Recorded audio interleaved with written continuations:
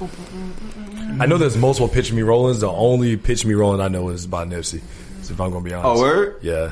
The Chris Brown one is hard. Yeah. Ooh. I need to listen to it. Is it a freestyle? Huh? Is it a freestyle? No. It's just he got a Picture Me Rolling. Yo, he has a lot of music. Like, yeah, he got a little too much. Bro, that's what I'm saying. He just released an album Chris Brown? earlier this year. Yeah, he got a little too much music, bro. He released an album last year that had like 40 tracks on it. Yeah, it was like last year. It was like a full play. It was like a playlist of just it's just crazy, bro. Ain't nobody got more songs than Lil B. Bass guy. He got like a Lil B. Like, bro, nah. No one has more songs than Lil Wayne. No, I think Bass guy has more. Who? I don't even like calling him Bass guy. Lil B? Yeah, please don't call that guy. He literally has like I think him and Wayne probably have the most songs. That's just crazy. I don't know, bro. If you're including features and stuff, yeah, that's There's crazy. also a Tupac Picture Me Rolling. Oh yeah, okay, I know that one. I know that one. But I think that's why Nipsey made it because it was like play off of. Yeah, that's one. In my opinion, Slauson Boy 2 is one of the great. I still haven't listened to Slauson Boy 1. I don't even think there is a Slauson Boy 1. I think it's just he just went Slauson Boy 2. But it's in the vault somewhere. Yeah, that's one of the greatest mixtapes in my opinion. Just real solid. But as you guys can see, we have someone very special here with us. Come on, man. Oh, you see, you didn't even know. You didn't know because guess what? I didn't have to get the cameras. Shout out to my mans in the background. Element of surprise. My man. We got special guests today, guys. We about to do something different for y'all. This is Young Muslim Podcast. Muhammad, let's get straight to it. Marshall, we ain't got the Deen squad, but we got the Deen. Yo, I'm done with you, bro. Don't play myself. You want? I'm the Deen. Yo, the Deen. Let me have that, yo. He the Deen. Let me have that, Come on, Chief. bro.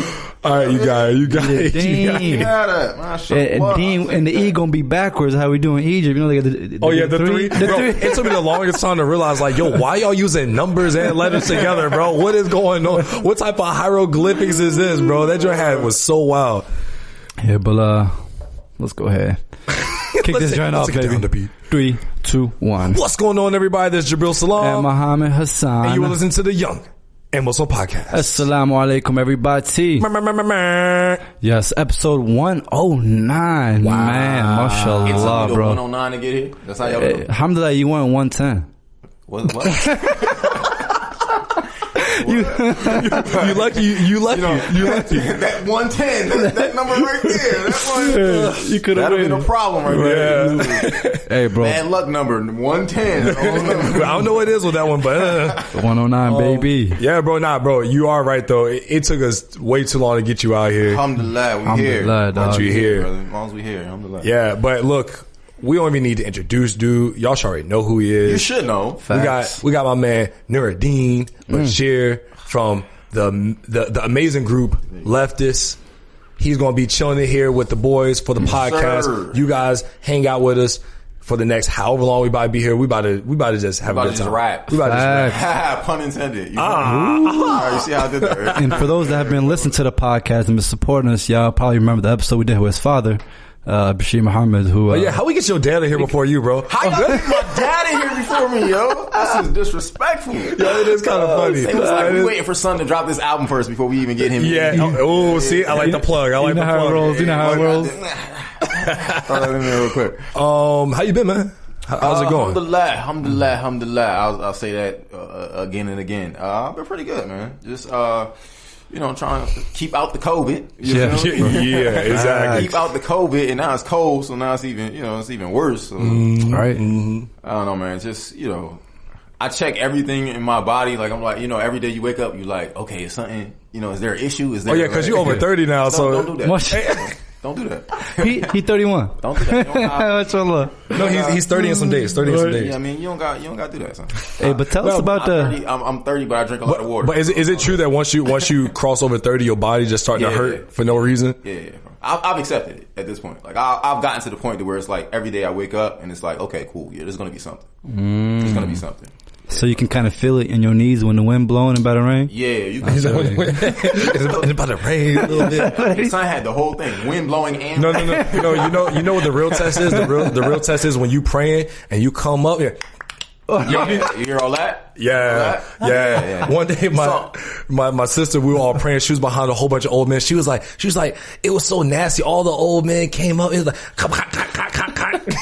Don't disrespect where I'm not old. I'm distinguished. You feel me? I'm seasoned. Ooh, you a vet out here. Exactly. Vet out here, but not in the streets. I'm Vino Kobe. You know what I mean? Ooh, that fine wine. You see me, exactly. So I got you. At this point, like, everything is kind of like, even like my posture, me sitting here like this, I'm kind of like, is this gonna start hurting? Like, give it 30 minutes. That straight up bat, you gonna be like this before the end. Oh, don't worry, but you know what I mean. When y'all leave, y'all gonna be like, okay, cool. It's starting to loosen up a little bit. When I leave, I'm like, I gotta take a bath and stretch. And you need the Epsom salt. Yeah, good old Epsom salt. But the good thing is, I feel like even though you might be, age in different ways, I feel like you still got the creativity. You feel me? You haven't lost that. I mean, I think you get more creative as you get older. How so? You know what I mean? Like most of us, I think the business keeps us at this young age when it comes to creativity. But most of even like let's say your world leaders, right? Your best leaders, most of them hit a certain age before they became that that certain leader. You know what I mean? Once you get to that, I think it's like that prophet age, like that 33, like your Jannah age, right? I think you start to blossom and start to create based on all the things in the history that you've had and all the things that you know, and you kind of and you're less. I think you're not as much of a renegade in your creativity, but you're much more sure of yourself in your creativity. Because it's at this point in your life where you're kind of like, well, I got nothing to lose. There's no plan B type thing. Yeah, you can either go one or two ways. You can be the person who's just like, I have to stay safe, or you can be the person who's like, well, I mean, for me, it's always like, well, I've kind of gotten 30 some odd years out of this body. I don't know how much longer I got left. You know what I mean? It's like, it's like, okay, I've been blessed to get this far along. Let me push it then. So I think there are a lot of people who end up doing that, and they're not interested in necessarily the business aspect, the industry, not the business, but the industry aspect of how you're supposed to do it. When we're young, we're always so focused on the industry aspect of how you're supposed to do it, right? Like me as a musician, I got to get a record deal. Right? When you're older, the jazz musicians is just out there just learning more jazz. You know what I mean? Crafting and building on more jazz. So that's kind of what it is for us. As I think when you get older, you start to. I feel like you're a little bit more free. Got you. So go ahead. I'll say. Well, tell me about your mindset. Right? They say the mind fully develops at the age where I believe like 27 or 28. That's when the mind's kind of fully developed. How do you feel your mindset has? Damn, y'all playing me. No. I was about to say, Dave, bro, we got some things to go over. After this, my man said, yo. the reason why I say that, he went to college, so we about to ask all the questions. The reason why I say that, because I feel like we talked about earlier. As you get older, sometimes you may lose that hunger. You feel me? You talked about people that get comfortable and they be like, yo, I got a steady job, and you see yourself like you don't want to strive for more. And even the shirt that you got on says strength. You feel me? You look like somebody that's gonna always keep on pushing. No problem, bro. So tell me about how has your mindset kind of developed these past few years? I think for the most part, I've kind of become more steady in like the idea of what I want out of life and what I'm here for. And being okay with, like, I'm here to be of service, and to get back to paradise, right? Now it's a question of how I do that. I think in your 20s and even earlier, you're still struggling with that concept because it's like, there's so many things that I want to do. Yeah. Right? There's so many things that I want to do. These are my dreams, that kind of thing. I think as you get older, at least for me, you're able to fit those dreams within this idea of, I need to get back home, which is paradise. Yeah. You know what I mean? And so all of those things kind of start to, it's like the part in the Matrix where all the numbers start to add up for Neo and he can finally see everything. Yeah. Right? That's how I feel, right? I can see all of it now. Like, you know what I mean? So like when we were talking about earlier, about the idea of taking L's. Them joints, they don't hurt nearly like they don't feel, they just feel like it's a part of the same process. I feel like not just some chess player, I feel like the chess master, right? And I watched the video on chess masters, and they say they start from the way that they work in chess is they start from the checkmate, right? And then they work you all the way to the checkmate. Yeah, right. I actually haven't heard they said the chess masters already had their next 15 moves when the beginner only knows their next move. Exactly. So they've already started from the very end. Sheesh. They're just working you to that end. Got you. Right? They trying to maneuver you into. They're trying to maneuver you to that very last stop. This your first day here? I'm messing with you. I'm just playing with you. Dude, that is next level, bro. You're fired. This your first day here, bro? This your first day? All right. I feel like I'm at that point because I know what the end goal is, right? The end goal is paradise, right? And then everything after that, and then the goal is to take care of my family, right? And then it's a matter of how I do those two things. So now I'm just, every step that I take, so I'm much more bold in how I attack things, and much more precise in how I attack things, because I already know what the last step is. I like that. Got you. I like that. You. You know what your end game is. Exactly. Got you. You try to get the Death Star and everything in between. You just, all right, what do we got? I'm like a Christopher Nolan movie. Like, you know what I mean? I'm going back. Bro. I had a full conversation on the chat house, the clubhouse, about Christopher Nolan movies earlier today. Like, that was perfect timing. Now that you are over the age of 30, there's no way that you can make it in Forbes 30 under 30. I'm out of that list. Which just came out. Out of that list. Bro, but the people on that list, pretty dope. Have you seen it? I saw like people bigging themselves up, like, oh, I made the list. Like, you know, Hey, bro, I'm not gonna lie. If I made that list, yeah, everybody would know. No, that's a flex. It is a flex. You're supposed to flex. What was cool about it though is that like people that we're cool with made the list. For all you guys that wondering what we're talking about, you probably know what we're talking about. We have the Forbes 30 under 30, and we had a few people from the Muslim culture get on that list, which I think is really dope. Some of them, I don't know majority of the people on the list, but we have our guy, Amir from Muslim, who found Muslim. He's on the list for creating this crazy cool platform. Yeah, as he should be. I think his sister was on it maybe last year, the year before. So okay, yeah, she's been on. Oh, bro, she's it's a very mashallah family. She's a firecracker, bro. Yeah. She's a firecracker. We got our girl Batuli Kamara. She should be up there. She just signed a pro contract out in Spain. Oh, did she? For basketball, yeah. Shout out to her. Shout out to our girl Tulu. We know she's a listener of the podcast. UConn. She's family, you know what I'm saying? And then we got and we're just naming the people we know. Then we got this dude Adam Wahid. He's done the work with here, you recognize? I seen something. Yeah, I just started following this dude. No, he do a fun little Instagram video. He's on Instagram. He's on I'm not gonna lie to you. He's a genius, bro. Yeah, I love his stuff. He's very creative, and you wouldn't you can kind of, based off his name, you would think that he's Muslim, but the content he puts out, he doesn't pigeonhole himself. We need that stub toe thing, right?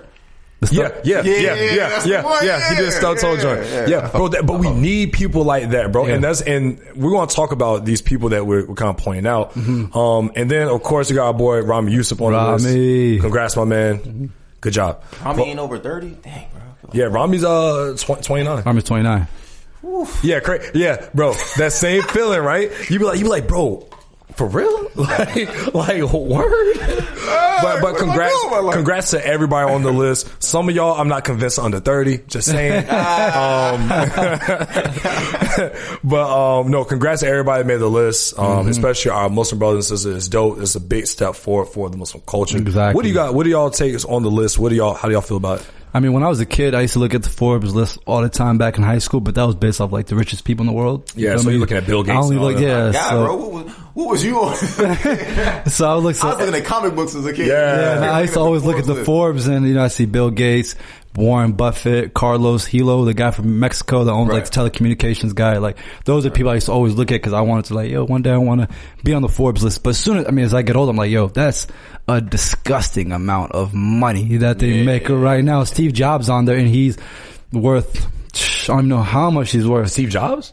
Steve Jobs dead. Oh no! I mean, it's not Steve Jobs. I'm sorry. Oh my Jeff God, Bezos. Jeff Bezos, bro. I was about to say, bro. Yeah. I was like, if he's still on there after being dead for like 7-8 years, Jeff Bezos, bro, is worth. He's on for a minute. Yo, they said Jeff Bezos, like he's about to be the richest person ever. He's about to hit the trillions, bro. Jeff Bezos lost half his money in a divorce and still worth more than most of us. Like that's when you dumb rich at that point, like bro. His wife, he's so rich that his wife took half the money and now she's on the list. Right, she on the list. She on the list, bro. I'm not gonna lie though. Shorty off a divorce was like, I'm up. So we asked this question. So we talked about this on last episode. What's her mahram? Now that she got all that money, her dowry. There's nothing you can do for her. No, she's like, I'm gonna pay a dowry for you to marry me. I mean, I could tell you what like her mahram is, but I don't know if y'all. What's up? Let the people know. I mean, it's just. She looking for at this point. It's not even. It's a different kind of sugar daddy. You know what I mean? It's just sexual healing. You know what I mean? At this point. Fair enough. That's basically it. Yeah. What could a dude possibly give her other than that? He can't take her nowhere. She's like, I've been to every country in the world. She's been everywhere. What could he possibly give her? She needs a Muslim so he can lead her back to Allah. Hey, Thanks, hey. I know, guys. I know. It's the Muslim podcast. You dropped the voice and everything like that. Was that was your smooth cat voice? Like Yep. So you can lead her back to Allah. Why you sound like Mace? What you wanted to talk about, balling? I think the biggest thing that I like about the Forbes outside the money aspects that now that we've been put on the map, there's a magnifying lens, inshallah, on the young Muslim culture. So now we can, like following Tuli could be Jamaat who plays basketball out in Boston. You know what I mean? She's the one that does those. I think she played like trick shots, something like this. So everybody can fall. She be doing a handle exactly, and has been blowing up and has a whole bunch of viral videos. And then Rami can have a whole bunch of aspiring actors. Jabril can come up next to you on it. So now, so many, you got my son in there. Yeah. But so many doors have been open now. So it's just like, and when other people see them on there, they're just like, yo, they're on Forbes. They're not on like the Medina Market, like weekly magazine. You feel me? Like this is actually like a profound magazine that's a world renowned. You feel me? So that brings us all up, man. It's just like when you own a house in the neighborhood and a house gets appraised for 50% more than what your house is worth. Guess what? Y'all on the same level. Now your house is worth way more. You feel me? Mm-hmm. So now all of our prices have gone up ever since that list came out. So yeah, and I mean, and this list is comprised of people who Forbes categorizes people who are pushing the culture forward and they're trailblazers in whatever field. So you got social media, you got athletics, you got journalism, media. So you got people from all different areas. And what I think is cool about that is you're seeing these Muslims in all different types of areas. And there's an Nakabi up here. Shout out to our sister up there, right? Like, people, when we talk about culture as a whole, a lot of times, I listen to, Joe Budden, right? And they were kind of going over this list. You got Roddy Ricch up there, right? And when you mention culture, a lot of people think the culture of hip hop. But culture is so much wider than it's a vast. Yeah.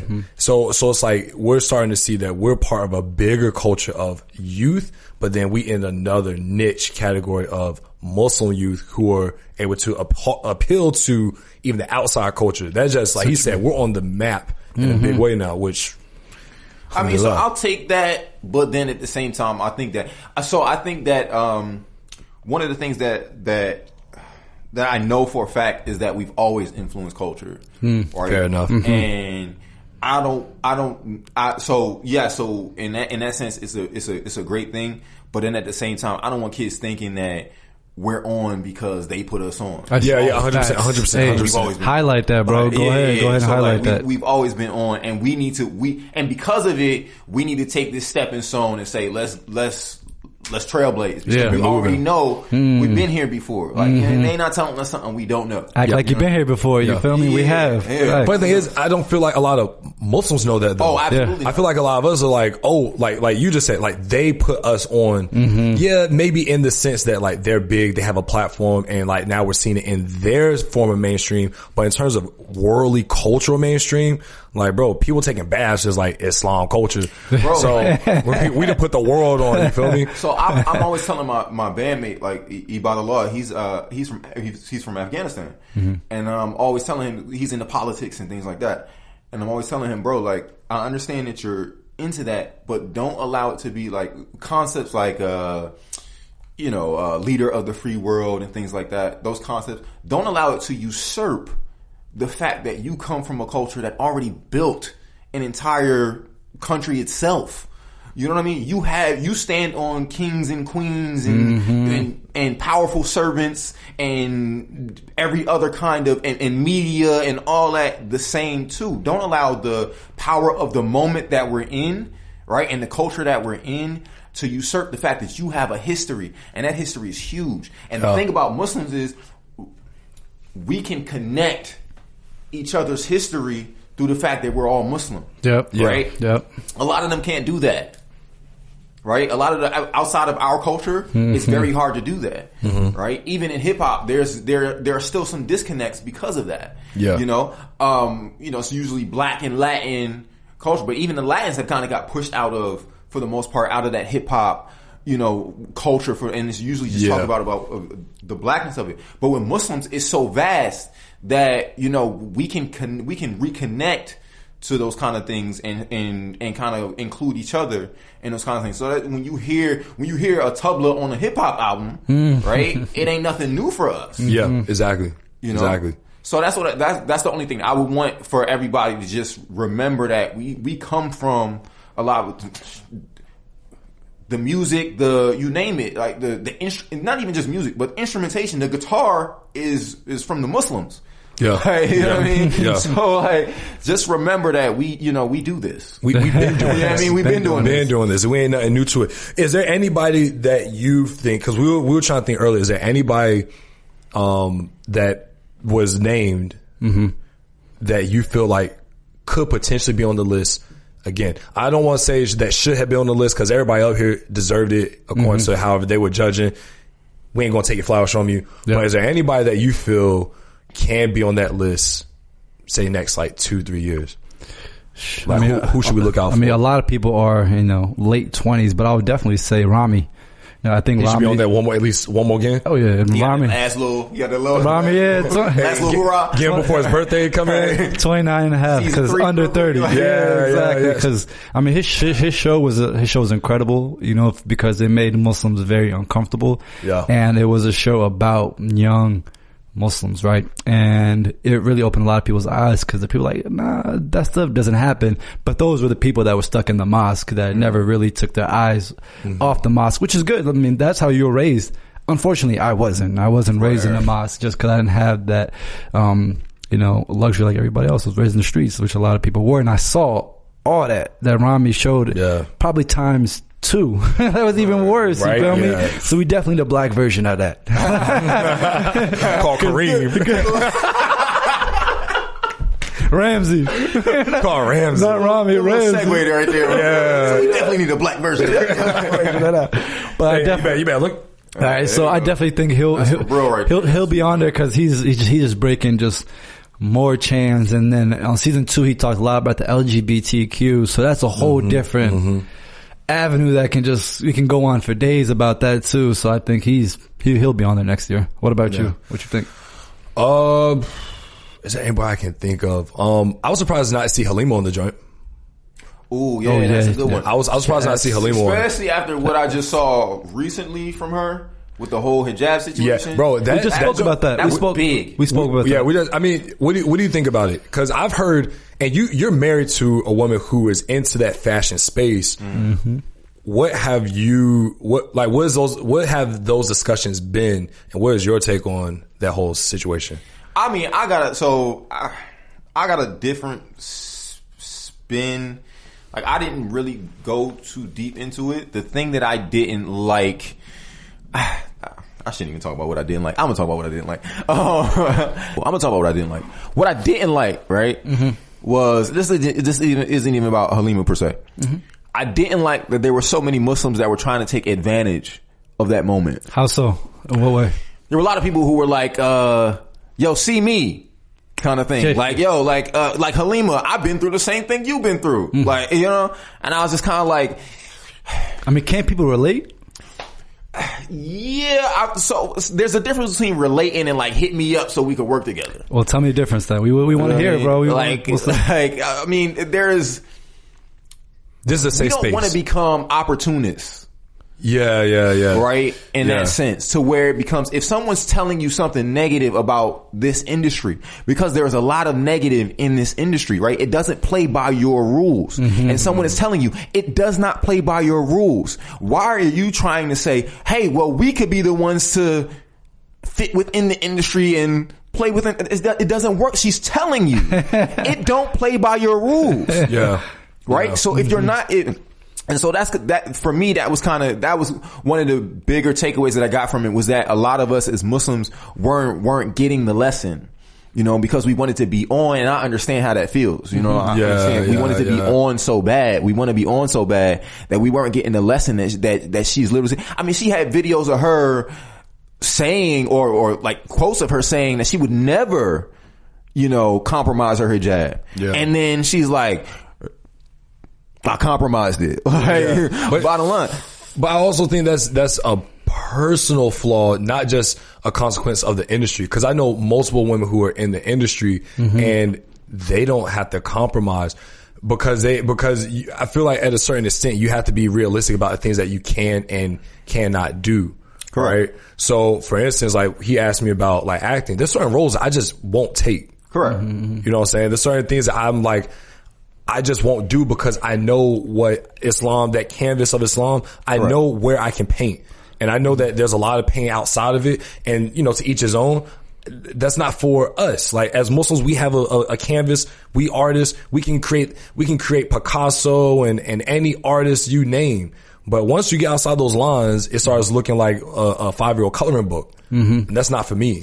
Well, let me ask y'all a question. I definitely want to get y'all take on this because, you know, when somebody's out there selling drugs and getting haram money, people criticize them like, yo, you can't be feeding your family with that money, right? Mm-hmm. You can't use that money to go to Hajj, right? You shouldn't use that money to invest in your business. So somebody had a good perspective like, well, she made haram money because she compromised her morals. Yeah. Right? So she went out there, made that bread, fed her family, bought the houses, bought the cars, and came out, was like, yeah, guys, you know what? I compromised myself. But what about all the stuff that you bought? She ain't giving it back. You know, so but if that was a drug dealer, y'all wouldn't look at them the same because they made all the money that way. So that's what I take that I heard. So I want to hear y'all perspective on that because I thought it was very interesting the way that was laid out. What you got? I think we have in Islamically we have the concept of like being able to turn away from your sins, mm-hmm. right? We don't. Allah's not reminding the guy who killed 99 people I know that he that killed story. 99 people. Yeah. Right? I know that story, yep. Right? Mm-hmm. He's not reminding him of that. Mm-hmm. Right? He's saying go that way. Exactly. Just go. Like just go. And I don't think that especially if it's a house that becomes a house of worship or is a house of worship and it's a house that brought her back to, I mean, so let's say she brought her mother that house. Mm-hmm. In that house, her mother is telling her, right? You got to fix this. Yeah. You got to fix this. Yeah. You got to fix this. So at some point in that house, she decided, I need to fix this. SubhanAllah. That's right. Mm-hmm. Yeah. It's exactly. Yeah. Good point. There's redemption in this Islam. And I think if someone is coming to you and saying out in the open, I need to redeem myself, mm-hmm. because to be honest, like, I mean, Allah concealed her. It's not like she needed to say it. Yeah. Right. It's not like she needed to say it. Here's the thing though. She was getting a lot of heat even before this. She was. It wasn't like she was just doing all the stuff she wanted to do and then right. was saying nothing. You know what I'm saying? I mean, look, if you're going to be in any kind of industry, you're going to get heat. That's the bottom line. I mean, bro, we get heat. Like, that's the bottom line. Allah gets heat. like, who are we? Like, God can see. Why, God? Hey, what? Right. What do you mean? Right. Like, you questioning me? Whenever somebody say like, let your haters be your motive, I'm like, what haters? Like, I'm not the Prophet Muhammad. So I'm like, if you someone you want to see haters, like, so I believe that there's room for redemption, within us all. And it really just depends on what she does with the 100th person, right? And the steps that she takes forward. So that house is now that 100th person, right? To me, right? She has to take those steps forward to continue to, to build on that Islam. I don't think, you know what I mean? Like, I mean, yeah, the drug dealer sold the drugs, but if he's turning himself around and he's going back to those people and he's saying, look, I messed up. I think that he deserves the ability, the space to be able to say, hey, I messed up and, I can fix that. Yeah. Cause I mean, we look at even some of our biggest inspirations today. Like, matter of fact, happy birthday to our man Hove. Yeah. You're a real one. Shout out December 4th. You already know, throw that diamond in the air. It was just his birthday, yesterday, or when people hear this, like last week. Right. And if you know his story, someone pointed this out. They said he has one of the greatest American stories ever, just like from nothing to someone who's helped hundreds, even maybe millions of people, right? And if you judge a Hove, if you judge a Malcolm X, you judge a Maya Angelou. Malcolm X is a perfect example. If you judge these people based off of their current sins, then they're never going to be able to have redemption. So we don't know who a Halima is going to be in the next, 20, 30 years where, okay, now she was just in the belly of the beast. And now she's come out. What information does she have that she can help either reframe what happened? And I think it's similar to our story where it's like, we tell people all the time, the only reason why we're able to do this and we have a community that is able to listen to us is because we did the shenanigans, so we can tell y'all don't do it. If we didn't get in trouble, if I didn't have those, those crazy nights or, the setbacks, how can I sit here and tell you guys why it's so great, the things that Allah says in the Quran? Right. You know what I'm saying? Right. You have to going back to what we said about taking L's, you have to learn how to take the L's in the beginning, so then you learn how to be able to take the process going forward. Look, in Islam, we have, Allah says that He will, He created us so that we could sin. Yes. Right? And if we didn't, He would destroy us. And replace us. Right? So the process isn't, it sucks. Right? Best way to put it. Best way to put it. Said that car, remember, was it last week we had a conversation? I called you like, bro, why? Right. It's like, it does. But the process is the redemptive process. It isn't the sinning process. It's the redemptive process. That's why we pray. I mean, think about it. We pray 5 times a day. That means whatever you did between Fajr and Dhuhr, right? You get the opportunity to be forgiven for. Clean up. Right? Clean. The second you make wudu, you get the opportunity to be cleaned. Right? It's always a redemptive opportunity. Right? And I think that's how we should always see the Islam, as a redemptive opportunity, because we all are going through something and have gone through something. And, if we're tearing down other people or questioning how, they get to that next step, we never get to the point that where we have, the giants that we, like you're saying, the giants that we do have. We never get to that point. When they're able to get that forgiveness. Yeah. And I think more than anything, as a culture, we have to learn how to forgive. Yeah. You have to let people go through the process. And going back to what Mo was asking earlier and what you were saying earlier, like when we first started, you only get that with age. And most people are scared to actually try to do something. Scared to take L's, bro. Oh, yeah. No doubt. They're scared to look foolish. Yeah. They're scared to look like they tried too hard. And so it's like, bro, if you never tried too hard, if you never took that risk, like, you're always just going to stay where you at. And for most of the people that are judging, you guys are going to be in the same position in the next 10 years, whereas this girl or anybody else that you're kind of throwing heat on, they're taking the risks and trying things that are outside. And when I say taking risks, I'm not talking about the safe risks, right? Where it's like a risk is not safe. Right? No. What I mean by that is like there's certain things that you can do that will change things, and there's certain things that it's like it gives you, it's like a little nudge. Okay, you feel me? Like one of the things that just comes to mind is like when we were in Philly, we were there when Halal Soul Food, one of the Tone songs, dropped on the radio. And I remember him saying this to me. I actually watched the video the other day. He was like, yo, no other rapper is saying Allahu Akbar and Mashallah first thing as soon as the track drops, and it's on national radio. Right. And I was like, damn, that's a risk. You going on TMZ and saying that, like, that's they could, you know what I'm saying? It's a risk because then people just won't bring you back. Exactly. Right? They'll just like, nah, we're good. You know what I'm saying? Rami's saying Allahu Akbar at the Grammys. Yeah, you know what I'm saying? Like, that's big. Getting the Golden Award, Golden Globe. Golden Globe. Golden Globe. All three of them. Yeah. all of them. So it's like those are real risks. So, okay, cool. You judge like Rami, for example. People are like, oh, that show is super haram. But it's like, yo, the ability to take that sort of risk where it's like, I don't know where I'll land and it sticks. Like those are people, and that's why these are the people that end up on 30 Under 30. Matter of fact, I'm pretty sure Halima's made it on 30 Under 30. She probably just wasn't on there this year. This particular year? Yeah. There's no way she hasn't been on it. I mean, look, you're going to be tested. And my grandfather used to always say, and pass down through my father, he would say, you say you believe, then test it. Right? You got to go up against it. Right? You're gonna have to hit that wall. You're gonna have to fight it. Right? You're gonna have to, your belief is gonna be pushed to its limits.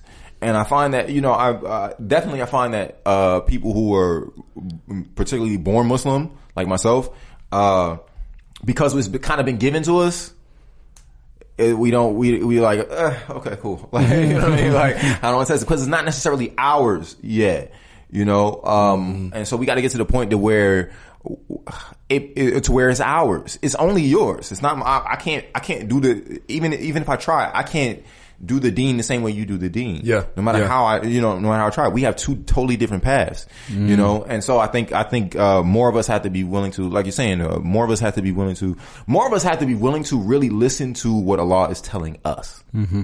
Right. That's the tricky part. That's a really tricky thing. Being able to clear everything out. Right.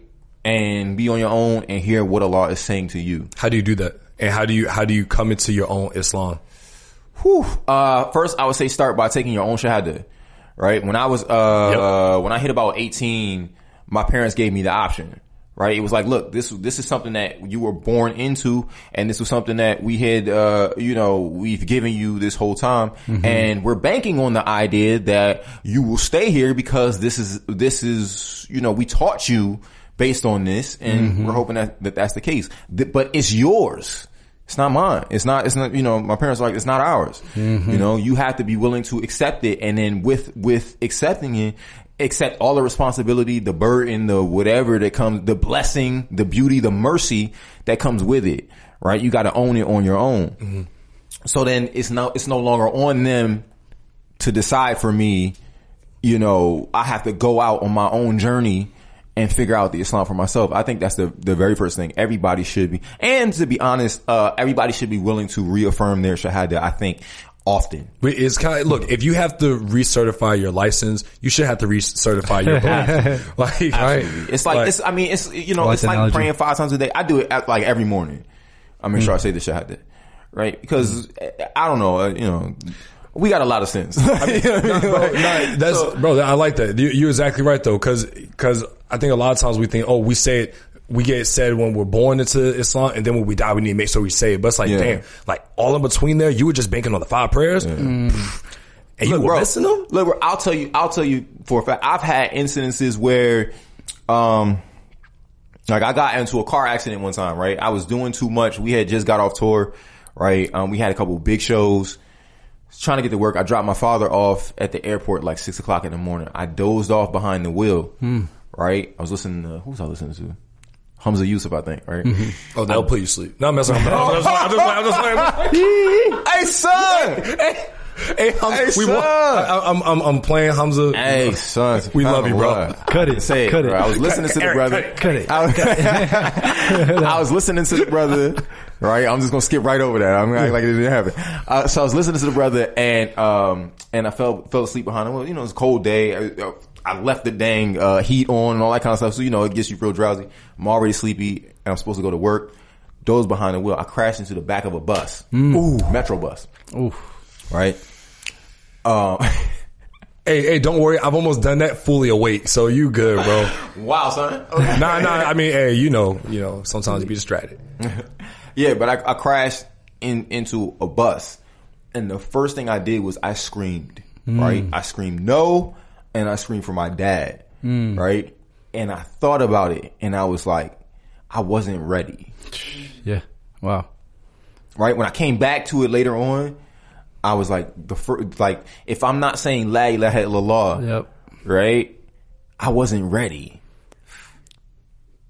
You know what I mean? Like, it was tough for me, and it was interesting because, so I'm literally, they say most accidents happen about 10 minutes away from your house. I was literally about 5 minutes away from my house. Wow. Right, when it happened.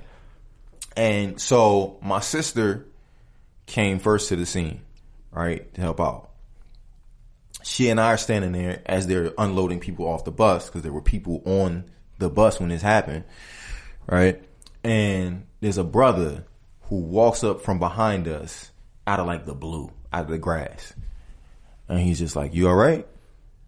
I'm like, shaking, right? So I'm like, alhamdulillah, I think everything is cool, whatever. He's like, you could tell he was Muslim, you could tell by his aura.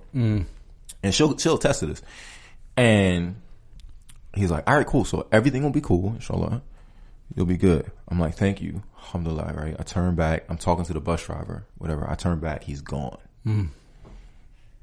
He's gone.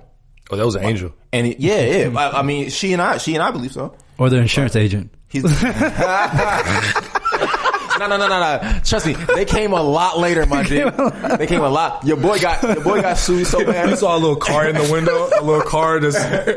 Your boy got sued so bad. I was like, I have to be a millionaire. Like at this point. Let me ask you, this is an odd question, but were your shoes off when you crashed? Nah. Okay, because there's like a black saying that like, if your shoes come off when you're like in a bad accident, that means that you miss your fate to die. So for example, my sister, this was like a few years back, both of my sisters, my aunt, my granddad, my cousin got in a bad car accident. My sister, earrings flew out her ears, headphones gone, and all of their shoes were off. After the car crash, all their shoes. And it's like, look it up. I promise, look it up. That it's like, if your shoes, when you get in a bad accident or something like that, if your shoes are off, that means that like you just evaded death. Imagine the insurance agent asking, your shoes still on? Nah, bro, that joint's creepy. That joint's creepy, yeah, that's bro. Creepy. But anyways, like I was saying, like, it was another affirming moment that was like, I wasn't ready. But like, I heard something a few days ago. They were saying that a Bedouin asked the Prophet, peace and blessing be upon him, like, for a piece of advice. He said, it's very simple. He's like, say that you believe and then stand firm. Right? That's simple. I thought about it. I was like, okay, well, what does that mean? Like you said, la ilaha illallah, Muhammad Rasulullah, right? Because we say that there is no God but Allah. We don't say that there's one God. Because if you say there's one God, that's not, it's not like a protective measure. You're like, there's one God. End of story. But when you say there is no God but Allah, it means that everything else can't take that position of God, right? So when you think about it in that way, it's like you gotta protect that essence. You gotta protect that energy. So when you don't, that's when you talk about getting tested, right? When you got tested and when you had the accident, the first person, like God says, call on me. Right. Don't call on your father. Exactly. Don't call on anybody else. Not even else. just my father, but it was the fact that I had a moment where it was like, it was like fatalistic kind of thing. It's like my life is over kind of, like those kind of things. You have those moments. And it's like you're saying, Allah says trust in me. Yeah. Right? So even in those moments, it's you like, are fully trusting in it. Exactly. Right? And so mind you, right, it was like I was woken up out of like, out of sleep. It was a huge bang. So it wasn't like, and then I screamed. So it was like, but at the same time, I wasn't ready. And so whenever I step out, I'm like, okay, am I ready? It's today the day. Yo, do y'all go out of the house like that every day? Oh yeah. I think about that every day. I'm like, yo, I could go right now. Like this might be my last moment. You start thinking about life a lot differently and how you treat people when you're like I try to make sure whenever I leave the crib, I haven't left the house on a bad note. So right now, tensions are obviously high. People's, your parents, your wife, whoever it is, siblings. And it's like, man, if you leave hot, that's how May screwed up. Who? Oh my God! I got it. Bar. I got it. I'll rate you for that one. I rate you for that one. I rate you for my man. Cool. So I rate you for that one. That was top notch. It's like if you leave hot, if you leave mad, and you die, you think you're gonna forget that while you in line waiting for your judgment day? Nah, you're gonna feel bad. You like, dang, I wish I could have apologized. I wish it would say I love you. And I remember. SubhanAllah, like right before my grandmother passed, one of the things that was really a blessing was that we both worked side by side. Like I had a coffee shop, she had her sewing shop side by side. I never lived near my grandmother ever. But at this year that she was going to pass, there was no indication that she was going to pass. We were together almost daily, right? Wow. And for some reason, something clicked where in my family, no one ever says like, I love you.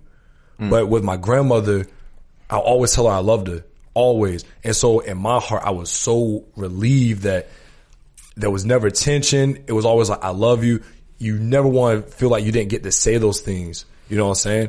But like, yeah, I just find that weird. They're like, yeah, all of us probably have the same occurrence where you leave the house and you're like, well, if this is going to be it, I need to make sure that I treat everybody good. Like, correct. Not even just that, but if this is going to be it, I'm going to go out the best version of myself, right? I've had experiences, work experiences or whatever the case may be, right? Where the relationship between me and the job got so bad that it was causing me tension, right? And there's a point where you start, I'm having anxiety attacks and stuff. I'm like, what, I'm not used to having those kind of things.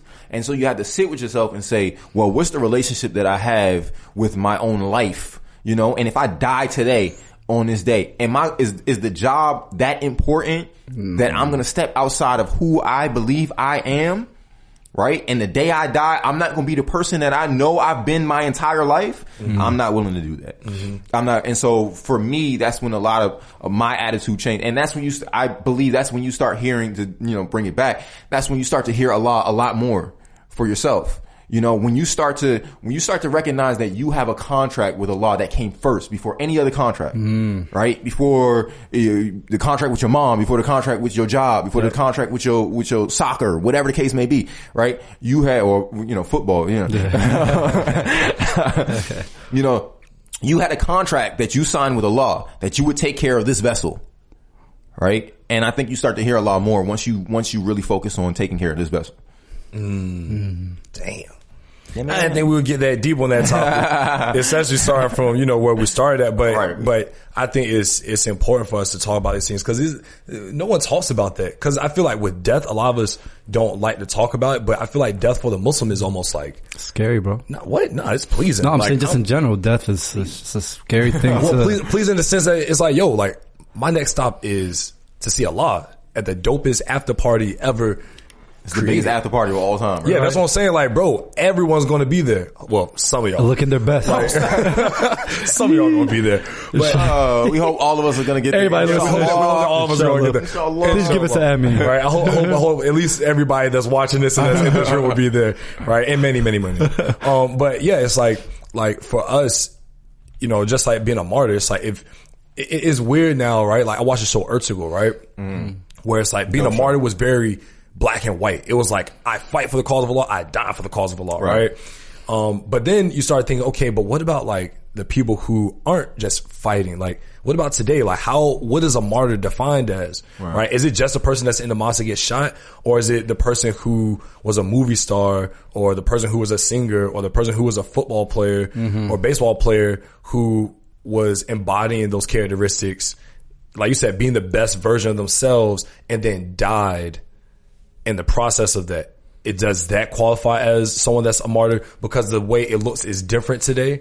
You know what I'm saying? Right, the values change pretty much. Yeah, like because the cultural values change. Yeah, because like every day we're fighting to put Islam in the forefront. Like every day you're fighting to put our culture as a religion on the map. Are we then considered martyrs? That's a good question. That's a great question. I like that. The world may never know. Discuss. Yes. I don't know. I'll put it on the next album or something like that. I don't know. I really don't know. I don't. I would hope so. Shoot, like, that means that we got a good chance of making it in. Yeah, like, you know, I need as many opportunities to get in as possible, right? You know, and you know, I would hope so. I would hope so. I hope that the clearer our message is, you know, connecting us with Allah, the closer to martyrdom we are. You know what I mean? So every time we get in and we make the intention and we say Bismillah and we, you know, we do it for the sake of Allah, hopefully, you know, that is what you're saying right there, that we are considered the same, that we're dying in the cause of, you know, Allah. Because I mean, literally every day we're dying essentially. So getting closer to death. Right. Yeah. Like every day is literally. I mean, even the best individual, like the best Muslim we know, still can't get into heaven without the mercy of Allah. So we can't forget that. So whether you're a martyr or not, you still need Allah's mercy to step feet into Jannah. He be merciful on all of us, man. Yeah, I mean, because we need it always and forever. To go into like a more vibrant note, right? like earlier we were talking a lot about fatherhood. Obviously, every man in here is married except for myself. So like there was a lot of talk. You by yourself. One is the loneliest number you ever find. But we were talking about like marriage. You the last dragon. I'm done. This man got up. Hey, for all y'all that if you're on YouTube, you look at my shirt, I got on The Last Dragon. You know what's funny? I want to point out the fact that Mo doesn't really know The Last Dragon. Come on, son. But it's okay. My family just came to this country. Yeah, that's what I'm saying. Bro, like, stop disrespecting us like this, man. We didn't come in the 80s. We came in the 90s. So like that movie came in the 80s. So I wore this shirt today, right? And I was like, yo, Deen he definitely knows. Absolutely. Bro, this is Bruce Leroy. Bro, the fact that they didn't drop a second movie. Come on. That is probably one of the biggest disappointments in black culture there ever will be. Absolutely. Bro, nothing bigger. Like, this was our Karate Kid. This was absolute. It was bigger. It's better than Karate Kid. When he gets the gets the glow, I can teach you no more. I can't teach you no more. Bro, when his brother like was dancing out, when something popped like out the chains. My cousin did that. Right? She thought she was out here and she's. Bro, it really didn't look as cool, but I'm glad you got this. I'm glad you got this. That was a good point. I follow The Last Dragon on Instagram. Like I follow like a how do you make a whole page on that? A tribute jump. Yeah, so they have a tribute page where they just you know how they go to Comic-Con and all that kind of stuff. Yeah. So I mean, my sister's obsessed with Show Enough, so for good reason. Yeah, they need to do a remake or something. I don't. I don't really like remakes. But I don't know why I need that one. I don't know. Do you feel like they should do a remake? Or do you think they should finally do a part 2? A part 2 would be good. Yeah, because I feel like they need to incorporate the old cast, but I don't want to. But some of them passed. You see how much of a nerd I am? I already know that some of them passed. The little brother. He passed. He recently passed. He passed in 2016. See, you know, look how we are. Yeah. We know the date and everything. Which is crazy. I think everybody else is alive. Maybe his parents aren't. Maybe Daddy Green's Pizza. I don't think. Daddy Green's Pizza. Bringing your pizza to Daddy Green's Pizza. So, but no, how do y'all feel about all of these shows being remade and like them taking like Coming to America 2, and it's like, it's basically, it's going to be the same storyline, but it's going to be his daughter now. If they make that the same storyline, I'm just going to be, my feelings are going to be hurt. Yeah, because I feel like with sequels, it either has to be really good or you even ruined the first one. Because when you know what I'm saying? It's like you mess up the legacy of the first movie. I know what you're saying, but I don't think you can mess up Coming to America. Nah. I just don't think you can. Like, I think one, because it's so far apart, and then two, because Coming to America is just absolute, it's so much in our lexicon as black people. You have that boy is good. You know all the quotes like you know all the quotes from Sex with Chocolate. So I'll do it. I do Sex with Chocolate at shows.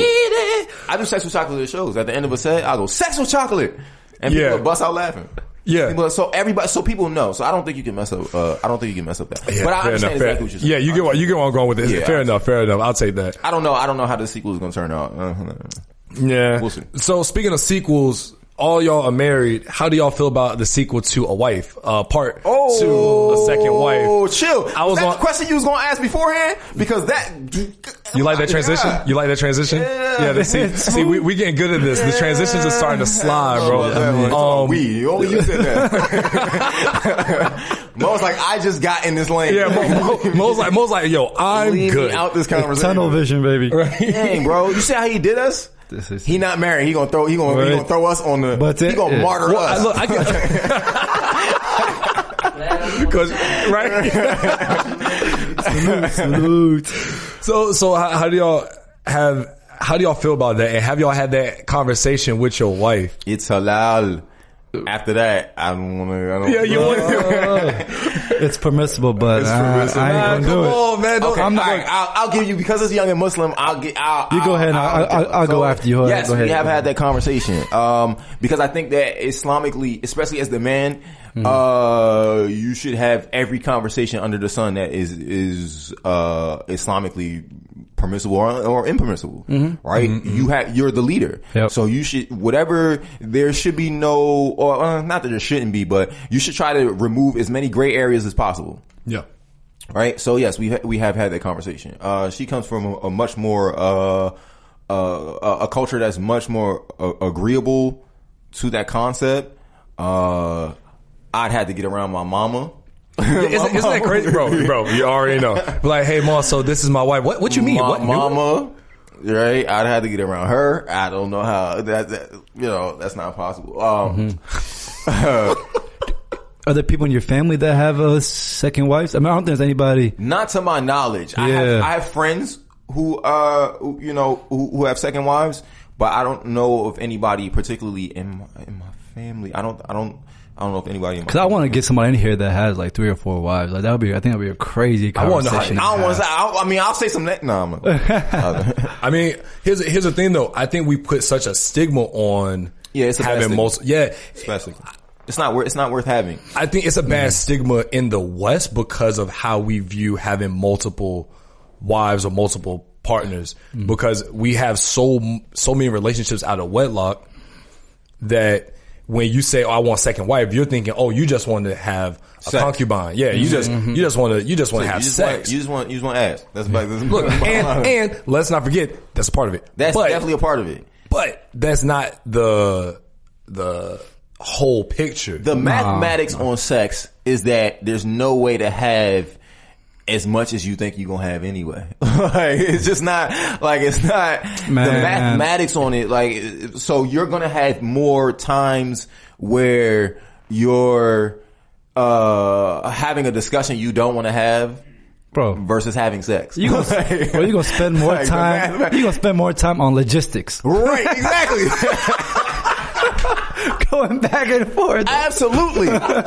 Absolutely. But I will say that I think that one of the reasons why it's such a stigma is because we've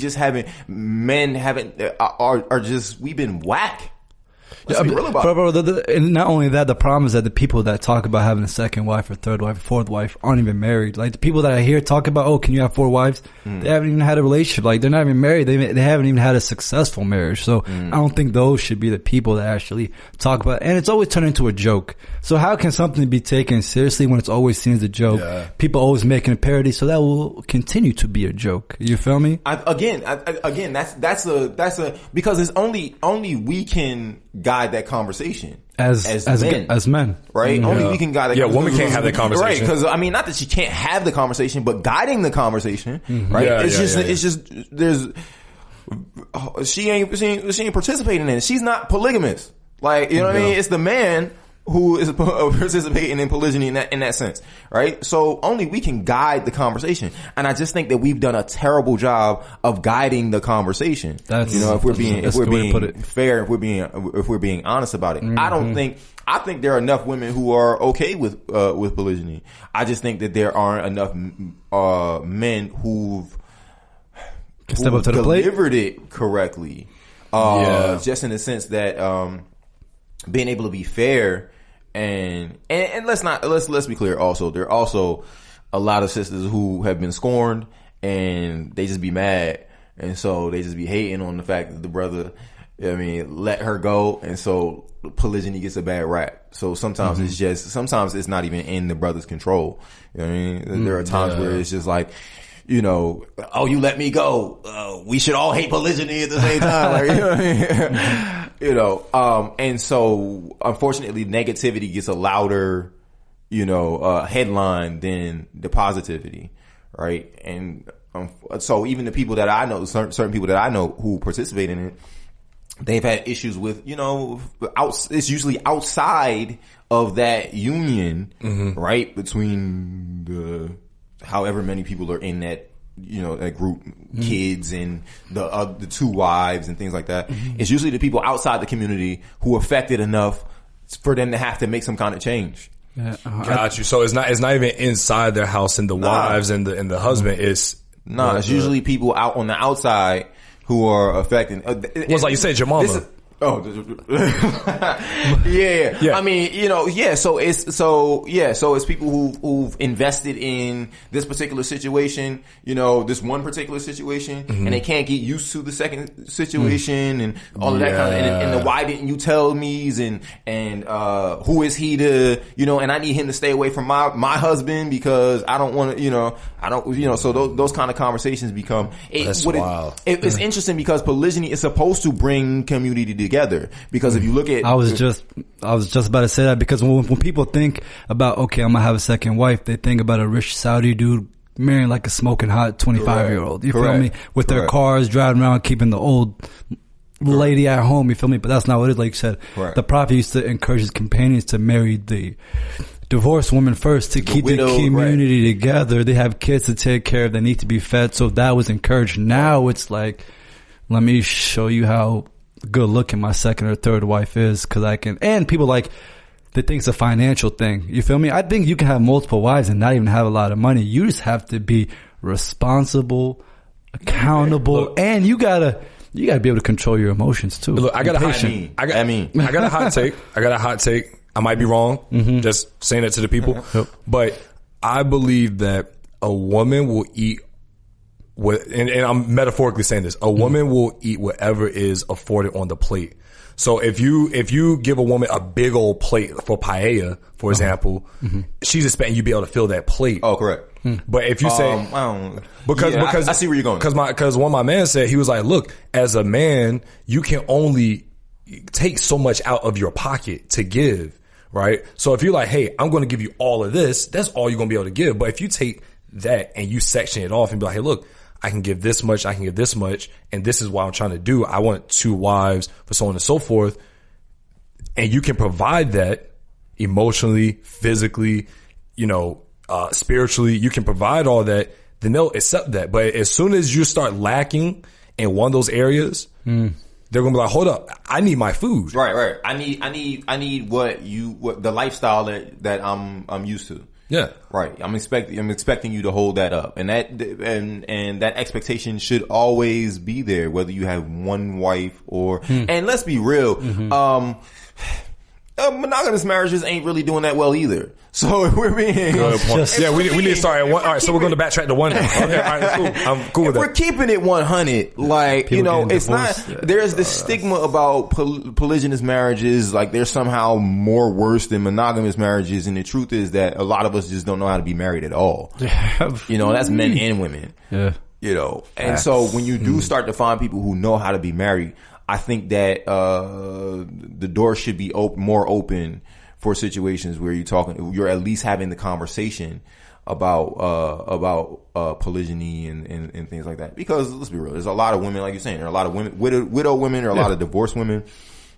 There are a lot of men who just don't make it home for whatever the case may be, death, prison, whatever it is, war. You know what I mean? There are a lot of men who just don't make it home. So the ability to kind of build family.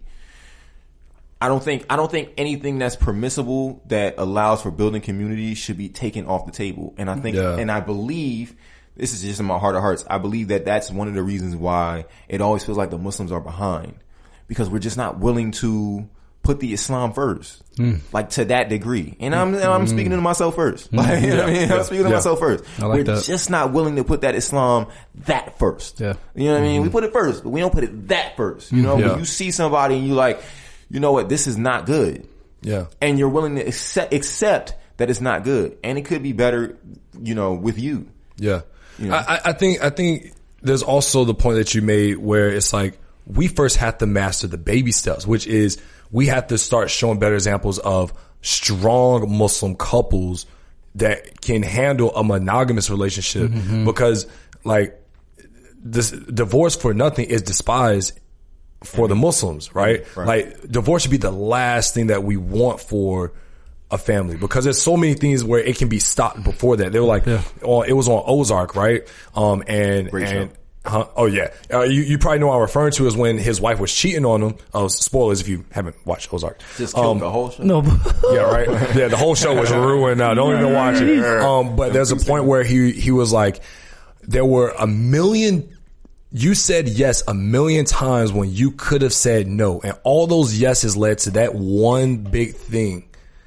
And you had all the time in the world to say no.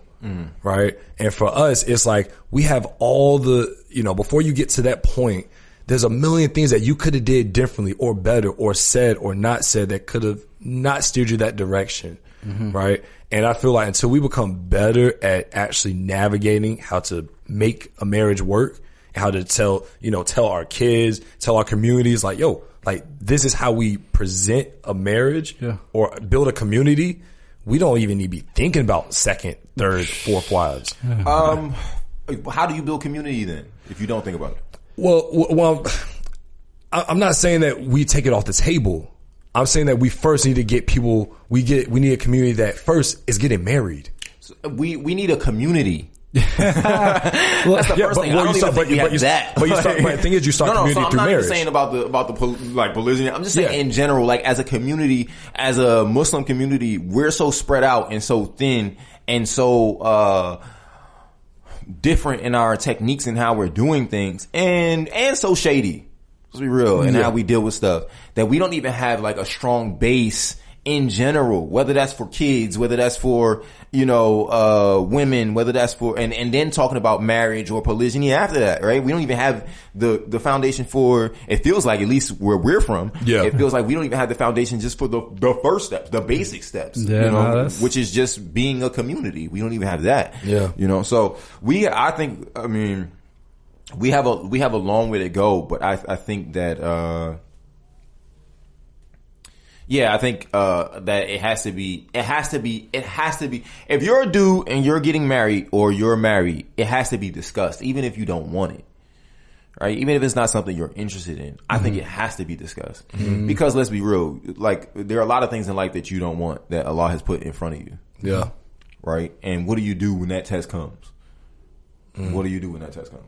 That's a good question. So I don't think every dude is like out here like, I want that second wife. I want that second wife. I want that second. Sometimes it's just the nature of the situation of the situation. Yeah, exactly. You don't want to go to hell, and it's like, let me ask you a question before we jump into the next topic. Right, there's a lot of responsibility for men when it comes to marriage.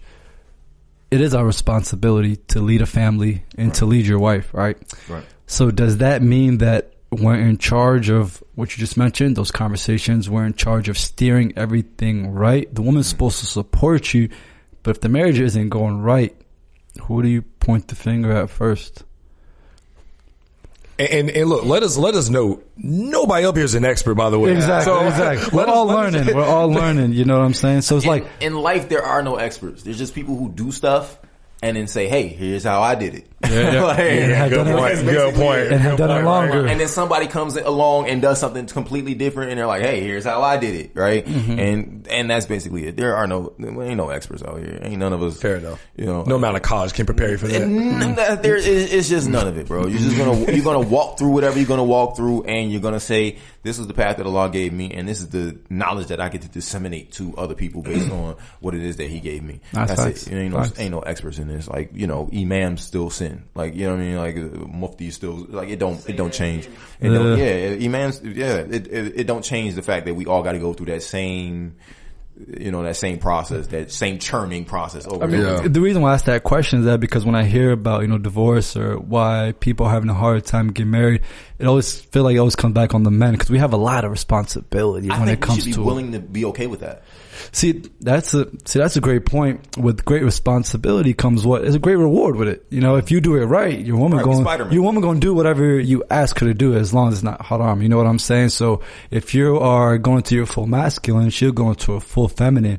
But that is a lot of responsibility. You feel me? But I think that we're built for that. My father's always like, "Yo, you're built for this." I'm like, yeah, it's the shoulders that it's just the nature of the beast. Like, it comes with the territory. And it's like a quarterback, bro. No matter you win or lose, the game on you. It is, bro. And I don't care if I'm Deen. We gonna win or lose on my shot. Yeah. And I'm okay with winning and losing on that shot. Right? I'm okay with it. I'm okay with that comes with the maturity of being a Muslim. Like, we're talking about sinning and things like that. You do gotta be mature. We have to be okay with the fact that we have to go through this process, right? We have to, right? We have to be okay. One of the things that I say is, one of the things that I learned, right, was that being a leader, when I figured out what being a leader was, this is what being a leader is for me. No expert, being a leader, right? Being a leader is being okay with feeling like you've done everything that you possibly could to the utmost of your ability, and then also having the space to be okay with someone saying, "No, you didn't." That's leadership. And we all have the space to do that. We all have the space to be okay with doing our absolute best and still being fallible. That joint sucks, though. Oh, it absolutely does. That joint sucks. Oh, it absolutely does. But who would you rather have it on? Right, I was about to say. Yeah. Your favorite basketball player. Our favorite basketball player is Kobe Bryant. We don't know nobody who's like, Kobe shot 4 air balls in the Utah series when he was younger. Yep. Yeah, his first game. His first game. I heard 3 air balls. Everybody was like down on him, pushing him, like, yo, he messed up, Kobe was like, the only thing that I saw was I wasn't strong enough yet. Yeah, so he got back in the gym. You know, he said, I just had to make the fourth. I had to build my legs up because what I found was I was out of gas. I was tired. I saw the interview. Right? Yeah, I was tired. So I had to build my legs up, build my strength up, get in the gym, right? So I could hit those shots. They were dead on, right? But I missed them. Yeah. And I'm okay with missing. I miss that man. Right, absolutely. I miss that man. Absolutely. But that's how we work. Yeah. That's how, at least that's how I feel like, I've grown up with men who work like that, right? I don't know no other men that work outside of that, right? Outside of the concept that I'm okay with all that pressure being on me. We gonna win, lose, or draw with your boy. Like, I'm good with that. You know, I'm good with standing in front of Allah and saying, because that's what look, and this is why I don't, when people talk about polygyny and they just talk about the idea of sex, it's so much deeper than that. Yeah. I gotta stand in front of Allah by myself, right? And I gotta say, Ya Allah, I came to play every day. What you got for me? What mercy do you have for me? I came to play every day. I messed up a lot because you're going to mess up a lot. Like we just said, ain't no experts. Yep.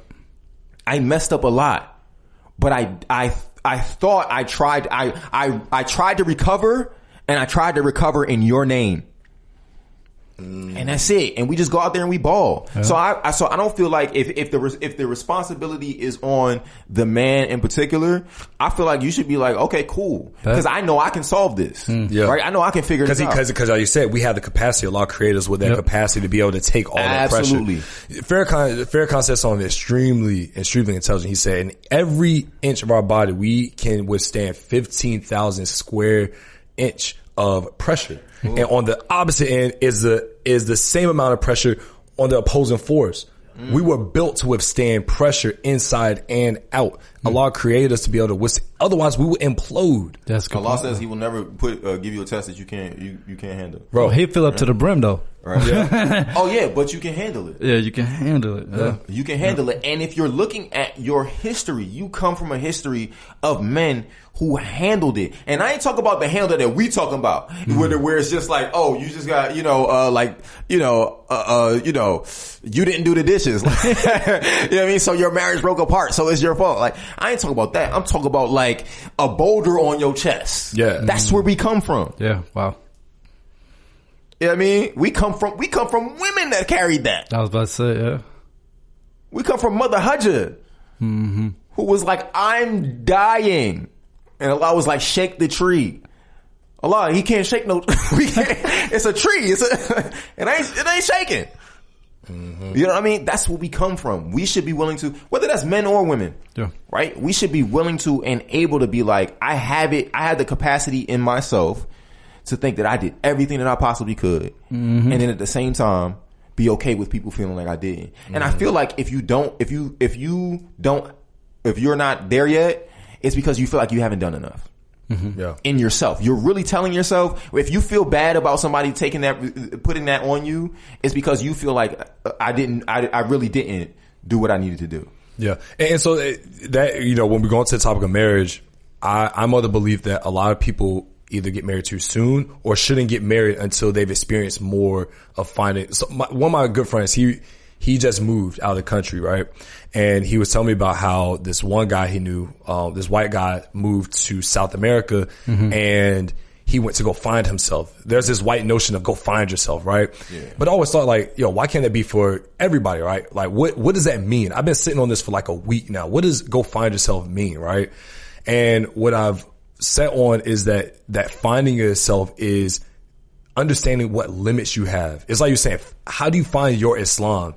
You can only find that through study, through travel, of studying of the self, putting yourself in situations that you ain't going to get at home, And Surah Noah, I can't say it. And in that surah, there's an ayah where Allah says, I have, and I encourage you to travel so that you may attain spiritual perfection. Right? Bro, I know dudes that have never left Virginia. Right? So, but then you get married, like how are you able to find any sort of spiritual perfection? How are you supposed to mature? How are you supposed to find your Islam? How are you supposed to find yourself if you're still living in a place where you've never tested your capacity for pressure outside of that comfort zone? And so a lot of us as Muslims, and a lot of Muslims ain't going to talk about this, right? A lot of Muslims are not allowing their kids to get out of their comfort zone so that they can explore and learn and test and fail so that they can get the best of the blessings and that mercy that Allah has for them. Yeah, but that's hard. It's extremely hard. It's extremely hard. Having a kid, like, it's hard. So what the thing that I had to learn, particularly this year, when we did the domestic violence campaign, right? And I sat with that sister and I saw how strong she was, right? Having dealt with that situation. The thing that I learned was that, you know how we always say, like, I'm grinding so that my kids can have the things that I never had. Yep. That's, to me, that's almost like you're usurping Allah. I'm grinding so that my kids don't have to struggle. Well, what gives you the right to say that? Right? So we're kind of trained to have that mentality, right? So where it's like, I have to protect my kid from everything. And the truth is, it's hard, but the truth is, we don't get that right? It's really, the truth is, my kid can handle everything that Allah is going to throw at her. I have to prepare her that way, as opposed to preparing her and saying, I don't want you to struggle. Yeah. But it's hard. as a parent to watch their kids struggle. It just is. Like, and you're from America. Imagine an immigrant coming here to a new land that they don't know about. Like, like you expect somebody, like, don't be so hard on your kids, bro. I don't even know anything past these four walls. Right. I don't know the culture. You're right. But we have to get to the point where we're raising kids to think on that level. Where it's we have to get to the point where we're raising ourselves to think on that level. Yeah. To where I see my child and I say, whatever it is that Allah is going to throw at you, right? I have to be willing to study you and see what's best for you and how you can get through that. And steer you. I'm not going to allow you to think that you're not going to go through something. Yeah. Yeah. You know No, and you know what? And alhamdulillah, I say this all the time, like, I'm blessed with two great parents. And I think all of us have very good parents that all of us are here. Mom and Ali, I love y'all. Yeah. Shout out. Everybody. I think all of us in this room right now, it's a reason. Like, we all have that certain energy where I can tell, I know he has good parents. Like, I don't even have to ask him about his parents. I know he has good parents because he in this room with us. Right. You feel me? Like, I know his peoples. I know your peoples. Like, when you come from good parents that equipped you, I can say what I just said. Cause like you said, like, they raised me with the capacity, even if they didn't say that innately, right? They didn't explicitly say that to me. They gave me the capacity to be able to learn that and then be able to say it now because I'm realizing certain things. Like, they gave me the ability, Imam W. Muhammad said that this religion was meant for us to be able to think. You can't read if you can't think. Like, you have to be a free thinker. Islam was meant to free our minds and free us to see all the halal and all the good. The mercy. The mercy. Cause what was the world under like with Christianity in the Dark Ages? It was that we were born in sin.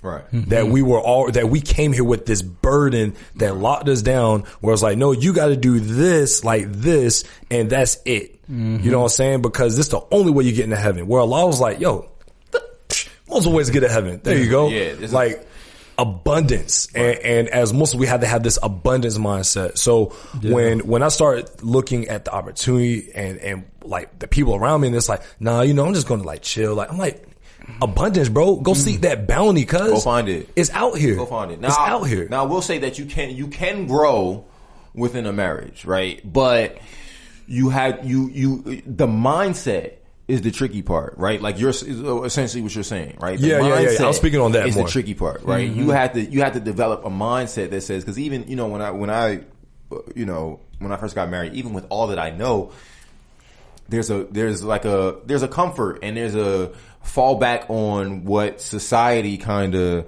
the roles that are supposed to be played, those kind of things, right? And at some point you had to get to the point where you had to be comfortable within yourself in that marriage, right? That doesn't affect, that's not affected by what society thinks of you or what's supposed to be happening in your marriage, right? So I had to grow into that, but that did take, me spending some time alone, like a lot of time, a lot of time alone. It does. It takes, you have to, and I will say I'm I'm kind of a person who spent a lot of time alone before I got married. Yeah. It still wasn't.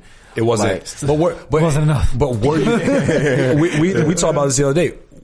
Do we really spend time alone though? Do you? Spend a lot of time alone. But I'm not saying you didn't, but like when we really, and this for the listener, how much time do you really truly spend alone? I'm not talking about on your commute to work. No. I'm not talking about, when you're playing video games. How much time do you actually spend where it's you and God? No phone. Right. Absolutely. On your phone. It's just you're finding who you are. Right. There's a connection there that Allah is telling you to tap into. It existed before all of this other stuff. Before any of it. Right. When you were in the womb, it was you and Allah. Like, you know what I mean? It was you, Allah, your moms. That's it, right? You didn't even know your moms existed, right? Whatever you were on Allah's time, right? And that's always been there, and Allah's always calling you back to that particular time, right? And so that's essentially what aloneness is, right? It's you in that womb still. You know what I mean? It's crazy you say that because people are scared to spend time alone because you get to learn the truth about yourself. Yeah. And it's ugly. Right. Yeah. But the thing is that when you get married, your wife gonna let you know about that. So go ahead and take that time beforehand and do it yourself before somebody do it for you. Yeah, I remember. That's exactly what's going to happen. I remember Shorty being like, "Yo, I need you to man up." What you say? Hey, I'm not gonna lie, that's bro. Back here, that's fighting words, dog. I ain't gonna fight my wife. I'm gonna find somebody to fight. What? I'm gonna need you to man up. I was like, you see what I've done? What, bro? You see my portfolio? Yeah. With all the work that I've done. Exactly.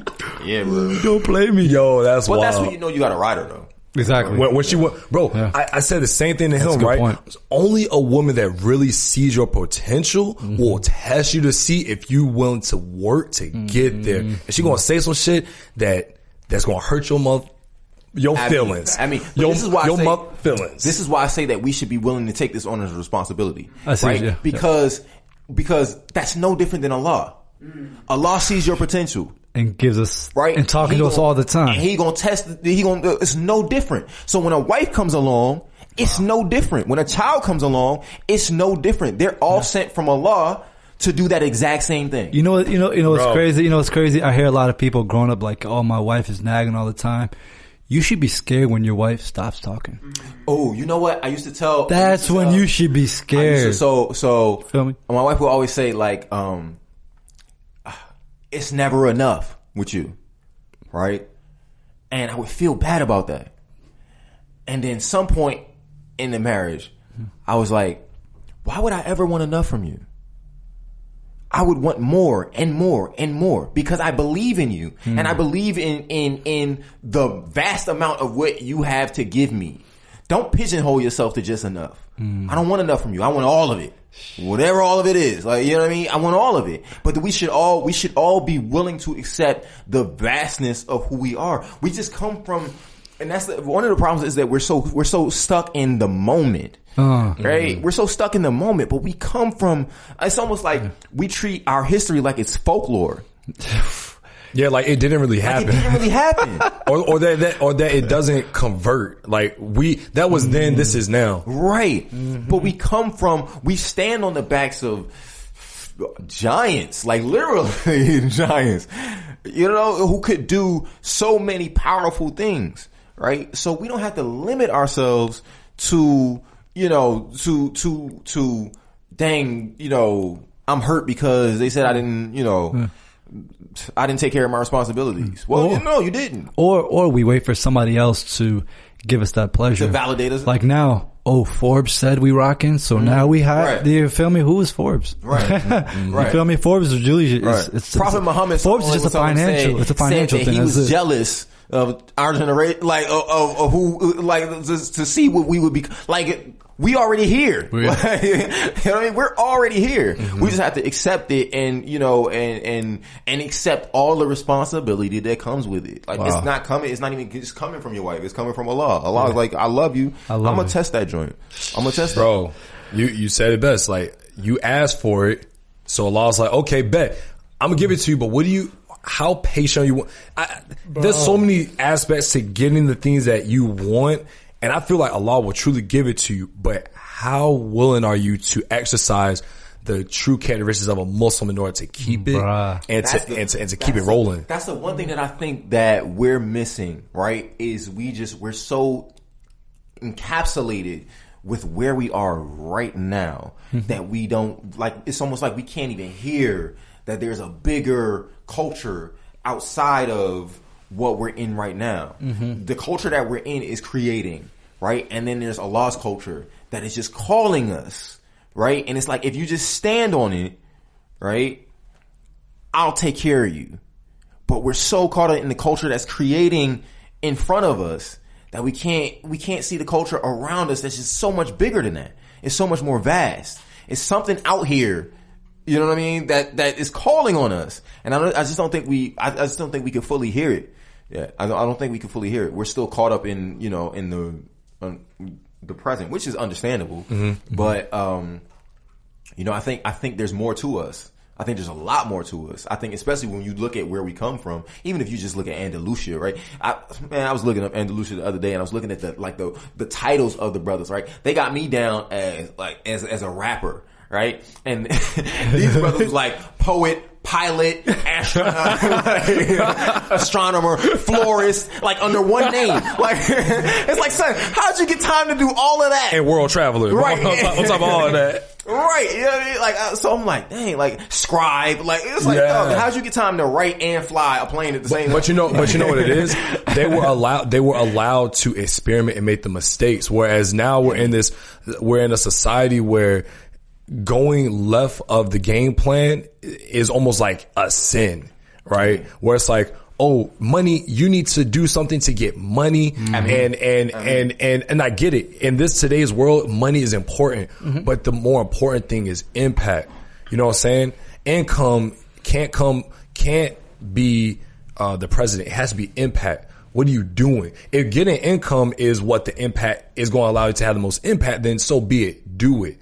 But like, I don't think that like you said, we can grasp the vastness of what we're capable of doing, because we've been given, in the last 120 years, we've been given this blueprint that was man-made, that was like, you stay in this and you'll be safe. It goes back to what we were saying about what is a risk. Go back to Halima, like, yo, you know how many Somali girls wish they could do what she did? You know what I'm saying? Bro, she went in there, messed stuff up, and now she's out and she's like, yo, like, I don't know, maybe, I'm hoping she's able to take what she learned and do something more. And I think all of us gotta start doing that. Bro, that's not even a question, bro. We should be willing to challenge it at every turn. We should not be willing to accept it. And here's why. I'm not one of those people that's like, oh, it's Western culture, so it means it's bad. I'm just gonna tell you, there are no experts. Right? Somebody came up with the 9 to 5 because it benefited them. It benefited these businesses. That's it. Absolutely. They was like, yo, this will make me the most money. Bro. If everybody falls for it, I'm Gucci. You know what's crazy? You know what's crazy you say that, because I felt like I've felt and seen God more now that I'm on this entrepreneurial path than when I had a job. Because when I had a job, I wasn't like, oh, ya Allah, thank you for my job. I was like, I gotta go to work. I get up, just take a shower, let me hurry up and get to work. I'm sitting like, I'm at work. But now I'm getting up like, oh, ya Allah, let me bring something home. Let me bring something home. Let me bring something. Says, and that's one of the biggest part. And I had to learn that what's tricky is when you step out here and you're hunting for your food, literally, like it's tougher because there aren't enough people hunting with you, right? And so Allah says the bird steps out, right? And when he comes back, it steps out for the day and he goes to find food. And when he comes back, he's fed. Always. Right? Always, right? Fed. The thing about that is he don't say whether it's a seed or a worm or a billion worms. He just say you come back fed. Yeah. Right? So we have to be willing to go out there, right? And accept that when it comes back, we're going to come back fed, right? Yeah. We're so scared of the going out there, right? The really pushing ourselves out there. And this goes to what we talk about creatives, right? Because there are a lot of creatives, particularly in this area, right? Who are so caught up in the dollar sense of value that they can't see themselves, they can't push themselves to their maximum. Right? This is particularly Muslims. They can't push themselves to their maximum because they're always hindered by, the dollar amount or even time, right? It's like, okay, I can't do past, 11. It's like, well, let's do it at 6 a.m. You know what I mean? Like, if we want to do it, let's do it. Yeah. Right? Yeah. And that's what Allah's saying. If you want to be the bird, go be the bird. Right? I'm going to take care of you. But you gotta try. You got to be the bird. You got to fly. Right? And there aren't enough of us. There are enough of us who are sitting in the 9 to 5 bird situation, right? Because that worm looks that worm's a little juicier. Let's be real about it, right? Is benefits and healthcare, like, you know what I mean? It's a little juicier, right? But the bottom line is what you do is you take away from the ones who are flying out here and who are trying to create something that is not reliant upon this particular society. You know what I mean? That's a little bit more above or advanced to what they're offering, right? That more than just that box. We take away from that by not being willing to the talents that Allah gave us, by not pushing them out there, pushing the limits of them. Yeah, we're suppressing the real talent and skill that's available. Simply to feed our families, even though only Allah feeds our families. Yeah. We try to put that on our shoulders. Yeah. To that point you made earlier, you said something, Muhammad, about, it was a quote by Bill Gates where we talk about underestimating our vastness, right? You were talking about underestimating the vastness, underestimating, what can be provided for us. Would you mind sharing that real quick? Yeah, so Bill Gates had a quote which I thought was great. He was like, people overestimate what they can do in 1 year, but underestimate what they can do in 10. Right? And I thought about that. Absolutely. I was like, wow, because, you're like, the new year comes around, you're like, I'm about to crush it, I'm about to make $1 million, I'm about to do this, that, and the third. And then, by the end of spring, you're done. Gassed out. And then guess what? You just lollygagging until what? Until the new year comes again, then the same cycle. So it's like, if you just kind of spread that out, like everything that you did from January to spring to like for the rest of the year, and you did that consecutively for 5 or 10 years, you would get a lot further. You know what I'm saying? And getting it on your own is hard. But imagine doing what you're doing for 10 years, right? Because you can be at the same job for 5-10 years, and I think it was Tony Robbins that said, like, you don't have 10 years of experience. You have 1 year of experience that you did 10 times. You keep doing I was just like, oh my God. People's stomachs in there probably went, that is a fact. And I was like, and now mind you, I don't, it's some people, there are a lot of people who will thrive in the 9-to-5 situation. Right? I'm not talking about just simply, you just got to be out here, like us all the time. I'm just saying this is not healthy. I'm just saying that, yeah. It's very unhealthy. I'm just saying that but it's unhealthy. But it's unhealthy because we don't have a community that backs it. Yes, that's why it's unhealthy. But I'm just saying that whatever it is that your talent is, or whatever it is that your calling is, that Allah is calling you to, you have signed a contract to see that through. Right? And it doesn't matter what contract you sign beside that. That's always going to be calling you. And 2, you are doing yourself and the ummah a disservice by not seeing it through. Well, it's like, my favorite book, The Alchemist, is that all of us have a personal legend. Right. Right. And it's like, you can take the option of just staying in what you feel is comfortable, right? Like, the example I'm going to use is when he goes to the Oasis, right? He meets the girl Fatima, and he's like, I'm in love. She's my treasure. I know that God put this very specific thing that I need to make it to the pyramids, but I'm here. I found her. Why would I leave? Like, it's good. I got money. I got a job as a seer. Like, why would I leave? I got camels. I'm in an oasis. It's heaven. And so the story goes on, and the alchemist tells you, he's like, look, you can stay here. You have a good marriage for the first few years, and then she'll start to feel like, oh, like you stopped chasing your treasure, and she'll feel that. And then the voices that God, what God is pushing you towards, that voice that God's pushing you towards, will start to get smaller and smaller and smaller until your heart is one day never going to accept it again. So I feel like that ambition that we all have is God saying, keep going. Keep going. Absolutely. And I think that goes back to responsibility, right? Because like you are married to someone, but at the same time, like you're a conduit between them and Allah, right? So your job is to get that person to keep going, right? That's all you're here for. That's a good one. That's really all you're here for. So when it comes to responsibility, if I mess that up, then cool. Like me and Allah gotta do some talking. Like, I gotta figure out what way I'm supposed to guide this to make sure that you get to where you need to get. Because I can't, Mahoyo always say, it's no bunk beds in the grave. right? We don't go in there together, right? Yeah. We go in there by ourselves. So you're really here with me, but you're by yourself. You know what I mean? My father always used to say, like, he always imagined himself like he's the only person in the world, and everybody else is just here to test him. Wow, that's it, right? Your pop. I like your pop's the man. Everybody else here was just here to be a test for him. And that's exactly what exactly what it is.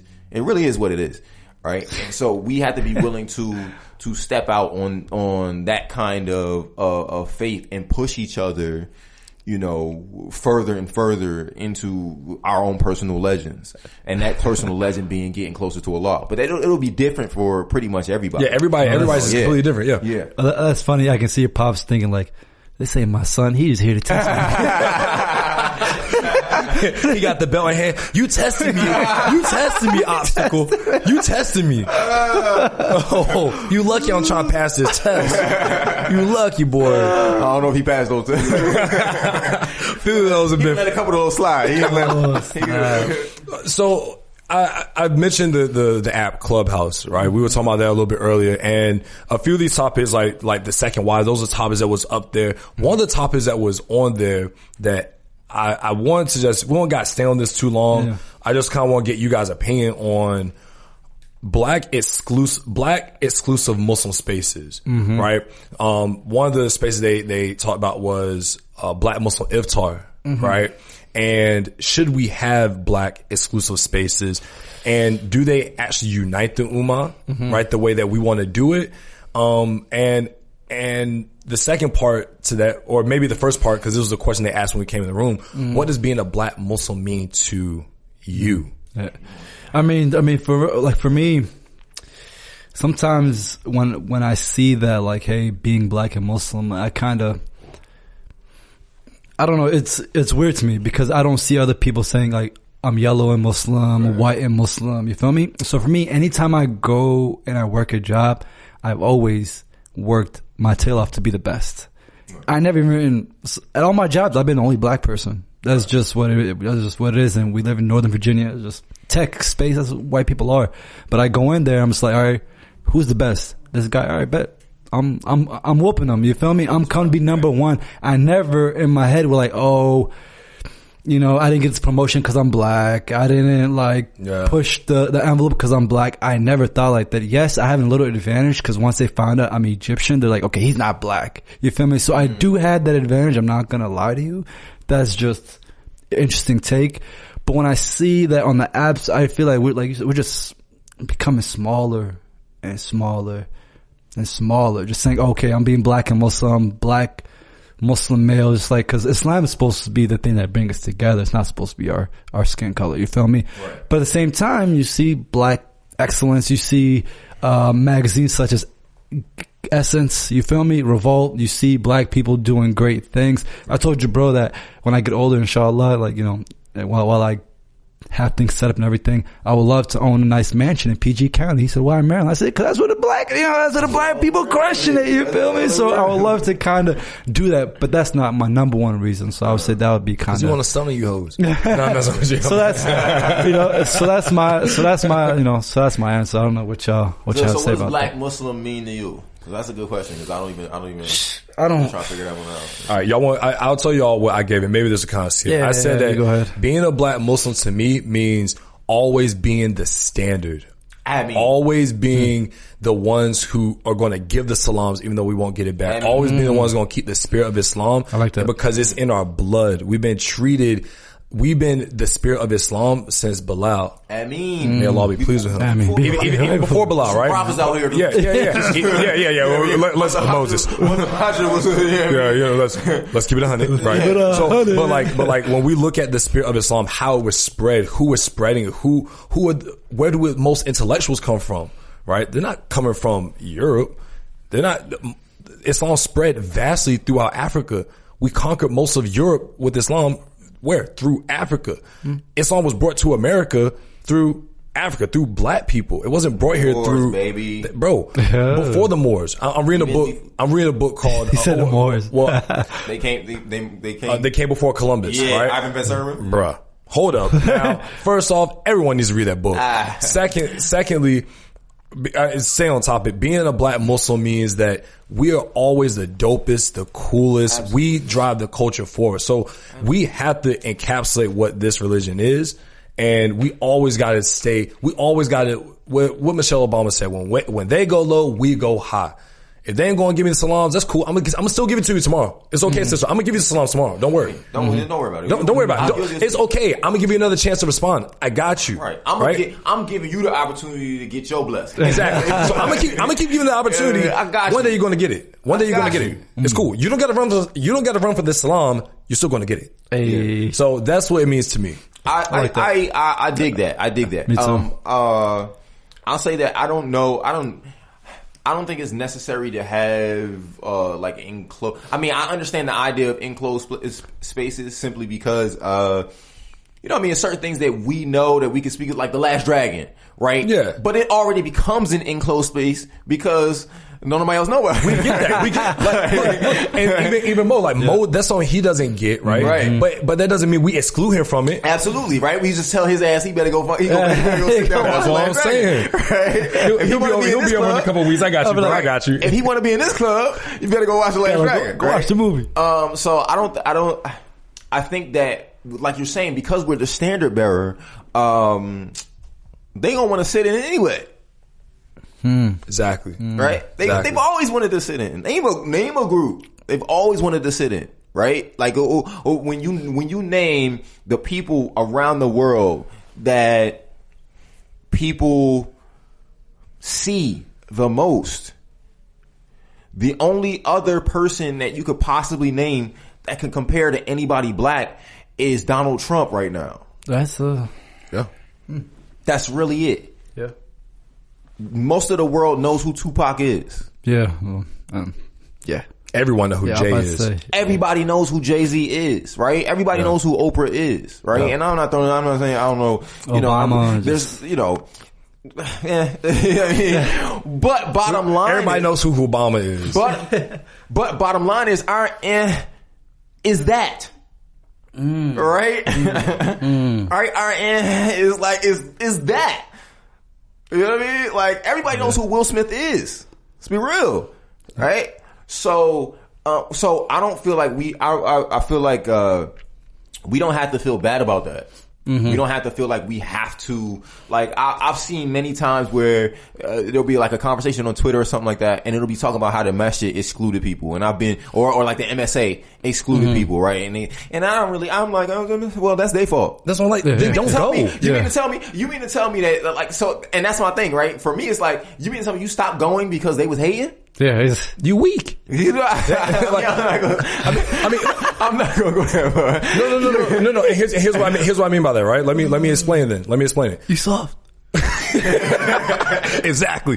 No, what I mean by that is when people get in an obstacle with, say, MSA or a masjid, right? The way I look at it is, okay, cool. Y'all don't like me because of how I look, or you say, like, we had a brother say, you gotta pray like this. I was like, bro, I'm here more than you. Everyone that you just pray with knows me. I don't know you, right? But if I leave, what does that say about my character and my grit? Right. You know what I'm saying? I feel like black Muslims have to start dominating spaces. Right, absolutely. If the black people who got in the NBA, in the basketball league, when it was all white, were like, bro, they don't want us to play, then we wouldn't be, the only reason we dominated is because we stayed in, took it, and then we took it over. Look, whether we create our own, whether or not we don't, it's just gonna be what it is. It's just the way it's been. Like, there's no other history that says that's what it's gonna be. It's gonna be that way. So we have to be willing to stand on that.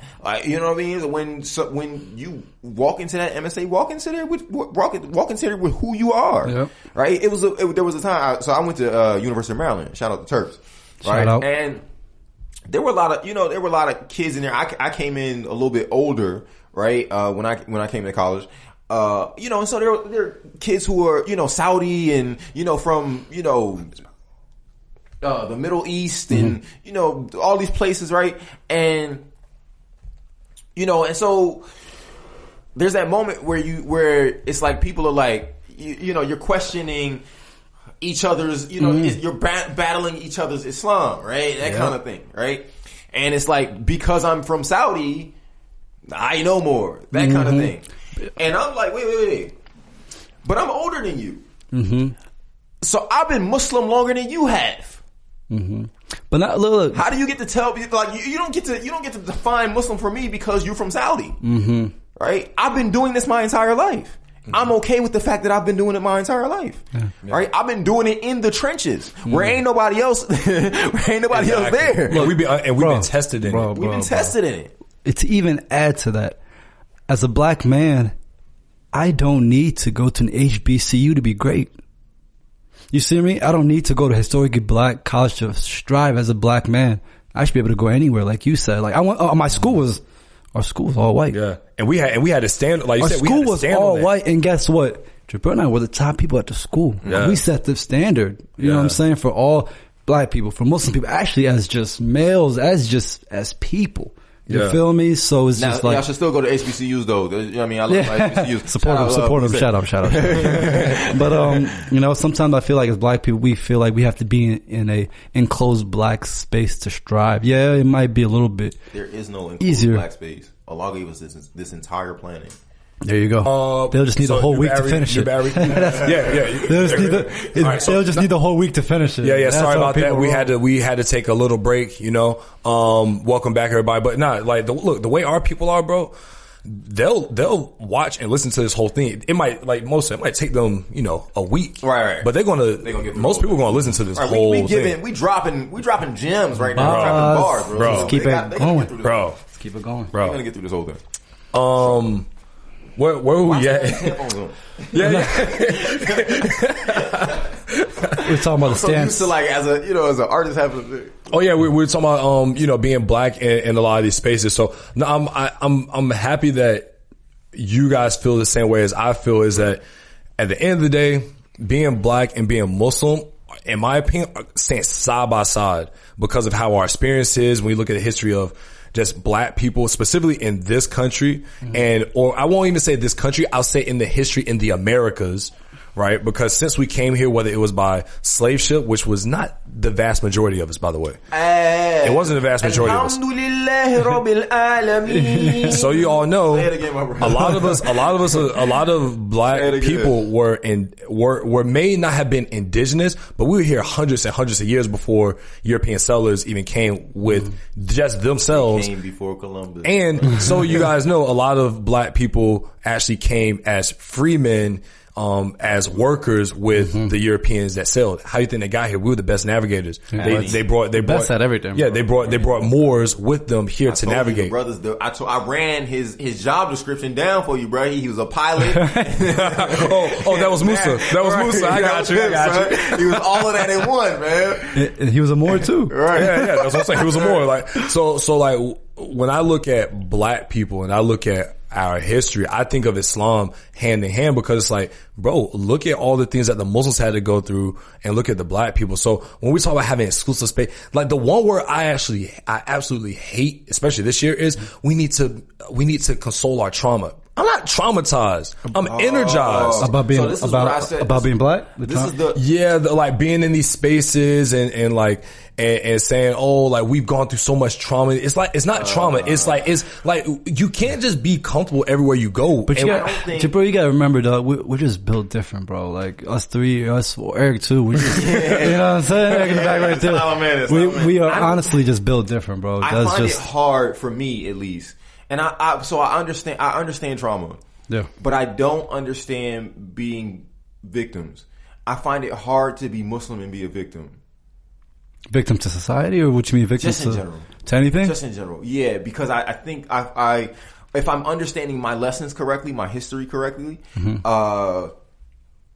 if everything is an expiation for our sins, right? I know I don't want to step on anybody's mental health or anything like that. Yeah, because that's important. But all I'm saying is that, we're winning no matter what. No matter what the case may be. We're winning. Right? We were talking about being a martyr earlier. Right? We're winning no matter what. You know what I mean? I know that's hard to wrap around because we're human, right? There's a part of us that just can't connect with that. But again, if we're going through our own history, if we're going through whatever the case may be, there are no Muslims. I don't know of any Muslims that were like, you know, that weren't like Alhamdulillah afterwards. You know what I mean? No matter what the situation was, right? Mm-hmm. And that Alhamdulillah allows you to believe that you're bigger than whatever it is that you went through. You know, and no matter how hard it hurt, you know, it's gonna hurt. Yeah. So that is clear, right? I don't want anybody to think that it's not gonna hurt. I don't want anybody to think that you're not going to have to struggle a lot to get through it. Yeah. But I don't think that I don't know how to reconcile the idea of being Muslim and being victim, you know. And being I don't know. I think that goes into creator talk. And oh man, I'm so glad we brought this back. The quote that you said from Bill Gates and creator talk, where we were saying like creators in this area, I would say in this country, we don't know how to aggregate our efforts for a bigger picture because we look at the immediate effects of, oh, we need money, we need clout, right? Yeah. We need virality, like we need these numbers. Things. We need numbers, right? And we miss out on the bigger picture. So when you talk about, you know, Musa the Moor, who was, you know, his resume was like, the substitute teacher I had from Nigeria named Miss Abdullah. I swear, Miss Abdullah. The substitute teachers be Miss Abdullah, this man was 86 years old. This man was a dentist, a bus driver, a doctor. Like this man, and then he was like, I just want to be a substitute teacher. Like, Miss Abdullah was the greatest, bro. He slept in every class, but I digress. Bro, I digress, right? When we look at Musa the Moor, like he did all these things, right? Bro, I actually just forgot my point. We're talking about this Abdullah, my bad. Oh, being a creator, right? We limit our ability to just look at, I just need this. Like this is what I make video, right? We limit our ability to be able to say, we're creating something that's so much bigger than ourselves. Musa the Moor wasn't looking at, I'm just a navigator because I like to sell boats. He's like, no, I'm a navigator because what can I open up for the world? How do I expand this Islam? Exactly. What can I open up for the world to be able to say, yo, La ilaha illallah Muhammad Rasulullah. How do we get people closer to that? How do I do that? Because that's a soldier mindset, not a victim mindset. You feel me? That's the difference. Like I'm a soldier. When you go into when you're a soldier in a war, you don't be like, man, why are they dropping bombs? You know what I mean? Like, why are they shooting arrows? Like, yo, they shooting, bro. What you gonna do? Shoot back. Right. You feel me? We going out here. We going out. We go grab. Show Earth to go over there. Like, all right, let's go. Let's go. Bet. You know, but so that goes back to the point of you talking about like the idea of being a creative and being a martyr. Like, is it possible? Because you could be very right in that sense. Like, that's deep. Yeah. That's deep. I think that's a question of that's going to linger long on. We got to really digest that. How do you do that? But yeah, man, I don't know. I don't know. I think that people have an idea of what currency is, and I think that idea is shapes us, unfortunately, in the worst ways. I had to learn how to get rid of that idea too. Like the currency, right? The root word is current, right? Which is a flow, right? Mm-hmm, but anything is a flow, right? And if you ever notice, when the richest people talk, they don't talk about money, they talk about relationships. Yeah, that's a flow. Yeah. Right? Love is a flow. Sex is a flow, right? All of it connects to each other. And the more you connect those dots, the more time is the only current you can't get back. Yep. Yeah. Right? Mm-hmm. Faith is a current, right? They're all in the same current. And the thing is that we put money as the top current, right? When the truth is, all of those things, if you're doing them correctly, can lead to money. Because they're all in the same flow. I was telling Jabril, I was like, especially in this country, right?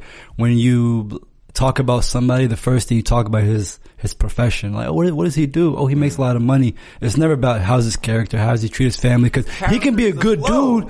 He can have a good heart, but if he broke, we ain't gonna be around him. But that's not right. You know what I'm saying? So, like, you want to know what's ironic about that? That conversation was really ironic. Is that as soon as we landed with Eric, you're like, yo, like, how's work? That was the first, bro. I didn't say anything, but that joke was so funny. Maybe it's because you just said it. Maybe just because you said, but that's just how it is. Because I mean, that's naturally it's natural. It's our makeup. We're indoctrinated to a lot of degrees to just kind of fall into line. You know, so we ask the same questions.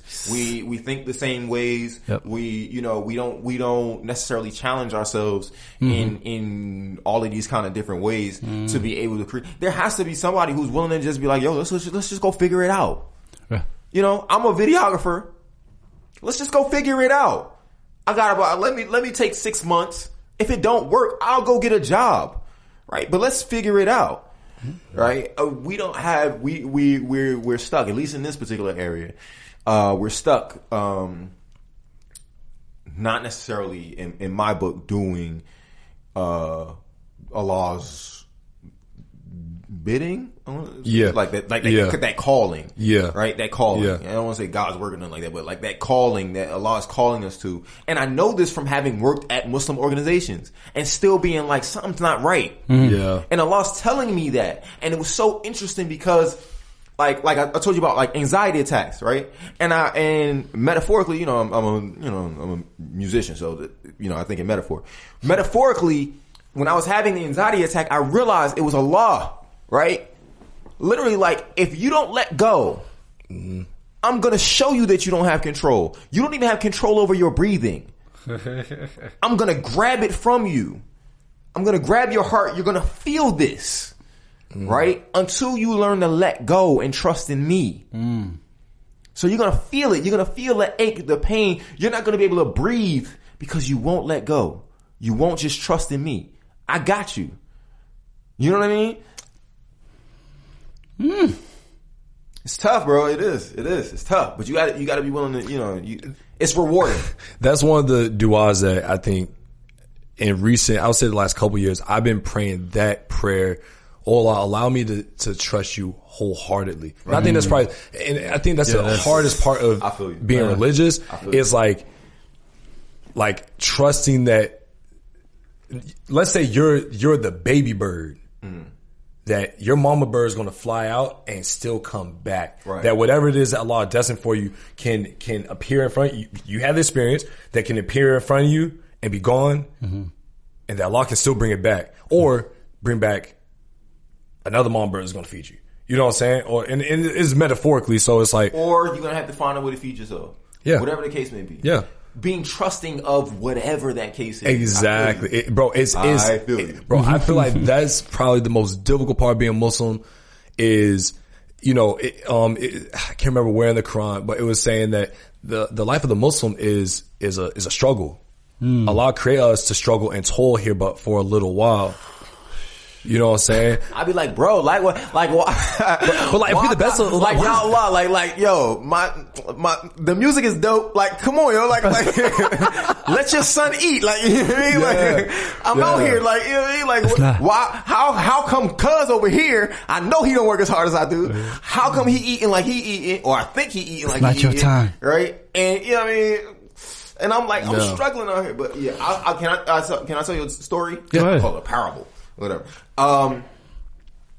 So in in the midst of me, you know, traversing the artist creative realm or whatever, right? There was a time I told y'all this where I was going through like, basically like I was working the hardest I had ever worked in my, I'm talking about like 15 hours a day, like literally, right?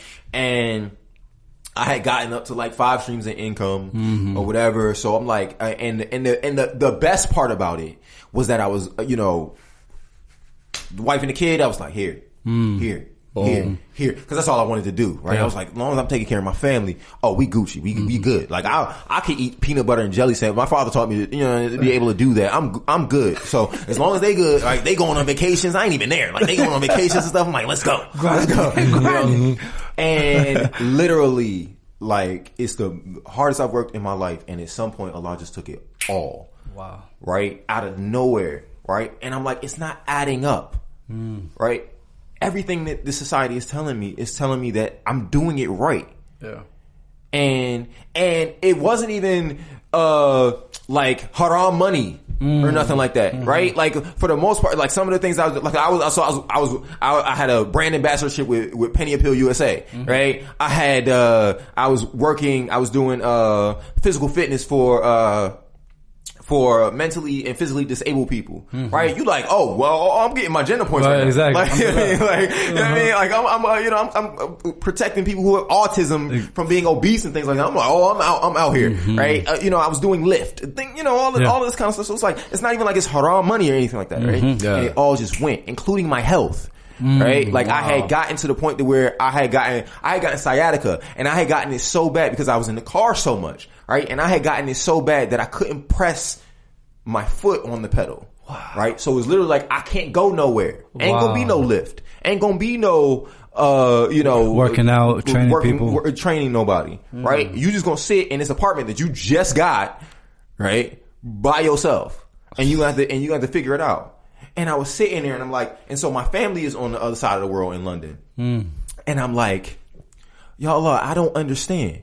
If I'm like, I'm having those nights where I'm just in prayer crying my eyes out. And I'm like, y'all, if I thought I was doing this right, if I'm supposed to be the caretaker of this family, if I'm supposed to be the provider of this family, why is it all going from me? All right? One of the toughest lessons, one of the hardest tests of my faith and the toughest lessons I've ever had in my life. And I had to realize it was a hard lesson, but it's still a hard lesson. Allah was saying to me, in my estimation, you're not the provider. You're the provider of the provision that I give you. Don't get it twisted. So whether or not I give you $1 or whether I give you $1 million, your job is to find a way to bring your family back to this Islam. Whether I give you $1 million or $1, that's the job you're supposed to do. It ain't about the money. Right? It ain't even about the grind. Right? At that point, I was like, okay, I started, at that point, I started taking more breaks and being more, focused on my health and things like that. You know what I mean? It's like, it's not even about the grind. It's about something totally different. Bro. You gotta understand that it's bigger than the money. It's bigger than the provision. Right? Whatever I give you, like I said, that's why I said, Allah says the bird goes out, right? He go out, he never say what he come back with. He just say you come back fed. It maybe doesn't necessarily even have to be food. He can be fed with knowledge, bruh, spirituality. Exactly. You know what I'm saying? So exactly. You have to be willing and able to, if you have to feed your kid peanut butter and jelly, will she say Bismillah when she eats it? Is your kid going to go out of the house and still get other people's salams? Is your wife? I think it goes back to the bigger picture of are we incubating a culture where we're raising ourselves and our society to be better Muslims? Like for me, I just thought about this the other day, right? Like inshallah, my plan is to move abroad, right? Inshallah. And one of the things that like I credit specifically to my father is the necessity to go to Jummah.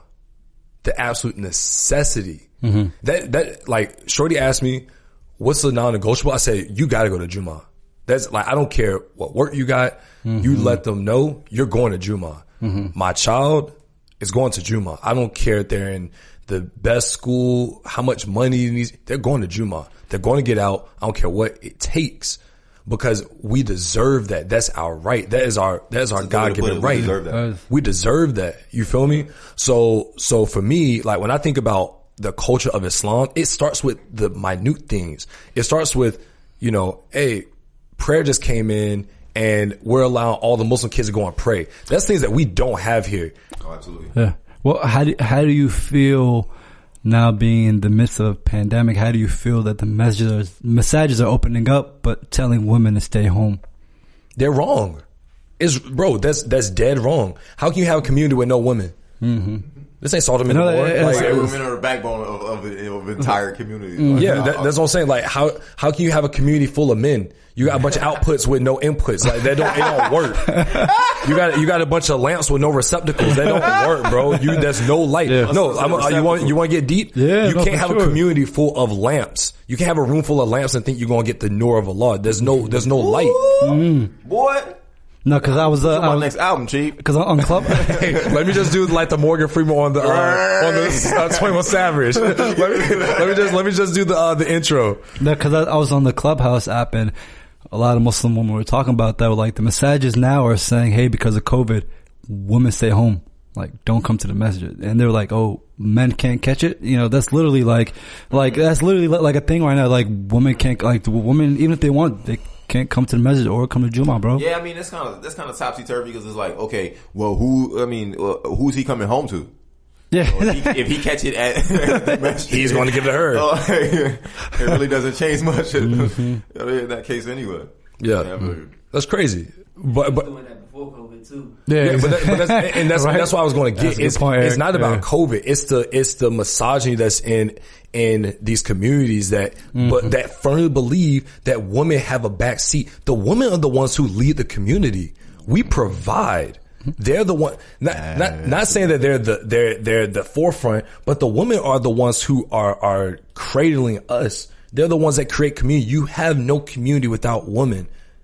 There is a balance, right? Mm-hmm. Adam and Hawa come down here together. Yeah, from There's heaven. a balance, right? And it's so interesting how we work. This is what I mean by not listening to Allah. Allah literally said that. Like they come down together. Why are we fighting the togetherness of man and woman? I don't understand it. It's literally like it's like we want the blessings of Allah and then don't want them at the same time. Like, you talking? Remember we said earlier, we're putting Islam first, but we're not really putting it. Yeah, first. it's like we are, but then we aren't fully. We just can't fully, put it forward for whatever reason. It's like, well, it has to fit within the box of how we see Islam should be. It's like Allah already wrote how Islam should be for us, and so it should make it easier for us to live. It just does. And every time you try to usurp that and control that, we keep ending up in the situations and the worst part, I think the worst part about it is a lot of the situations that we end up in don't affect people directly, right? They don't know the adverse effect of what's happening on the other side of whatever the case may be. You know what I mean? So it ends up being something to the Jummah is refuge to some women, right? Yeah. So there are women getting beat in their house, right? That are, imagine you can't come to the masjid and tell anybody that you're getting beat.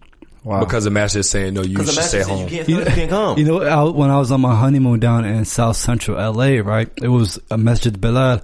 You pull up in your car. Watts when you're right, so what? So we was out there. So we was out there. I went to Masjid Bilal, and then people came with their cars, and then you can go outside and sit and listen to the Jummah. So a lot of men were outside sitting. And, you know me.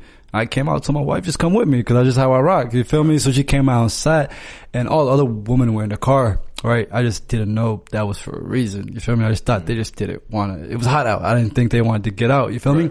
The next thing after the Jummah was over, I'm out there trying to get some bean pies. They got some bomb. They got like honey bean pie. Probably one of the best I've ever had. You didn't bring me one? Bruh. I know it's your honeymoon, it was a 2 weeks, fam, but you know. Oh yeah, now I'm just messing up. 2 weeks, fam. You know, come on now, you know it's my culture, bro. Right. and then when I'm gone, my wife told me that an old guy came up to her, was like, why did you get out the car? You wasn't supposed to do that. I said, what? She's like, yeah. She's like, the guy came up, was like, you're not supposed to get out the car. Women stay in the car. They don't get out. And I was pretty upset about it, but I told him, I was like, you know what? He was probably from older culture. I was like, maybe he didn't mean it, but I thought about it. It's like, after that, she might not come back there again. Like, they don't understand the impact that they're having. Next thing you know, my wife may not come to Jummah again because of him. Obviously, I'm going to encourage that, but just think about the things that you do, things that you say. So with this COVID and the men telling women to stay home, don't come to the massages, what if they don't come back to the masjid again after that? Even if things open up, you feel me? So, I mean, you got to worry about the possibility of new Muslims who lose their Islam in the process of that. Like, you know what I mean? It's just so many things. And so, okay, let's say that's the case. What's the alternative? What you mean? She gonna stay home twerking to Meg the Stallion. Which is okay if you stay home and twerk to Meg the Stallion. No. Just saying. What I'm saying not is, for Jummah. What I'm saying is, as the man, as the leader, as the imam, as the community, right? what's our alternative to that then? Right? If we're saying, okay, you should stay home, we should be giving something in return for you staying home. To do something while you're home? Exactly. Okay, well, here's a link. Right? Something. Give me something. Mm-hmm. Right? Okay, well, we have classes for specifically for women for this masjid. Something that says outside of just, okay, we're just gonna turn you away from the masjid and that's it. Bro, but you have to understand where this mentality comes from. This isn't an Islamic mentality. Right? It's not even the Arab cultural mentality. Well, it kind of is because they were burying the girl babies before the times of Jahiliyyah. I mean, look, every culture has a problem with girls. Yeah, you're right. With women, right? Yeah. But in a religious context, right? If you look at the history of the Catholics and the Christians, they forbid women to ever read religious texts. It was forbidden for a long time. Wow. It was for a very long time. It was forbidden. So who's going to teach them? The men? Well, they kept a lot of them illiterate. And that's parable for today. Like they're going to keep all of us illiterate. They're not going to allow the women to go in, and you're going to listen to the same imam say the same stuff over and over and beat this stuff in your head. Why? It's there when people who aren't religious say they don't like religion because it's mind control. That's why. Because there's people that use this religion to take advantage of it. As Allah descriptively says in the Quran, they will use this religion and twist the words and say that I said that. Like we're seeing that. Very true. I've never once seen the Quran where it says leave the woman at home. I mean, there's a surah that says Jumu'ah, you know. That's what I'm saying. Surah Jumu'ah. With me, as you said, Adam and Eve came together, right? They led each other here. It kills our community. Yeah, it kills the light, the nur on us. It dims more because we're just not willing to do this right for whatever reason. It's really weird to me because I guess I don't really come from that, so I don't. Yeah, So it's really weird to me. It's awkward to me to see that. You know, I don't really. I feel like a lot of Muslims get a kick out of making this harder than it should be. Right. They trust me, bro. I know dudes. I know dudes who like won't let you talk to their wives. I'm like, yo, like I knew her before she was Muslim. You know what I'm saying? Like we were cool. Like we had a full conversation. Now all of a sudden I can't look at her in the eyes. Like what is this? You know what I'm saying? Like we get so like the dressed in all black. And, it's like, bruh, I saw her when she first decided to start wearing the kimar. Right. Bro, the Prophet's wife used to teach men. You know, like Asya used to teach men, like sit down and used to teach them. Not if that was to ever happen. Right. Would you see that? Like, would you see a bunch of men huddling around a woman learning something? No, because the woman. Yeah, because again, it's a culture, and that's not our culture as Muslims. And even as black people, we already know mama runs the house. Mama runs the house. I mean, Daddy will say, hey, he's there to get his big piece of chicken. Yep. And go to work. That's all that brother is there for. When something happens in the house, right? It's when something happens in the house, you run around, get in trouble. What did your dad say? Go ask your mama. Right. Go talk to your mama. Yep. But when you do something outside the house, your mama say, your daddy gonna get you. It's crazy. I never realized that until this very moment, but that's the way it's always been. When I got in trouble in school, my mama whooping me. Hey, my dad whooped my sister's friend because he was acting up in class. Hey, but that's the way you could go, bro. I got beat by people that were not related to me, and it was the scariest thing. You imagine going to a masjid where your parents know everybody, and they all look at you like, he get out of line, y'all better put me in line. There's a whole masjid, you like, yo, you're all the enemies. Like your dad said, you guys are the obstacles. Absolutely. It's crazy, bro. But look, let's get to the music. Right? We haven't talked any about leftists. We haven't talked any about how did you guys start? What is leftist? Why is leftist? How'd you come up with the name? Why is leftist? Oh man, the name story. You don't gotta go to too much detail, but we gotta know the juices. Okay. How? All right. We started at College Park, University of Maryland. In the ghetto. It's not exactly that. We got to make the story a little bit more juicy. It's very much not that. It just was a bunch of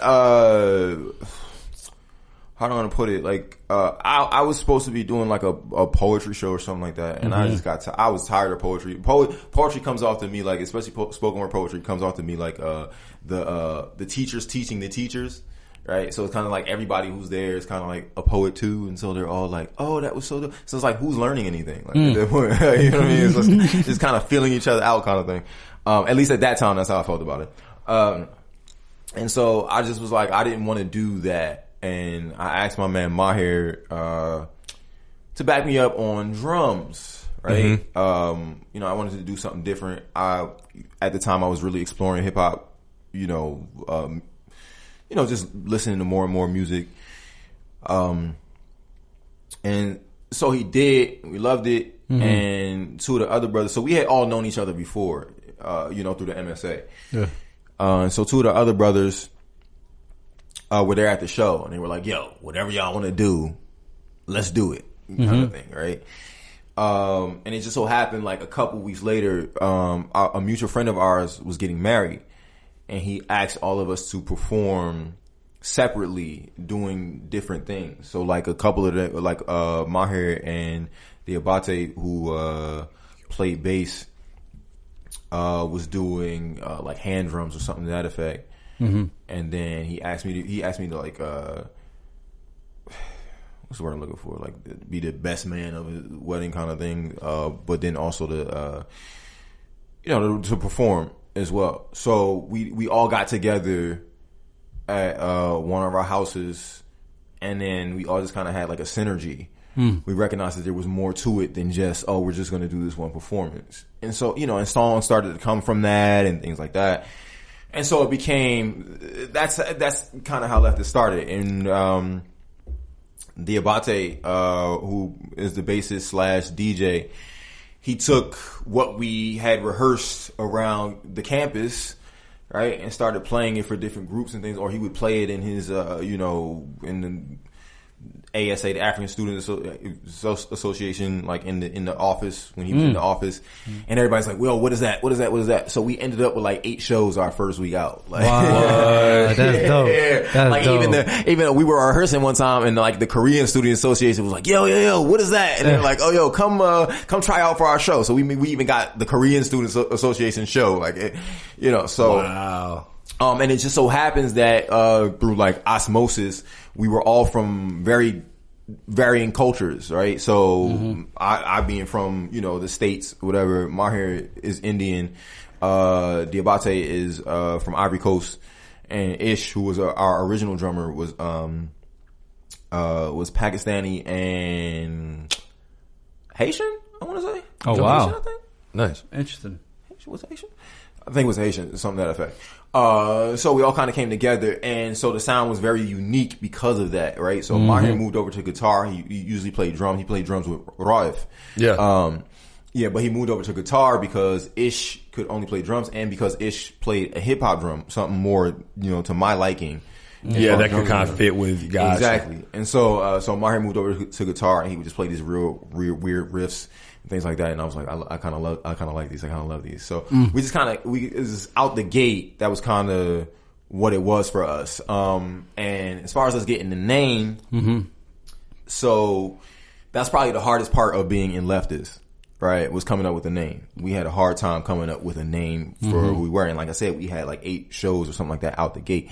So we were like, so we went through a bunch of names, and they were all trash, right? All trash. So y'all had the name before the shows, or it's like? No. We had to. So they had to put something on the flyer. Yes, what was that? Those guys, right? Random dudes number 5, right?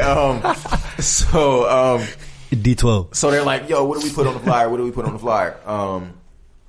And at the time on Facebook, I was going by Leftist McGillicuddy, right? Because I didn't want nobody to know that I was on Facebook. Leftist what? Leftist McGillicuddy. It was real random. It was absolutely random, completely random.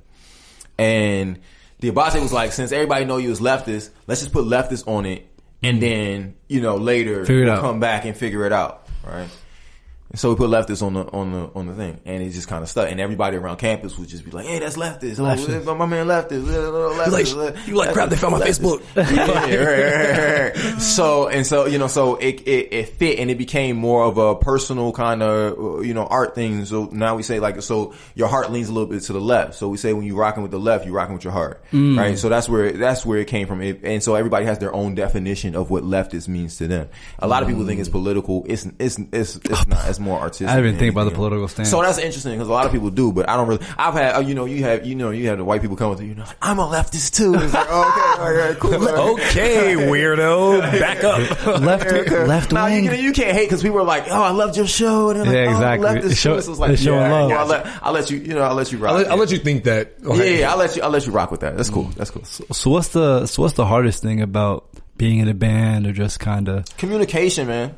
Communication. It sounds like relationships, like across the board. Across the board. People have agendas. One of the hardest part, I think, is also the fact that we came together in college. Okay. So everybody had an idea of what they were doing before they ever jumped into Leftist, right? Probably except for maybe me. I guess Diabate too. Like but there's some when you come to college, you come for a specific reason. Yeah. Right? Yeah. And none of us were coming for music particularly. Yeah. And so those kind of things get in the way of your journey of building, whatever you have to build as a group and together. And so we've lost people and we've gained people back and, all that kind of stuff. And really it just comes down to the toughest part definitely is a matter of communication because everybody talks differently, years of speaking different. I mean, you talking about people, and you're not even just talking about differently in the sense of just like,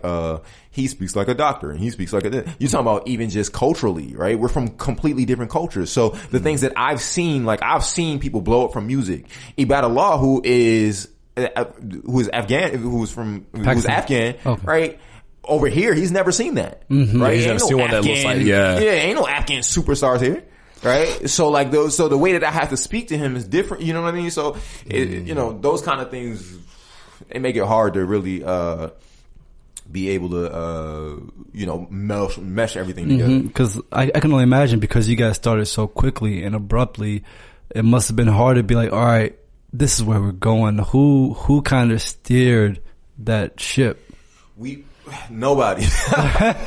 Yeah. Nobody. Like it kind of ended up being me through osmosis, but we really could have used somebody to early on, particularly to be like, here's what you guys should do next. Oh, okay, so you guys have fans here who are in college with you.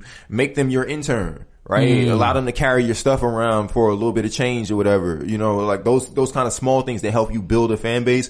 We just didn't know, to do those kind of things. We had no clue. You kind of got a trial by fire type of deal. Yeah, and so what we wanted to do was originally because there were so many people that were doing, how college works. Everybody's doing something, right? And in the MSA, at least, in our culture, there were a lot of people who were doing different things, photography and videography. So we wanted Leftist to be more of a storytelling platform than it was just a band, right? But it got dwindled down to just a band because nobody else had, what we talking about with creatives, right? It's like people are like, okay, we're in, and then it's like, we're not fully in. You know what I mean? Like, I'm still here for this job or whatever. Well, I wouldn't say you guys dwindled down to, a group because that has allowed you guys, as I said before, to embody what you need to embody, get people where they need to get with that outlet. You know what I'm saying? Cause you're still able, like for instance, we talk about the, you hinted to it earlier, the domestic violence campaign. Right?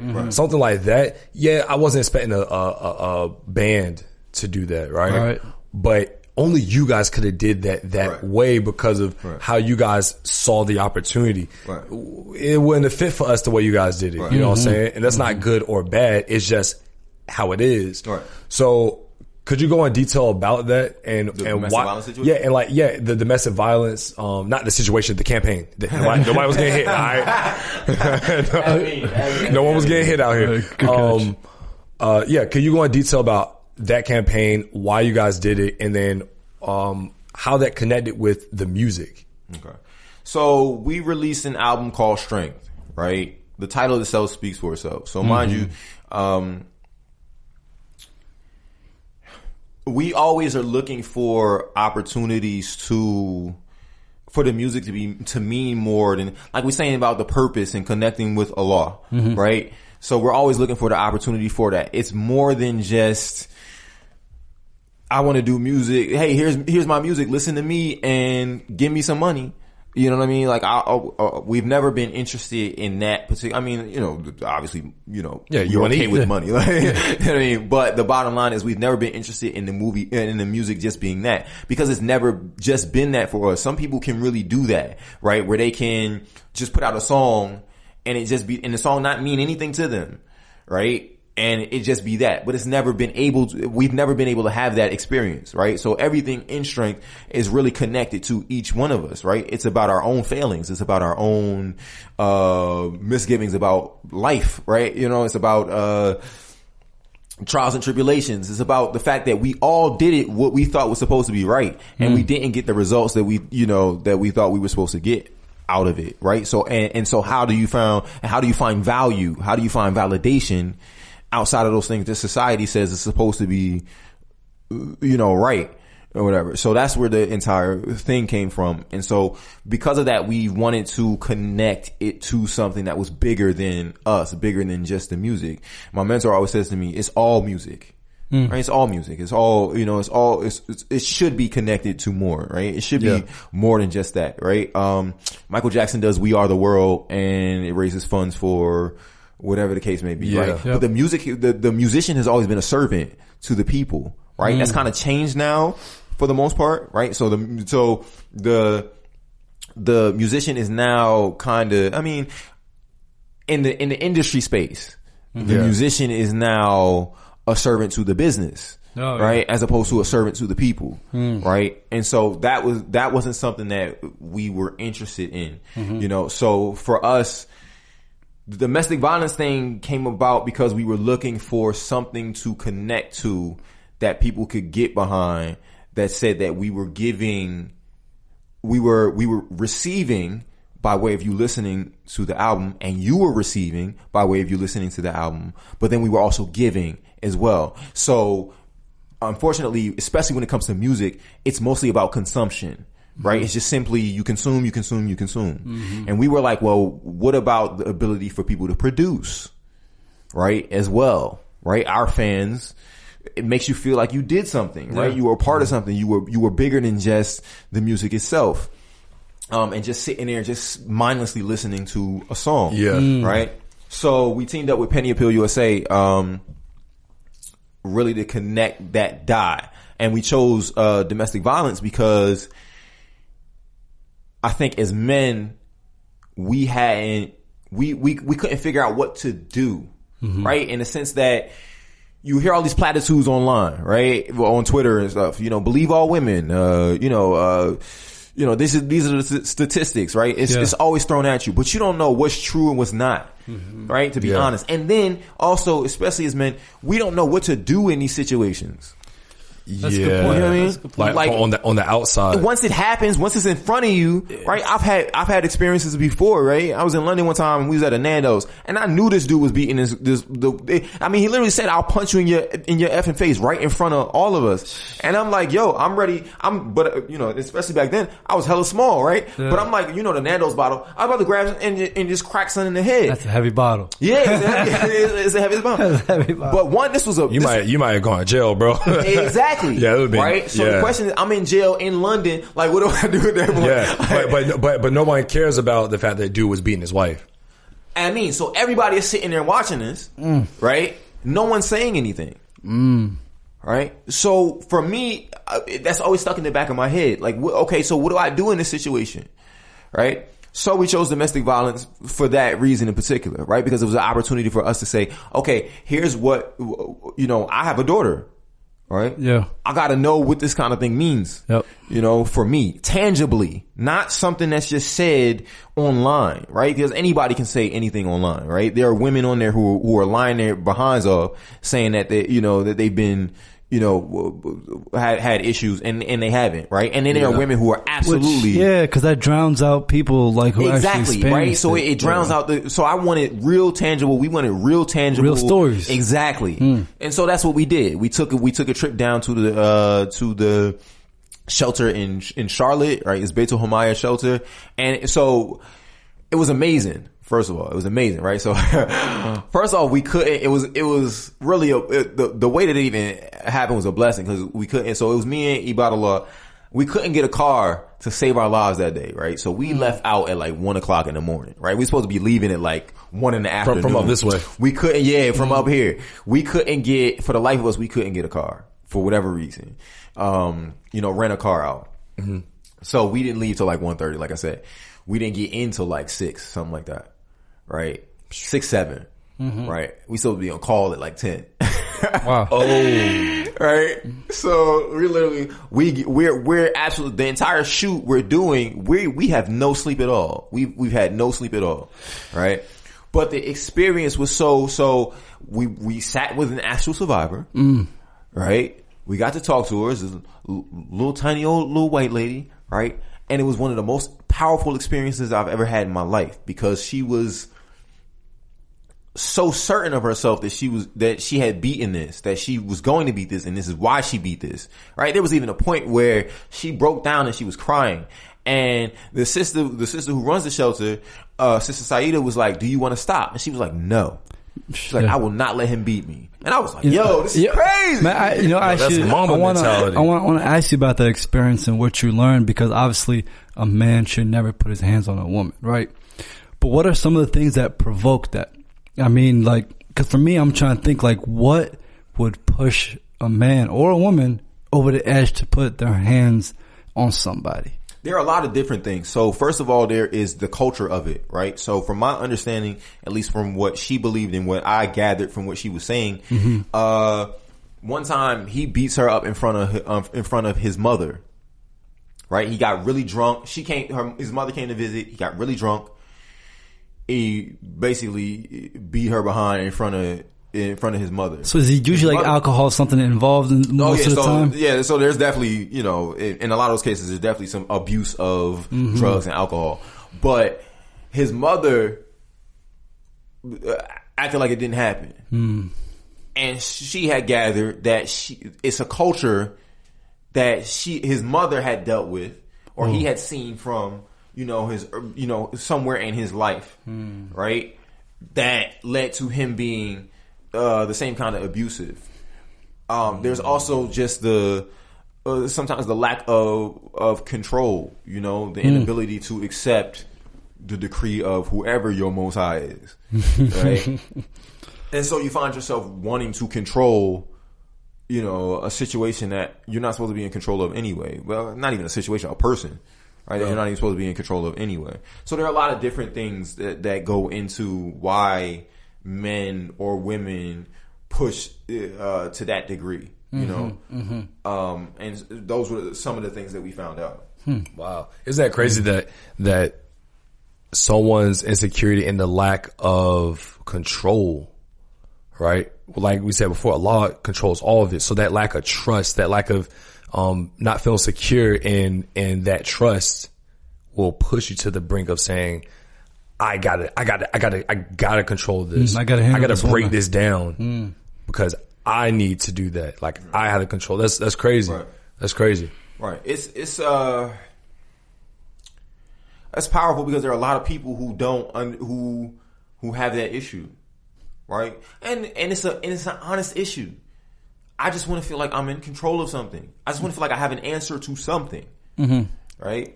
And unfortunately, there are people who take it out in different ways, right? And then when you're talking about abuse, substance abuse, or anything like that, usually it's to drown out that lack of control, that lack of, I have an answer for something. Have you seen the domestic violence? Does it go beyond the physical? Was there any woman? Yeah, was there any woman in there like, he never put his hands on me, but just verbally, psychologically, emotionally. There's monetary abuse, things like that. Yeah, there were enough stories. Monetary? Yeah. Oh yeah.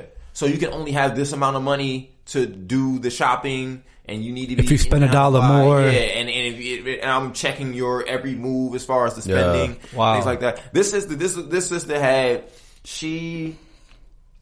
Check this. So she was trying to... This is how powerful she was. Mm-hmm. When she had spoken to Sister Saida about how to get out, Sister Saida explained to her what she should do. She literally did everything that she asked, right? She gets to the point to where she saved her stimulus check, right? Mm-hmm. She saved, now mind you, she was staying with him during COVID, right? So during lockdown, she was like, it was basically prison. So imagine there are women out there right now who are in prison, basically. May Allah make it easy for you. I mean, bro. So this sister's like, all right, cool. Save the stimulus check, save the the income check, right? She's like, okay, what do I do next? She's like, can I get a lawyer? She's like, okay, save your money because you might need this to get out. Mm-hmm. What you do is let's get you a pro bono lawyer. Make it easy for you. Check this out. This is how nuanced this stuff is. She calls the lawyer, right? The lawyer doesn't pick up. She leaves a message. He tells the lawyer, I need you to get back to me as soon as possible, but please don't call me past 4:30. In the afternoon? He calls it 6. She gets beaten that night because he calls it 6. Imagine, this is her way out. Wow. That's how nuanced this stuff is. You know? And so she wasn't getting help from... the police tend to be...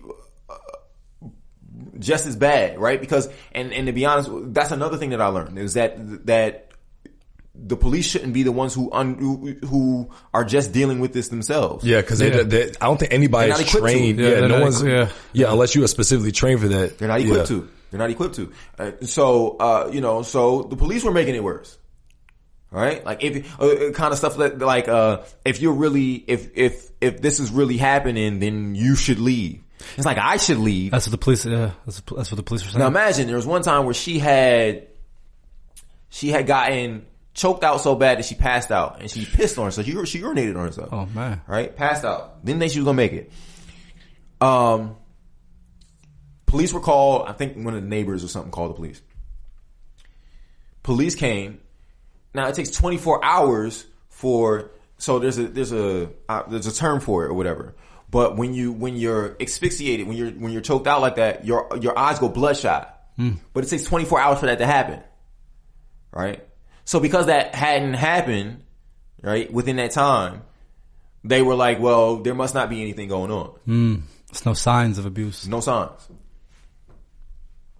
This is how nuanced this stuff is. And this is what I wanted to know. This is what we wanted to know. And this is what we wanted to disseminate. Bro, and I'm glad we have you here to share this because this is stuff that we're just hearing for the first time. Mm-hmm. You know what I'm saying? And it's an issue with, especially within the Muslim community that we're not even ready. We're not ready for it. You ready for this? Yeah, let's go. Let's go. Ready? I'm not. So okay. You ready for this? Yes, sir. I'm ready now. Okay. So the sister knows of a sister. So mind you, yes, there are a lot of Muslim women in particular who are being abused. So that we're clear. So that we're absolutely clear. Let's not make any mistake about it. Mm-hmm. It happens in the Muslim community a lot, right? So like the sister in particular, like the shelter has literally people on deck who are translators and things like that for women who come in who speak different languages and stuff like that. So one sister has she can tell, right, that she's being abused, but the sister's not saying anything like that. But she can tell, like just noticing how she acts around her husband versus how she acts when she's by herself, that kind of thing. And she's just around the sisters. She can tell. So one day the sister finally comes to her and she's like, I'm being abused. And she's like, I know. She's like, how do you know? She's like, I can tell. I can tell the signs, right? So she's sitting there and she's talking to the sister, all that kind of stuff. I can get you help, that kind of thing, right? Now, mind you, the sister's on the phone with her and her husband, who works at the shelter too, is obviously hearing these conversations, right? This is the kind of conversations that you have. Yeah. He's in the masjid at Juma, with the brother right here next to him, right? Praying. And he can see the marks. The marks. Wow. Right? That's knuckles. Now imagine for you those that can't see. Dude, you're just thinking, it's a dude. Like you can see the marks. And you know. You know. Because he knows his wife. No, he been sitting there listening to the conversation. Wow. So did you... I'm not done. Oh, no. That was just a pause. Okay. That was just a pause. You heard the pregnant pause. So, the dude at some point, or they end up telling us this. The dude is funding the shelter. Hold on. Who's funding the shelter? You're gonna have to replay that. The guy who is beating his wife is funding the shelter for domestic abuse. I told y'all wasn't ready. I told you y'all were not ready. Dang. Hold on. It's like a front. It's like money laundering. Bro, this is like a Christopher Nolan movie. You get to the end of the Christopher Nolan movie and you're like, whoa, hold on. So a guy that works there, it's a guilt trip. It's a cover up. It's a finesse. It's hold on. So just so I can wrap it around, right? So woman is being beat by her husband. Right. Woman at shelter notices this, asks her. Right. Guy that works at shelter knows the situation. Right. Guy that works at shelter prays next to and knows husband who is beating wife. Right. Husband who is beating wife is a supporter who donates to the domestic abuse. That's on admin.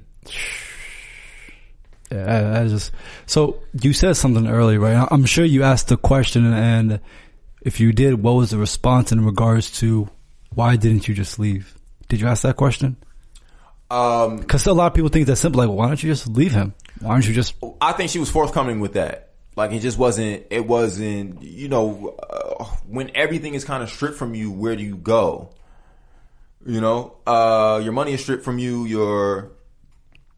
There's a tracker on your phone. Yeah. Things like that. Where do you go? Your debit card every time you spend money. Right, exactly. If I know all your moves, where do you go? I know all your family. I know all your hideouts. Exactly. Yeah. I know all your everything that you're doing. Where are you going? That's a scary feeling. Exactly. And so there's and because people like us don't have an idea of what to do, you end up with situations where it's like where could she possibly have gone? A lot of people do ask that. Why didn't you just leave? Exactly. It's like, I got 2 kids. Yeah. How am I just leaving? How am I feeding these 2 kids? Where if every time I swipe that card, he knows I can't even get gas to leave. Yeah, I can't even get gas. Where am I going?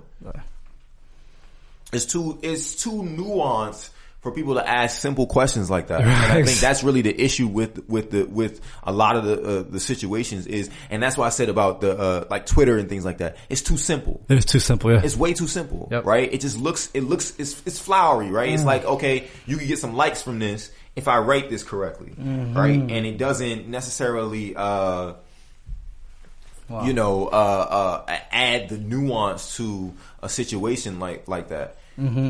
So what do you think, no pun intended, what do you think gives a woman the strength to speak out? That you say no pun intended, but that is pun intended. Like it really that's why we created the album. Right? That's why it's called Strength. Right? I just gave me goosebumps. But that's what it's for. It really wasn't for the purposes of just being some entertainment value, and so every time you get in these situations, it comes full circle, I think she, and that's another thing. We wanted it to be a form of strength for someone else to speak up. Right. So it's called Strength, and we wanted it to be a form of strength for other people. So I guess it's nuanced. She just was bold. Yeah. I was like, yo, you got it. Like, whatever you on, I need to be on that too. Like, she just was bold, and she said that there was value in her finding her village, however small, right? Having people to back her was powerful for her. So like her neighbors, when she finally got out, it was like, we knew you could do it. Like we were counting on, you know, they were always backing her. They couldn't really, it's not much you can do in this, because usually in those situations, and this is why I was like, okay, what do we do? Because usually in those situations, you just make it worse, especially if you don't have a community. Yeah, and especially if you don't actually take the action needed to stop it. Because for me, like, you know, growing up in the neighborhoods that I grew up in, right, it was like, okay, you beating your wife? All right, let's have a conversation. Like, because the community is going to come. We all pulling up on you. We all pulling up on you. But there's a community for that, right? Yeah. And there's so much less of that now, and I think that's kind of deliberate, right? But there's so much less of that now that you're only exacerbating the situation. Yeah. So for her, it really came down to her. So she was saying, like, for example, right? She had two managers who were two black men, right? And they would write down every incident that she had. Right? So when she wouldn't come into work that day, right? When she, came with a black eye, whatever the case would be, and they would continue to push her along, like, you're gonna be alright. Like, when you finally get your steps together, you know, it'll be there. We got you. And she literally said she was surprised because when she finally got, the courage enough to go up to the court and talk to the judge about it, all of the stuff that they had already written for her was already there for the judge. Wow. Those are some strength by the men too. Yeah, so that's a situation where you're talking about two black men who could have just walked in there, pulled it, grabbed it, and like, you know what I mean? That kind of situation. Yeah. And they had been nuanced enough, and this is why I coined the term nuanced empathy, right? But, I coined the term. But they had been nuanced enough to understand that there's more to this than just, you know, and in the situation that we're in, then, you know, just kind of, you know, throwing your fist at it. Yeah. Kind of thing. That's a level of maturity and a knowledge of a system. You can't just use your street smarts of, she's getting beat, let's go find this dude. Nah, you gotta use a little bit of street book smarts. I'll tell you something. I asked her straight up, and remember I said nuance, right? I said, so that means she had been, he had falsified some records and got her locked up. I said, so that means you've been in jail longer than he has? Oh. And she was like, yeah. He's still out on the streets. Wow. I was like, you've been in jail longer than he has? And she was like, yeah. That's crazy. And I was like, that's absolutely absurd. Wow. And now, mind you, one of the blessings for me, counted as a blessing, but was the fact that she was a white woman, an educated white woman. Because I wanted people to see that it's universal. Yeah, it can happen anywhere. It happens to all of them. Exactly. It's universal. Right? Because people try to hold white women to a certain standard. Yeah. Right? You know, it's like the most doted on kind of for whatever reason. Right? Man, But, you know, I wanted people to see that how nuanced this is, how really deep this gets. Yeah. So leaving this campaign, where did you and your team stand in learning what we as men can do and should do in these instances where we suspect or know that someone, whether it's man or woman, are victims of domestic abuse? The first thing I learned was listen, right, and find your place within it. What can I do to help? Right? Again, like you know, you want to go in like the Hulk and just you know what I mean? Like bust the rhymes real quick,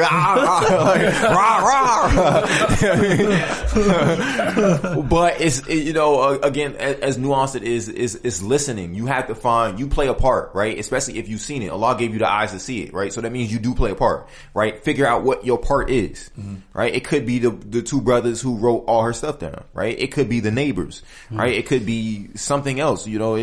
It could be simply having that conversation, right? It could be something as simple as like passive aggressively talking, you know, around the dude. Like, yeah, cause we don't do that kind of thing around here. That, you know, Islamically, that's not, you know what I mean? Like, those I got the shotty in the trunk. What's up? Right. If I ever find out I was hitting his wife. Let me find out. I killed my sister's husband last week cause she told me he hit her. Right. Oh, for real? Right. Yeah. So it's about listening, really. It really is about listening and finding out where you fit in in the grand scheme of things. And that's cause I wanted to understand what it meant by believe all women. And I think that's what it's saying. Listen. Mm-hmm. Right? Listen and process, and then the active listening is both a passive thing and then an active thing. Mm-hmm. You know what I mean? Okay, so now that I've heard this, what do I do next? Right? Mm-hmm. And that will guide you, I think, in the direction of where we as men fit in the entire thing. I don't think we listen enough. Wow. Mm-hmm. We just haven't heard, because we're not even in these conversations. Yeah. To be honest. We're in these conversations on Twitter. Yep. Because we'll post it, we'll retweet it, right? Because that's the new version of conversation now, for whatever reason. That's not real human interaction. You're talking at people. That's why you have that. Exactly. That's it. And so you look. Oh, that's deep. Yeah. So you look flowery by posting it and saying, "Hey, this is what's happening." Yeah. Right. Yeah. But you're not actually listening. Right. And it's on us, particularly as men, to be willing and able to sit and listen. Given the spaces, give them that safe space. Give the space to listen. Bro, because what comes from it, like for us, the things that came from it, like the kind of things that Ibadallah learned about himself and his own family, the breakdown that he had where he was like, yo, I now understand why I'm kind of like the passive one in the family, right? Because I'm so used to seeing my family kind of smooge over these kind of issues. You know what I mean? Our culture kind of smooches over these kind of issues. And now I understand why I'm always trying to sugarcoat everything, right? He got that from that. But that's from listening, right? From sitting there and being present in the space with someone. And I advise every man or woman to we have the space, we have the Netflix time to sit with somebody who's being abused. We do. Or who is officially a survivor. We do. We have the time for it. Wow. Man, you guys are just more than just a band. Like you said, you're storytellers, which I think music is a form of storytelling. What I wanted to kind of understand is just more on the back end, because I think people know about the storytelling aspect of music and the instruments. But how did you guys set it up for you guys contractually? Because you said that all you guys had different visions and everything. So was it one team? Was it like everybody was individual contractors? Like, how did you guys put it on paper in a way that you all be taken care of and at the same time get your vision hitting your goals? We have a band agreement. So there's a contract called a band agreement, right? And so we decide what the split is, and if we decide to end the band, who is the member that gets to say, okay, this is over, this is done. You know, all of that's kind of written. All of that's written down. I didn't even know it went that deep. Like you said, there was somebody that made that choice. Didn't know, but we got one of those. Let this in. Let this in, bro. You know what the vibe is. It goes that deep. So if it's like absolved, there's like two members in particular who get to say, okay, this is the end. If we decide to kick somebody out, there's two members in particular. Yeah, you guys have access to the red button. So you gonna do this, exactly. So you can do the same thing like Omarion did with B2K. Yeah, that man tour without these bags was an icebox. So as Mo said, you guys are way more than just music. And first off, thank you guys for doing this. That was incredible. When you guys are putting this out, watching some of the videos and just seeing that content. How can we check that out, bro? On another forum. You might not be aware of it, but very big outlets saw that, and then they started talking about domestic abuse. They weren't talking about that beforehand. People saw that, and then because you did. You know what I'm saying? People like. We saw from you guys for a sustained amount of time, and then all of a sudden you see a big platform say, "Oh, like domestic abuse is, it's right?" It's almost like a coin thing where it's like every once in a while we'll throw that in there, just like don't forget about that, right? But aside from just taking this initiative, this campaign for strength, right? And the back end work you guys did, how was the album itself received? How was the music, not just the movement behind it? It was received very well. Although Why'd you pull your T.I. expedition voice? Expedition. Although, you know, with a small group of people, and that's really what we wanted. Like I told you before, I think for me this album was created to. It's an album that I want you to listen to and say whatever it is that I'm going through, I can get through it. Right? That's the purpose of the album. So it's not for you to sit and listen and listen and listen and listen and listen. Right? It's for you to be able to, whatever it is that you want to put this on, you're not going to get it at your best of times. You want to put this on when the rent is due, when that flat tire comes in, you're supposed to be at work and it's your last strike. Like, you know what I mean? You about just. Right. This is the album you put on because, I mean, we were all going through those kind of situations when we created it. Yeah.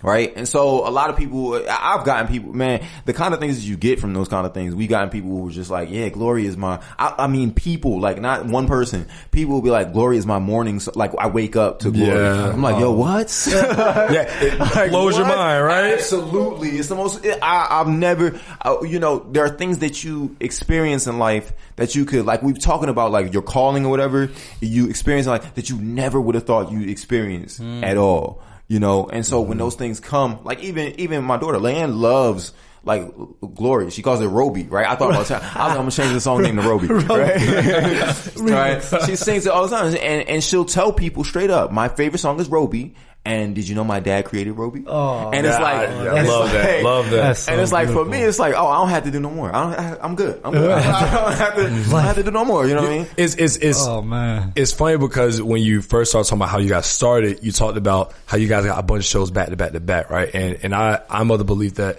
when there's something good that Allah has destined for you, but it's going to be a long journey.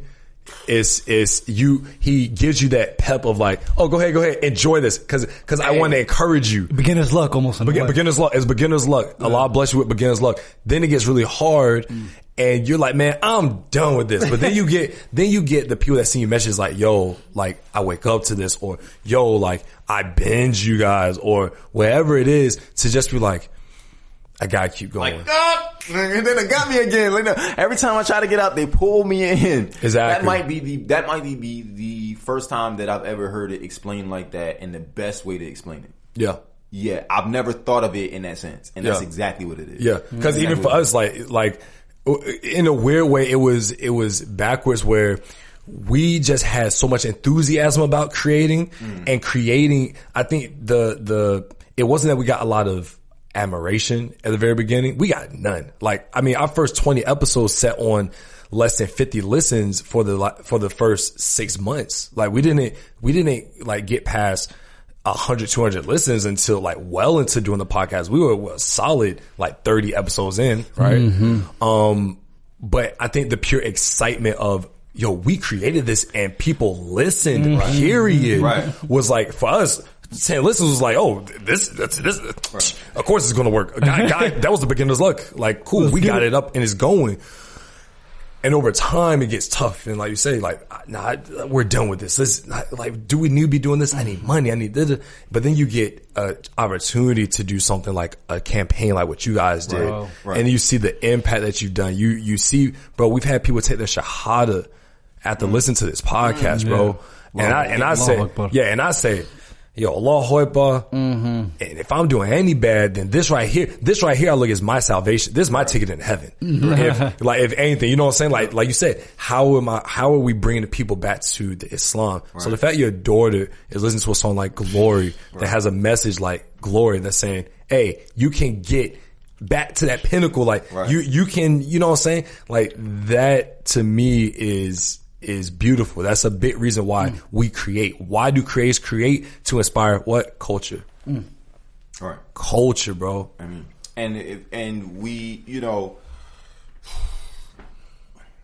a lot of it is our own test and our own journey, right? And we all go through it. And that's why I said like communication is like the biggest issue. Yeah. Because Allah's still telling everybody something different. You know what I mean? And so, and Shaitan. And Shaitan. Right. You have to find a way to coalesce all those kind of things. Yeah. And it can be, and so I think I had to realize there is a person who's on the street who's a better musician than me. And what makes him less of a musician? Because nobody's listening. And so I had to realize then, okay, then I'm a musician. It doesn't matter if it's 1 billion people listening or one. If this is the process that I'm supposed to be on, until Allah says I can't be on this process no more, I better be on this process. Bro, I love that. I love that. One of my favorite movies, Benjamin Button. Have you seen it? Yeah. You know, at the very end where he's saying if you're an artist or you're a poet or you're whatever it is, you know, at the very end where he's showing all these people that he met along his life who, like, the tugboat captain, he was like, I'm an artist, and but he tattooed himself. So he couldn't outwardly to the world be like, I'm a painter, but in his own way, he still died an artist. Right? And I think for all of us, it's like, yo, like, I'm a businessman, I'm an entrepreneur, I'm an artist, I'm a creator. A creator's gotta create. Doesn't matter what it is, he's got to create. He's got to give something to the world. She's got to give something that's going to inspire the next generation to want to go and move. You know what I'm saying? A creator's got to create. You feel me? And you got to give yourself credit, because, like, I had to sit with myself one day and be like, this is literally what I asked for. Yeah. Right? You know how you dream of the day, you dream of the day where you could say, I've been doing this I wanted to, you know, you start off, you're like, I want to do this for a living for X amount of years, for 10 years. Last year was our 10th year. And I was like, you know, it's interesting. We got lost along the way because we were so focused on the fact that we weren't doing it for a living the way we thought we were supposed to do it for a living. But we are doing it for a living. And there's so many artists, or so many bands that have disappeared since we started. Right? And we still here. 10 years later. Still making music. I gotta give myself, I gotta sit with myself and be like, you know what? Alhamdulillah. I gotta give myself some credit. SubhanAllah. We had that moment last week. We were sitting down, we were kicking it after the Tyson fight, and I was like, bro, I'm just proud of where we've come, because, like, bro, like to really think about, and I hate to just keep saying this over and over, but to think about where we were 10 years ago when we first met, right, to the building of what this is now. Whenever anybody asks, we go on a podcast, whatever it is, or people, like, whatever it is, people say, yo, like, how'd you guys start? I had to start when we first met. Because this podcast didn't start just with us saying, oh, let's just talk about some stuff. With the equipment. It's like, nah, we had to go through 10 years of dirt to get to this point where you guys can listen to us. There is no Young and Muslim podcast. There is no Leftist without a decade worth of history. There is none. You don't get to skip the steps. Because when a creator creates, you don't just create out of thin air. You create from the things that make you who you are. And the hardest part is when those steps get usurped, right? When they do get skipped, right? And Instagram, like, social media has the ability to unfortunately put people in positions where those steps can get skipped. Smoke and mirrors, bro. Yeah, and all it ends up being is smoke and mirrors. And you watch people struggle with that particular, thing, because they still have to go through the process of knowing themselves. Y'all not young and Muslim just because y'all young and Muslim. Y'all young and Muslim because y'all spent 10 years finding yourselves to be that. Right? You know what I mean? Like, that's not something you just walk up on. You know, we're Leftist because we spent years on years on years. Like, there are songs on there that couldn't have come out any other way. All of the songs couldn't have come out any other way. We had to go through the entire process. When I wrote Glory, that's all I could hear, because I was going through such a tough time. I had been evicted like 2 3/4 times or something like that. Right? You know what I mean? Well, I was working 3/4. Like, you can leave, but the stuff can stay. Right. So it was literally like the police officer came to lock the door, and I'm like, here's a check. Ooh, you lucky. You know what I mean? And I was working my hardest, and I was like, how do I get up? You know? And so when I say, as long as you get up, the moment you get down, I ain't talking to nobody else but me. Mm-hmm. You know what I mean? When I'm saying glory, glory, I'm begging. Y'all, I need the glory. When I say rumors of our demise have been greatly exaggerated, I'm saying you can't kill me. Whatever you're going to throw at me in this life, I'm ready for it. Right? I'm going to have to be ready for it. Right? So no matter, we couldn't have written anything else. You know what I mean? It just was going to be what it's going to be because we have to, like you're saying, we have to create.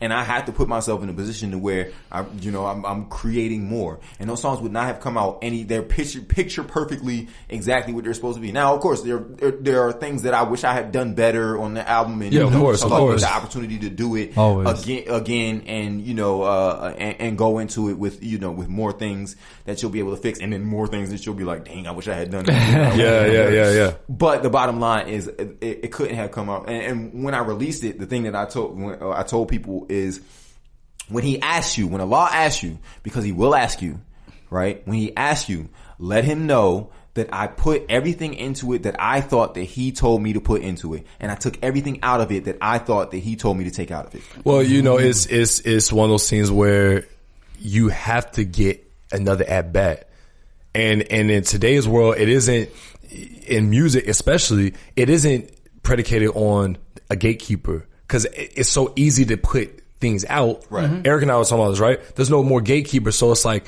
your amount of chances to step up to the plate and swing is unlimited. Yeah. Yep. Yeah. As a creator, like, bro, like, it's like Drake said, oh, you got one more hit? Well, do it again. Right. Like, you don't get a chance to just put out one song and then be like, okay, we're good. Yeah, nah, you, like you said, you got to get the feedback. You got to put some in, you got to take some out, and you got to revise it. You got to say, okay, how can I do this better? How, like, what do we need to do as a group? How does this work logistically? Then you guys can do a second, a third, a fourth, a fifth. And that, bro, y'all been together 10 years, right?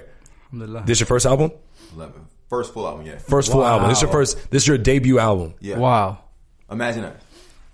Now that's... Look at the camera and say that. Imagine that. Imagine that. Imagine that. Strength is our debut album. Make sure you go stream it and listen to it and buy it on Bandcamp. Oh, he plugging early. I got you, bro. He said early. I got you, bro. Yeah, but yeah, this is our debut album. We had the EP, but even the EP wasn't what we, expected from it. Yeah. But yeah, this is our debut album where we're okay with saying this is who we are. But you never get there without taking that. Oh, you gotta. I think what happens is people watch TV too much, right? And so you see, it's unfortunate, but the industry of it will allow you to think certain things that aren't true, right? And we all have to, and especially for musicians, it's different for podcasts because it's just coming up. Right, but for musicians, there's like a storied history. Of like, you get a record deal, you pop, and you've officially made money. Right? And it takes so long for your mind to get used to how many people have had their money stolen from them, and how many people didn't make money, and how many people you're like, oh, he was a one-hit wonder, but the truth is his record was shelved. Right? And how many people, you know what I mean? So you start to realize the nuance of the actual stories of what it takes to actually be a musician. And the industry will force you to think that it's supposed to be this one thing. Yeah. Right? Yeah. This is all musicians are, right? You pop, you Drake. Yeah. Right? And that's it. Right? And that's it. And if you're not Drake, something wrong with you. Right? Something's wrong with your music. You're not getting enough listeners, whatever the case is. But the truth is, you can't usurp the process. Look, I'm gonna tell you, I can't remember who told me this exactly, right? But when I first started acting, obviously you're not getting no like work like that, right? Right. And this is why I take that example I gave about like the beginner's luck. So the first film that I was ever screened in was a blockbuster film. Crazy, right? I sent you my son. I was like, hey, right? So I remember afterwards, someone was asking me like, yo, like, are you acting? I was like, oh, I'm trying, like, I'm working my way in.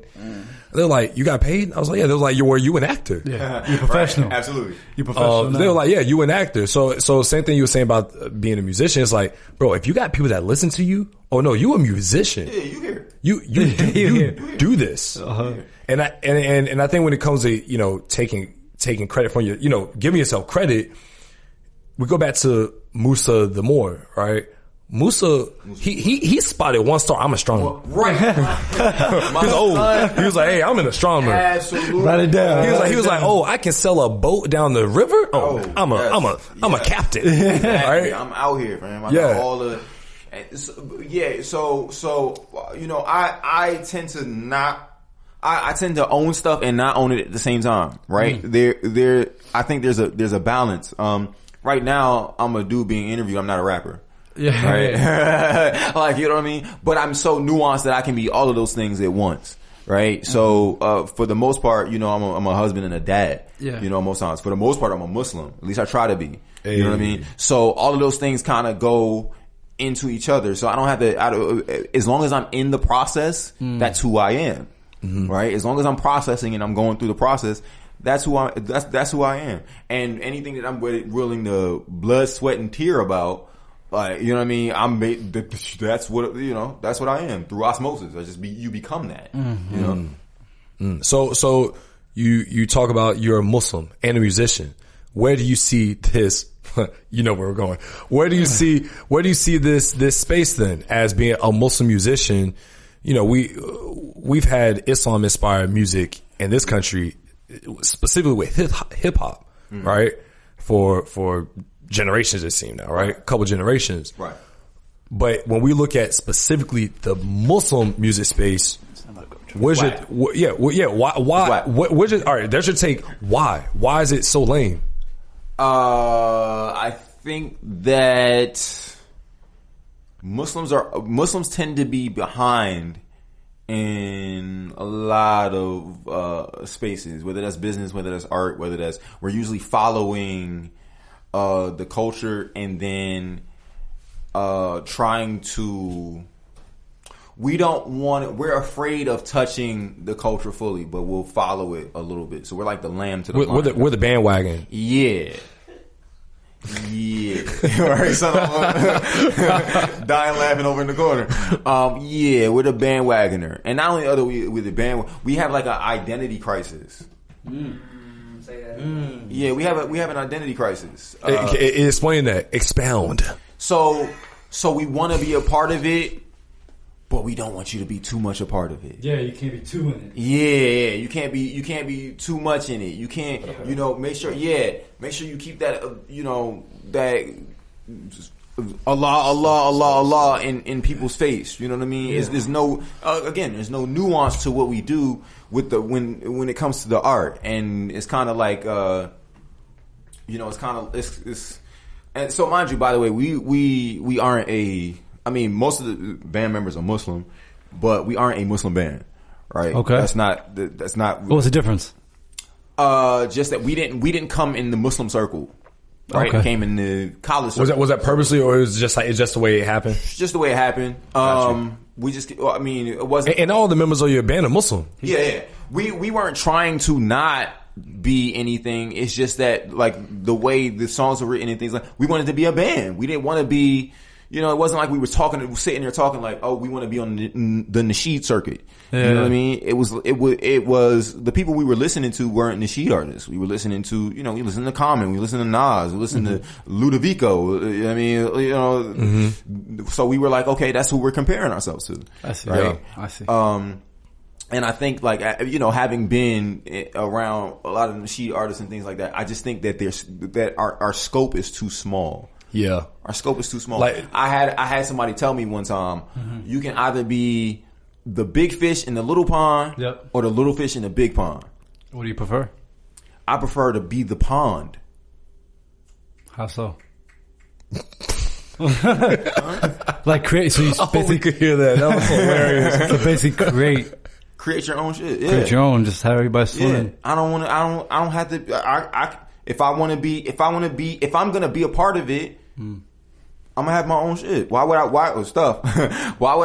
waste my time trying to fend with other, like, what's the point in that? So do you think with the Muslim music, because what these people are doing, they're really, I think they're creating their own space too. Do you think that's going to get just sunken into the conglomerate of just mainstream music, or do you think? First off, no, right? They definitely don't want it. But so what's the future of it? But bro, think about what you just asked, right? Mm-hmm. They look at the space now; it's gone dry. It's hella dry. Who's making music? It's dry. It gets popping. And then dry. No. It doesn't get popping. It's as he said, they ride off a bandwagon. Right now during COVID, this is when I thought I would see more of the Muslim artists take advantage and say, this is the perfect opportunity. When you see things like a versus going on, and when I can name to you 5 to 10 music, Muslim musicians or just hip hop rappers who should be like, yo, like we need to do our own version of this. But they're not, because they don't do this. They're not doing this for the same reasons. I see what you mean. You know what I'm saying? Because it isn't just about like the music. It's not about the culture that is cultivating. Is I need that spotlight. I need the clout.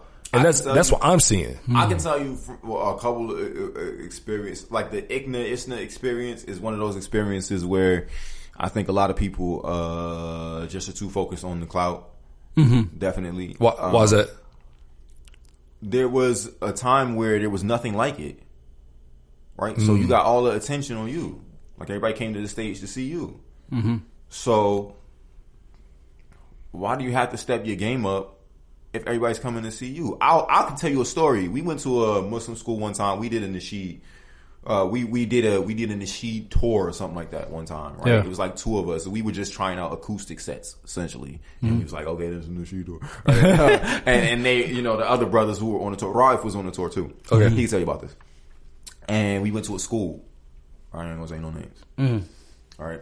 And we was relatively new, right? Nobody really knew us out there. And they was screaming like we was the Beatles. Did you not like that? Hell nah. Cause you're like, this is weak.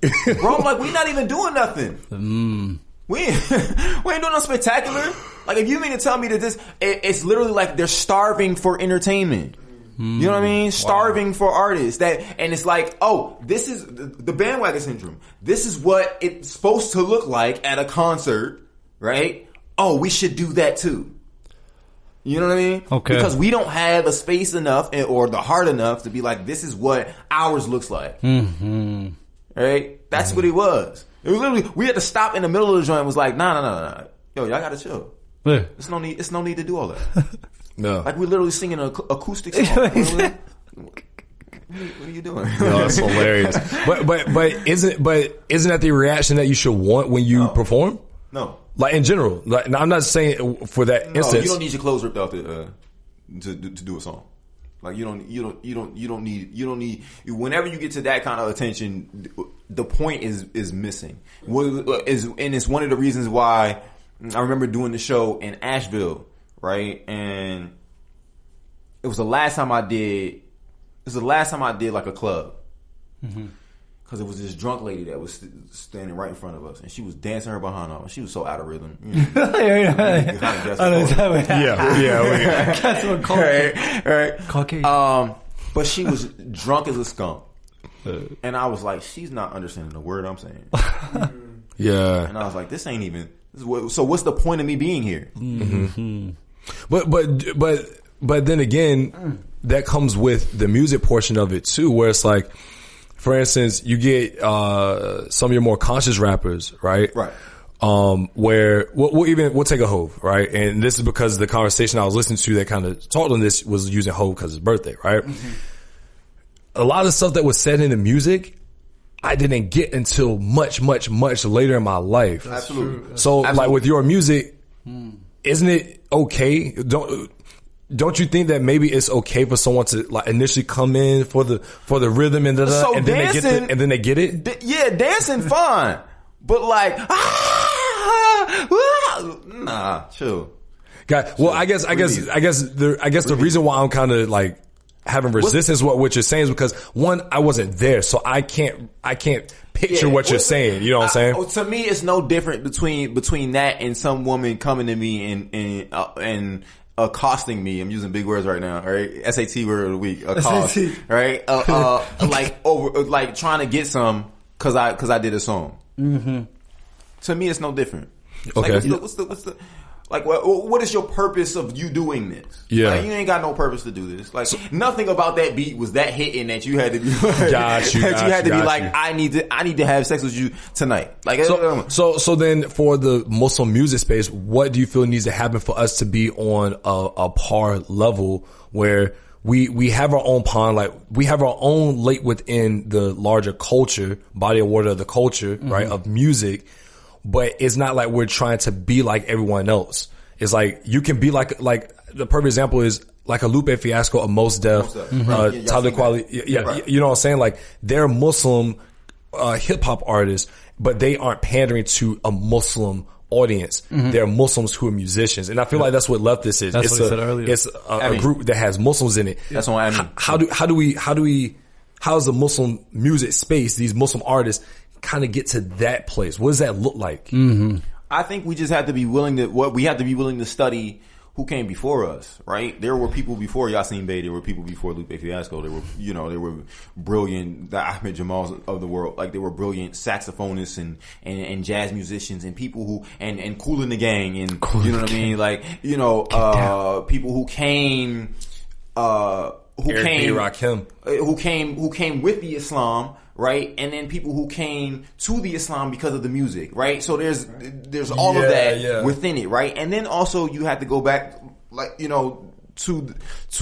by the laws of the world, you have to go back to your own culture and recognize and re-dig up your actual culture, because you're trying to you're forfeiting your own culture to fit into this particular culture because you want to be heard. To latch onto. You know what I mean? Because you want to be heard. So you're willing to, and that's another thing. We have to be willing to just step out on who it is that we are and not try to be something we're not. We don't have to, right? We don't have to, right? If you, a young Afghan kid and you rapping, thinking, on trap beats, it's like, okay, cool, right?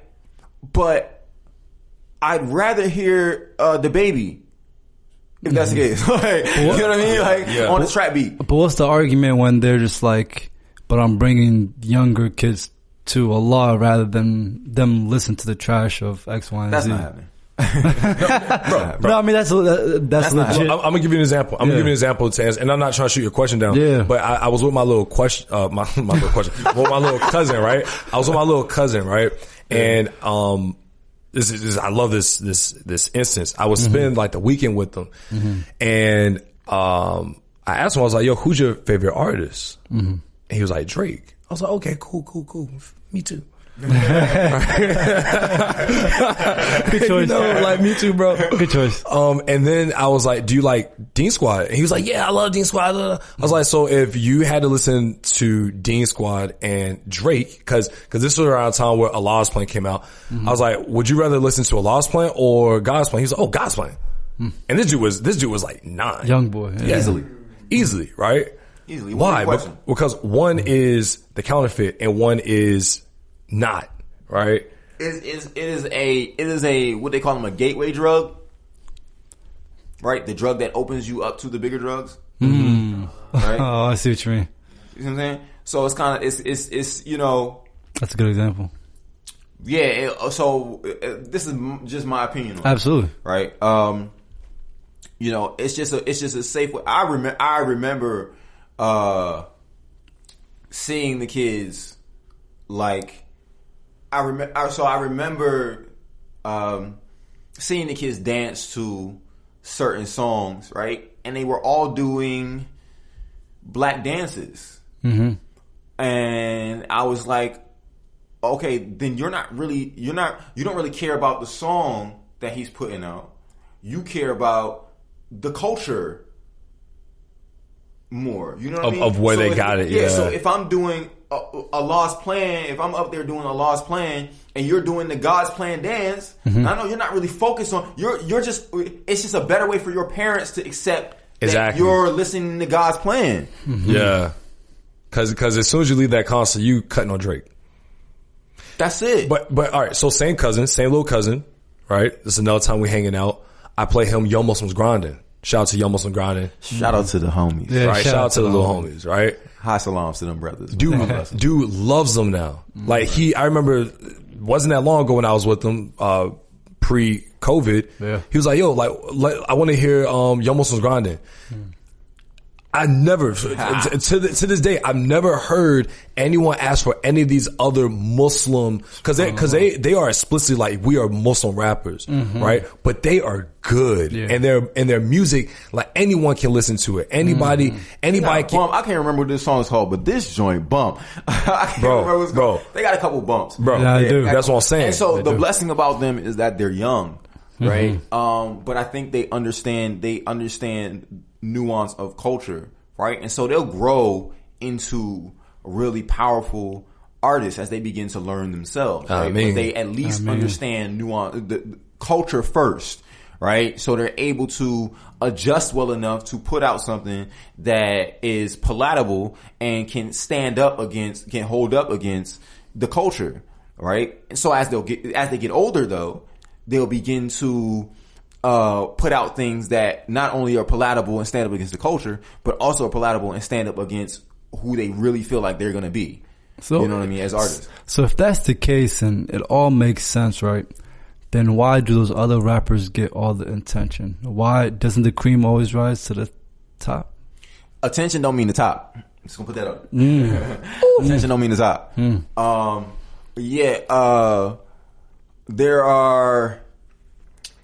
There are singers right now who could sing Ariana Grande into the ground. Right? Absolutely. Yeah. Right? We know that. We know Jill Scott will bust that ass. Chill out, bro. Bro, we can take current, who's up and current. Come on now. Right. So we know that, right? Again, it's because there is a way for young kids to feel like they're a part of the actual culture without their parents knowing. Okay. That they're a part of, that they're trying to fit into the actual culture. There is let's be real, it's an anti-blackness. Yeah, right? 100%. And it's a way to fit into the black culture without having to, it's the gateway drug, without having to say, I'm actually on it, I'm actually doing it. Yeah, I'm providing a better drug for these kids. Exactly. It's a little bit of that. And that's not to diss anybody who does it. That's just how I feel about, the culture the Muslim culture of music that has been created for the most part. And it's usually never African Americans that do what you just mentioned. No. I disagree. I think we have culture vultures within our own culture. We have people who are like, when you get the artists who make that type of music, they're just siphoning from the kids. They're not really trying to give. They're just trying to take, in my opinion. And that's not all artists. Like, this isn't saying all of them overall. I think it's a vast majority of them just haven't found a place where they create something that is giving and is genuine. Like, it's like, this is ours and we're giving it to you because it's one, culturally relevant to where you guys are currently, and it's religiously and spiritually relevant. So, like, cool, you can play this with the homies.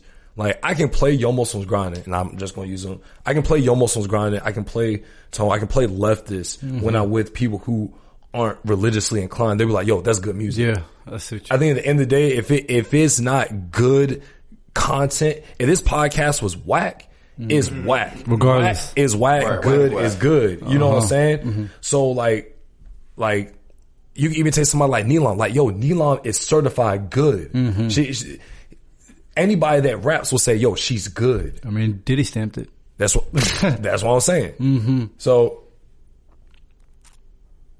pause. Hey, what was about to say too? Hold on. I will say that not to use an excuse, but also the culture of social media kind of messes that up too. Oh no, all right. So let me backtrack. So when I say that she's good, I don't mean that she's a good in the sense of like how I would look at someone that comes out with full projects, because I know where you're going with this and I want to go into this, right? We gotta be careful, but don't be excommunicated out here. I want to be careful with how we go in it, but I think it's important to say I use people like her, that she is talented, and you can't deny that she's good. Absolutely. Yeah.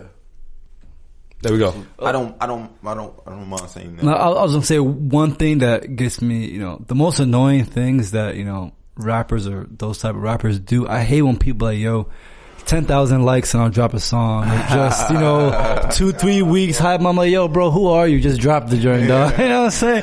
But I understand it though. See, why? Okay, from a musician, why do you do that? Media kind of spoils. Because that's like Jabril not saying, all right, bro, all y'all follow my mans and we're gonna drop a podcast episode. You might start doing that, especially this one. I think again, social media kind of spoils, kind of.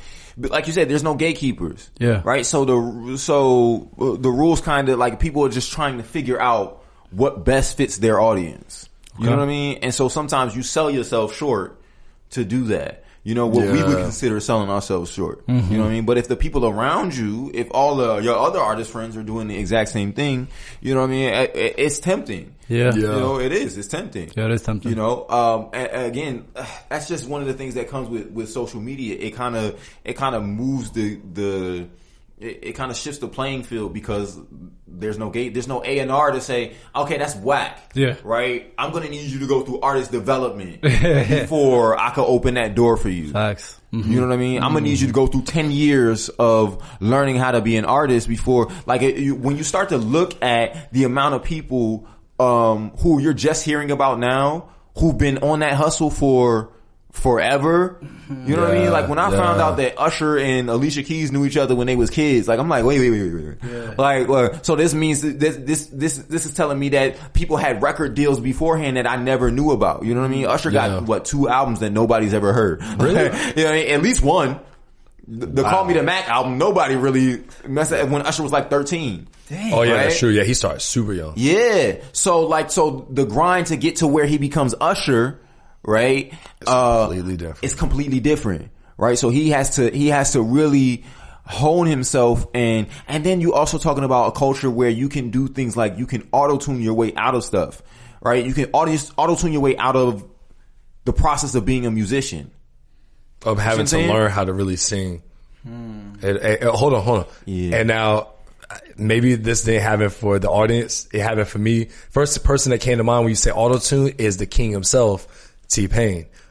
No. Hold on. But hear me out. But T-Pain can sing. Exactly. T-Pain can sing. We won't have any T-Pain slander on this. 100% not.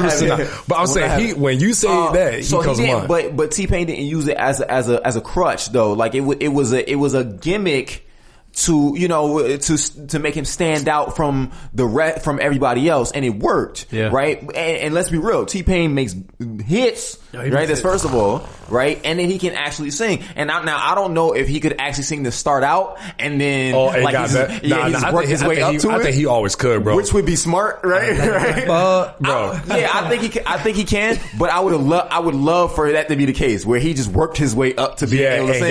And so like he was like, when I get to these niggas, I'm gonna kill him. Yo, have you seen his tiny desk? Oh my god! The tiny desk. I love the tiny desk. Bro, NPR. So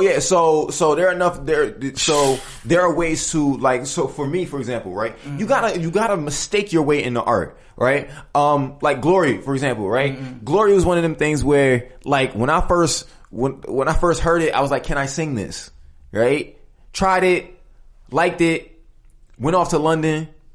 I was like, I don't like this. Mm. I literally spent the 2 months working my behind off, right, to get my vocal cords to the point to where I could sing it, right? Hold on, so are you saying it's possible for someone with bad vocal cords to be able to get... Oh, it's a muscle. Huh? It's a muscle. Bro, there's hope. Yeah, y'all might be a little late in the game, but certain muscles don't work the same. I'm gonna need more than glory. Y'all might be having a little bit of dysfunction up there at that point. But like, yeah, it's a muscle. So the more you work it, the better you get at it, and or the less you get at it. But now you don't have this. You kind of. The space isn't there. There aren't any mentors. All of those kind of things go into, the space of, I mean, not that there aren't, but especially in the Muslim, arena, who would you say is a mentor for like the young kids today, where you could say, okay, you wrote that, but you could write that better. Mm-hmm. No one's challenging. It's good enough. It's like you were saying about you and your wife. I want you guys to be bigger than just the Muslim space. Yeah, right. I don't want you to just be good enough for the Muslim space. Right. And so you'll get songs that pop, and so they look good because it popped. Yeah. But that's it. Like it just kind of becomes that. It's just okay, it popped. That's it, right? And then you got views. You got views. That's it. Yeah. Right? It doesn't translate to culture. Success. It doesn't translate to culture. It doesn't even translate to money, to be honest. Because, streaming is a whole other issue. So my man, you talk about us with the transition. He somehow got a peek at this. So, all right. So now we're on the topic of money, and we're going to get you out here, bro. Right. Sure. How today does an artist make money in a world where streaming has taken over? How? You got a few ways. First of all, I mean, there are ways. You just have to be really creative with how you present your art. If you're thinking that you're just going to rely on Spotify and iTunes, even if you had the biggest hit, right? That doesn't translate to, unless you're trying to translate to, okay, I'm going to get a record deal and that kind of thing. But then then you're likely getting a 360 deal, which means they're siphoning off of you anyway, right? 360 deal? 360 deal is basically the deal that came up when streaming started to happen first, right? So the 360 deal was because, so essentially, record labels were running out of ways to get money from artists, and there are like a couple main ways to get to if you're an artist to get shows. Money. One is the records. Yeah. The main one is the concerts, right? Yeah. The next one is the merch, records, right? How many records you sell, and then I mean that's if the record label allows you to get that money, to receive that money. Wow. And then there's like sponsorships, endorsements, that kind of thing. And then there's like licensing. So like if your song is being played, when you hear a song played on a commercial, right, that person is getting paid for that particular spin, right? So those are like for the most part, the main ones, or like let's say your song is on a video game or something like that, right? You get paid for those spins, and that's a pretty big one, right? That's more like a lump sum kind of thing. And so record labels, because they weren't making as much money as they used to because of streaming, they decided to start giving artists 360 deals, which means that I get a bit of all of that. Oh. Right? So before it was just, for the most part, they would take your record deal, your record money. Yeah. Right? So when you see some of your favorite artists, right, and they sold a bajillion records, that don't mean that they necessarily are making that money. Dang, so even if they went platinum? Oh yeah. Sheesh. Yeah. Yeah. If you look, what's his name? YG just. Oh, yeah, I saw that. Yeah, I saw that. YG. Yeah. And he had one of the biggest, my nigga. Yeah. And I kept trying to tell my brother-in-law, I'm like, bro, I promise you, most of these guys are not making the money you think they're making. Yeah. And they couldn't fathom it, right? Because it's like, look at the streams on Spotify. Yeah, exactly. I'm like, do you know what the behind the scenes of Spotify is, right? The numbers aren't what you think they are.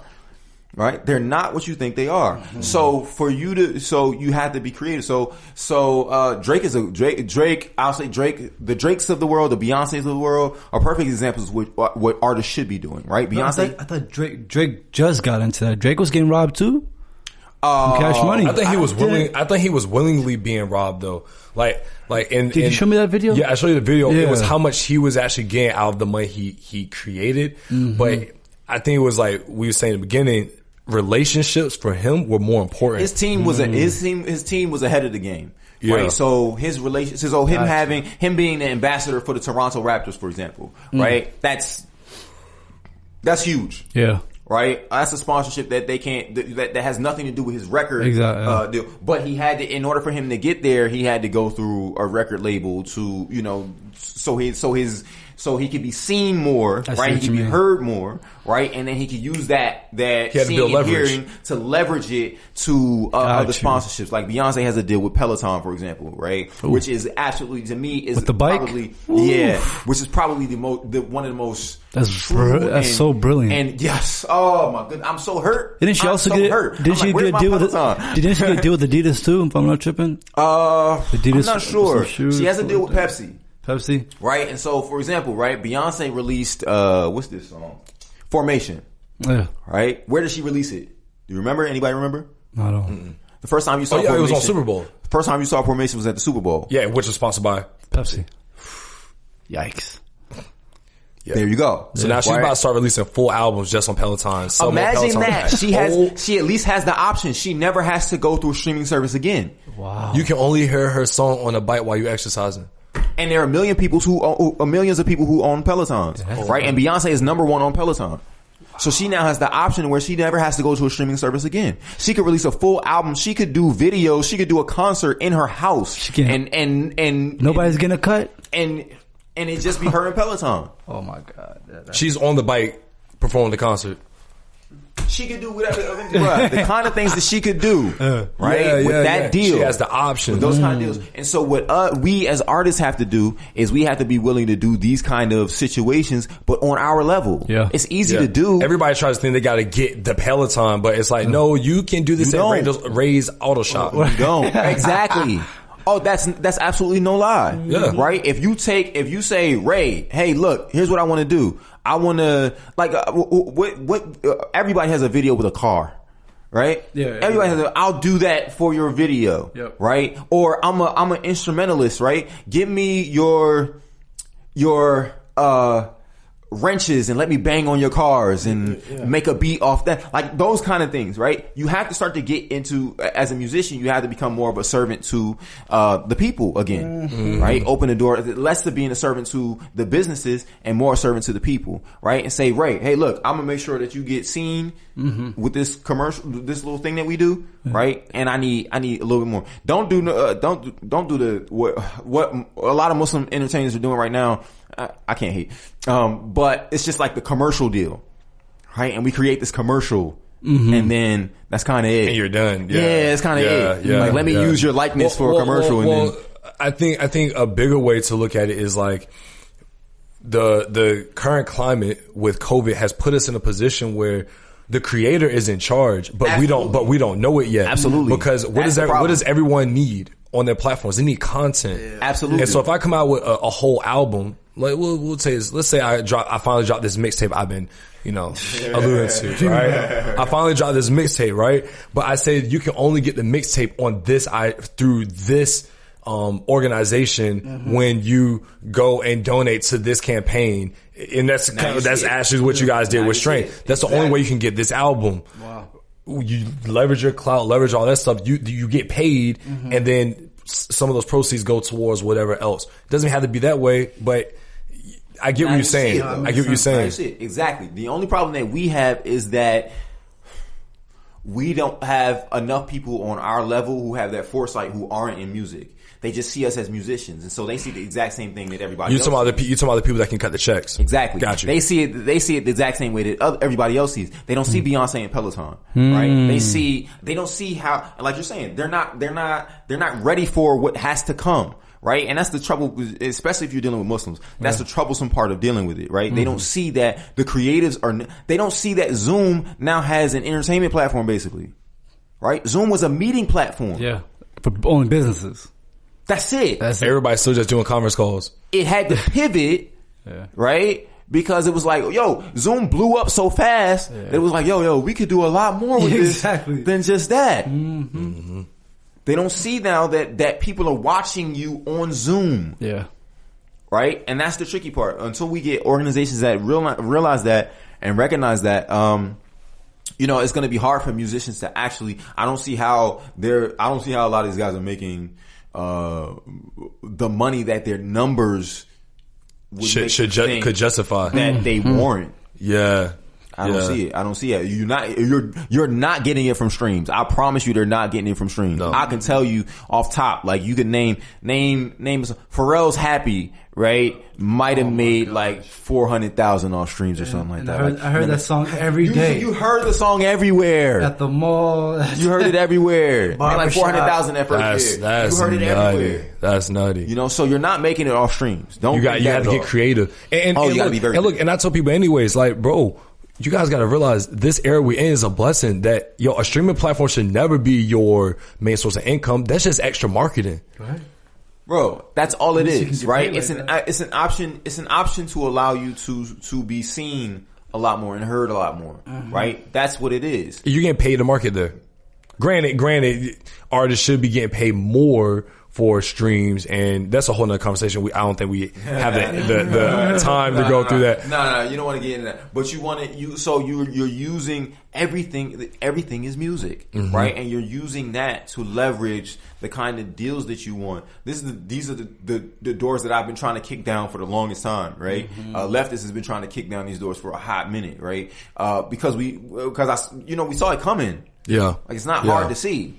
Right? And then if you're watching all the industry standards, right? Like I said, the Beyoncés, the Drakes of the world, right? You're like, okay, this makes sense because they see it coming. What conversation must they be having? They must be having the conversation that says, oh, this is flattening out. Yeah. We need to figure out something else.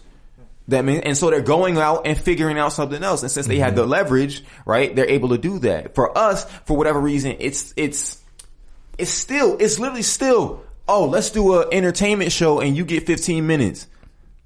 Like, my G, really? That's all you can think of? That's all you can think of? Or you can, what I think is pretty brilliant, and this is maybe alluding to something. We do something like, or not we, but it's a possibility that out there in the atmosphere, some, group that's just so brilliant would team up with, hosts that are so brilliant and do something like the Jimmy Kimmel Show, where it's like you got the Roots that play on the show and it's like, it's a mutual benefit on both ends. I think I love seeing that. And the Roots still get to make their albums. They still get to make their music, but yet they get to be a part of the culture. The Roots become cultural icons based on the Jimmy they're immortalized because of that. They're hip hop icons before then. Yeah. They become cultural icons, particularly Questlove and Black Thought. They become cultural icons because of the Jimmy Fallon Show. Their ability to branch out, their ability to branch out, their ability to do. One of the coolest things I ever saw in my life was when they were doing songs with other artists and they would do them in the classroom setting, right? And they would do them classroom instruments. I thought that was so dope. I thought that was brilliant, right? But it bolstered whatever Black Thought was talking about. At that point, right? Because you could see that he could be a kid, right? You could see that he could still create something dope from something so basic, right? It bolstered whatever he was talking about from then on. And that's where we have to be. That's where we have to be. We have to kick those doors down. And there are not enough of us as artists who are willing to say, hey, all together, like consolidate and say, hey, we need to be kicking those doors down. We're willing to take that small 15 minutes. We're willing to take that deal that just gets us the shirt. You know what I mean? And wear the shirt, and and it's like, hey, it's 15% off when you use my name on the, on the bottom of it. Which, go ahead and get your money. But like Joe Budden said, right, when he was talking to Charlamagne about these kind of situations, right? I'm tired of us just being in a position to where we're just feeding our kids, right? We got to be in a position to where we own something. The other thing to note from that conversation as well is we are not the same. What we're talking about and what a lot of these artists are doing, the short game looks nice, but the long game just dictates that we are not the same. We in here are fighting a certain battle that they aren't fighting, because it's like we understand how what's going on in the mainstream translates to us, and it's much bigger than just, like you said, getting a shirt or going, doing these things with these companies in order to get a little more attention. It's much bigger than that. Drake has a candle that's supposed to smell like him. I can make one that smell like me. I don't know if it'll sell. Who's thinking about who's considering that? Who was like, yo, Drake, this makes sense. Yeah, right. Bro, I don't think this makes sense. Hey, you see me out here. You see me out here. You see how I do. That's all. The whole album is like that. That's what I'm saying. Like, you know what I mean? Make sure you go and buy it and listen to all your favorite DSPs. Sign this, man. But yeah, so it's shifting to where, but to be honest, if you look at the Rat Pack, if you look at all of these other groups, if you look at all these Renaissance artists and things like that, they weren't just stuck on the idea, I'm just this one thing, I'm just this musician. Mm-hmm. You know what I mean? They were able to branch out into other things. They were multifaceted, and you're seeing that have to open itself back up again to where you become, multifaceted. You can say whatever you want about Ja Rule and the Fire Festival or whatever, right? But the idea was smart. Mm-hmm. Yeah. Yep. Right? But he had to be the one to, what is 50 Cent? 50 Cent writes scripts. Yeah. I mean, but come on, if you can write a song, why can't you write a script? Right. It's true. That's a good point. Right? Is it really? There's some really bad scripts out here, so I think I could take a crack at, like, you know what I mean? I think I take a crack at it, right? Mm-hmm. We just, unfortunately, we have to kick down enough doors to where we say we demand and warrant the attention that we deserve and the number that we deserve, like, instead of and not the number because we want money, right? The number because it opens the door for what's to come, what should come, right? The ability for us to do more things like this, right? It takes, it takes funds. Yeah, it takes funds. Yeah. Right? And it takes the proper funds. It doesn't take the lower end of that fund. Yeah, right? It takes and the then same squeeze amount of me out. over. Yeah. Exactly. Squeeze me out so I can do only as much as I could possibly do. Mm-hmm. Right? It takes the actual funds to do it. Mm-hmm. Right? It takes a studio. It takes a this. It takes a that. Right? Yeah. All of those things we can't work on a trash can budget. Can't. Sorry, shoestring budget. Bro, I watched Soccer Aid. It was Soccer Aid, right? In one night, this is a British thing. In one night, they raised 17 million. Wow. Just from a soccer game. Mm-hmm. That's what, 90 minutes? Yep. What organization, in any capacity do we have as Muslims that could raise 17 million in 90 minutes? Ramadan. So that ain't 90 minutes? Nah, no 90 minutes, bro. Yeah, no, that's... Feast of be Allah and working that hard. But that ain't 90 minutes. Yeah. No, that's true. Yes. Now,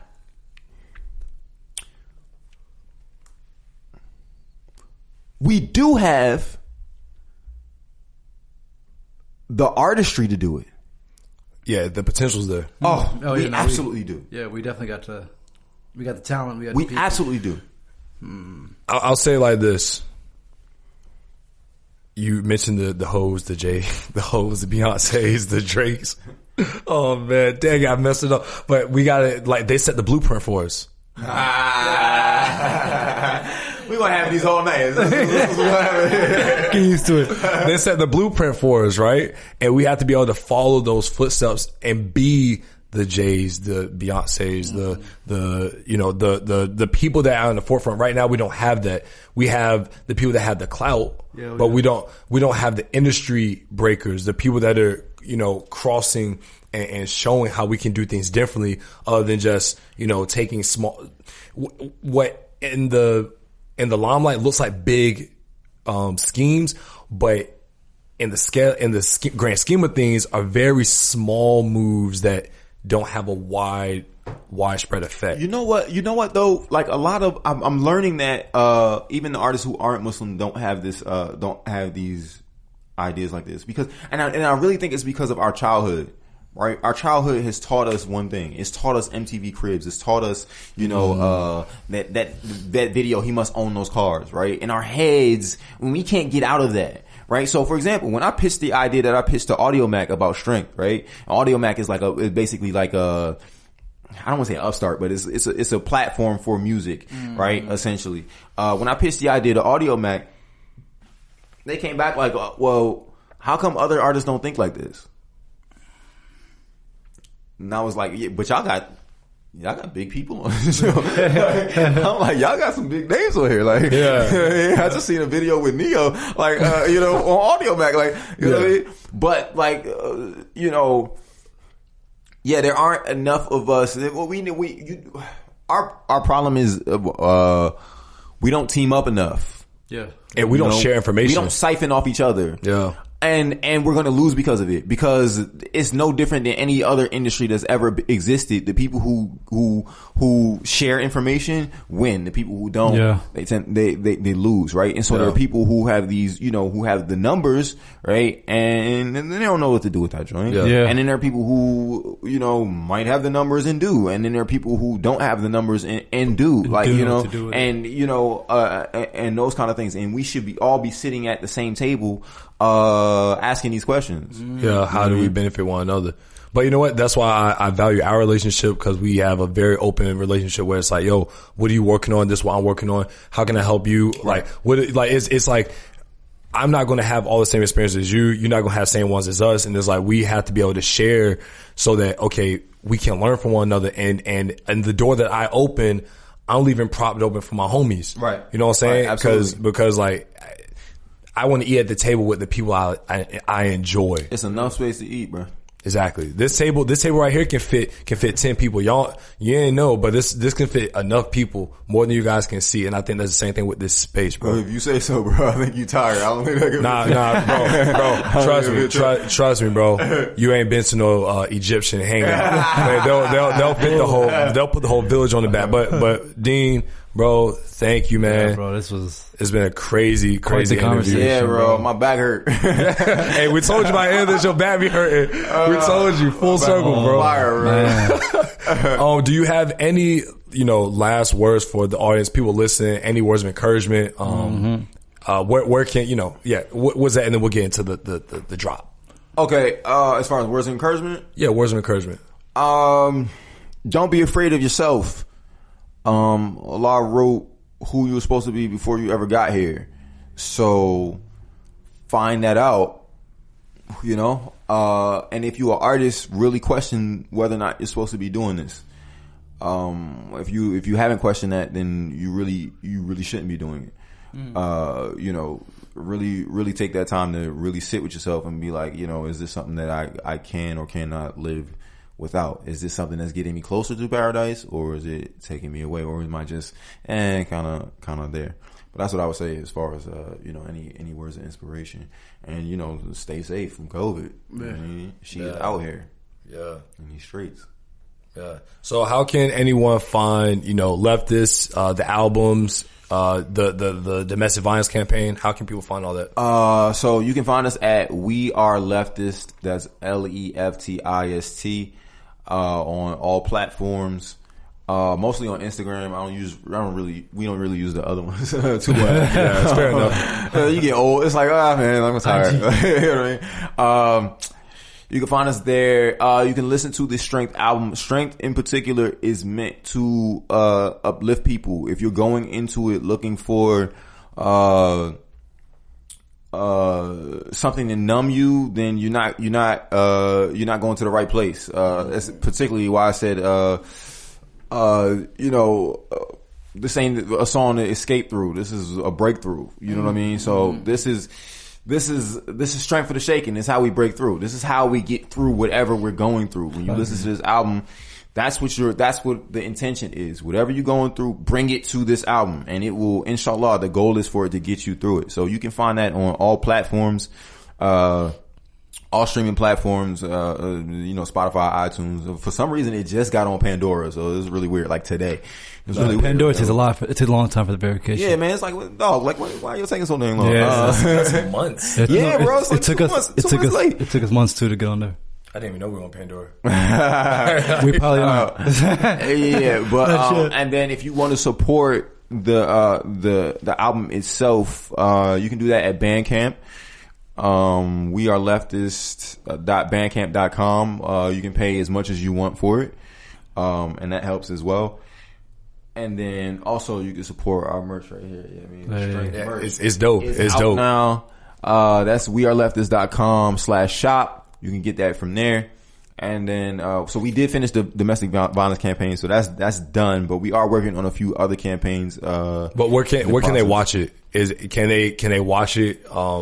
Well, we supposed to release a whole video for that, but that didn't quite make it to fruition. Like I said, our creators. Yeah. We know creators need to create, but the people that gotta pay. Yeah.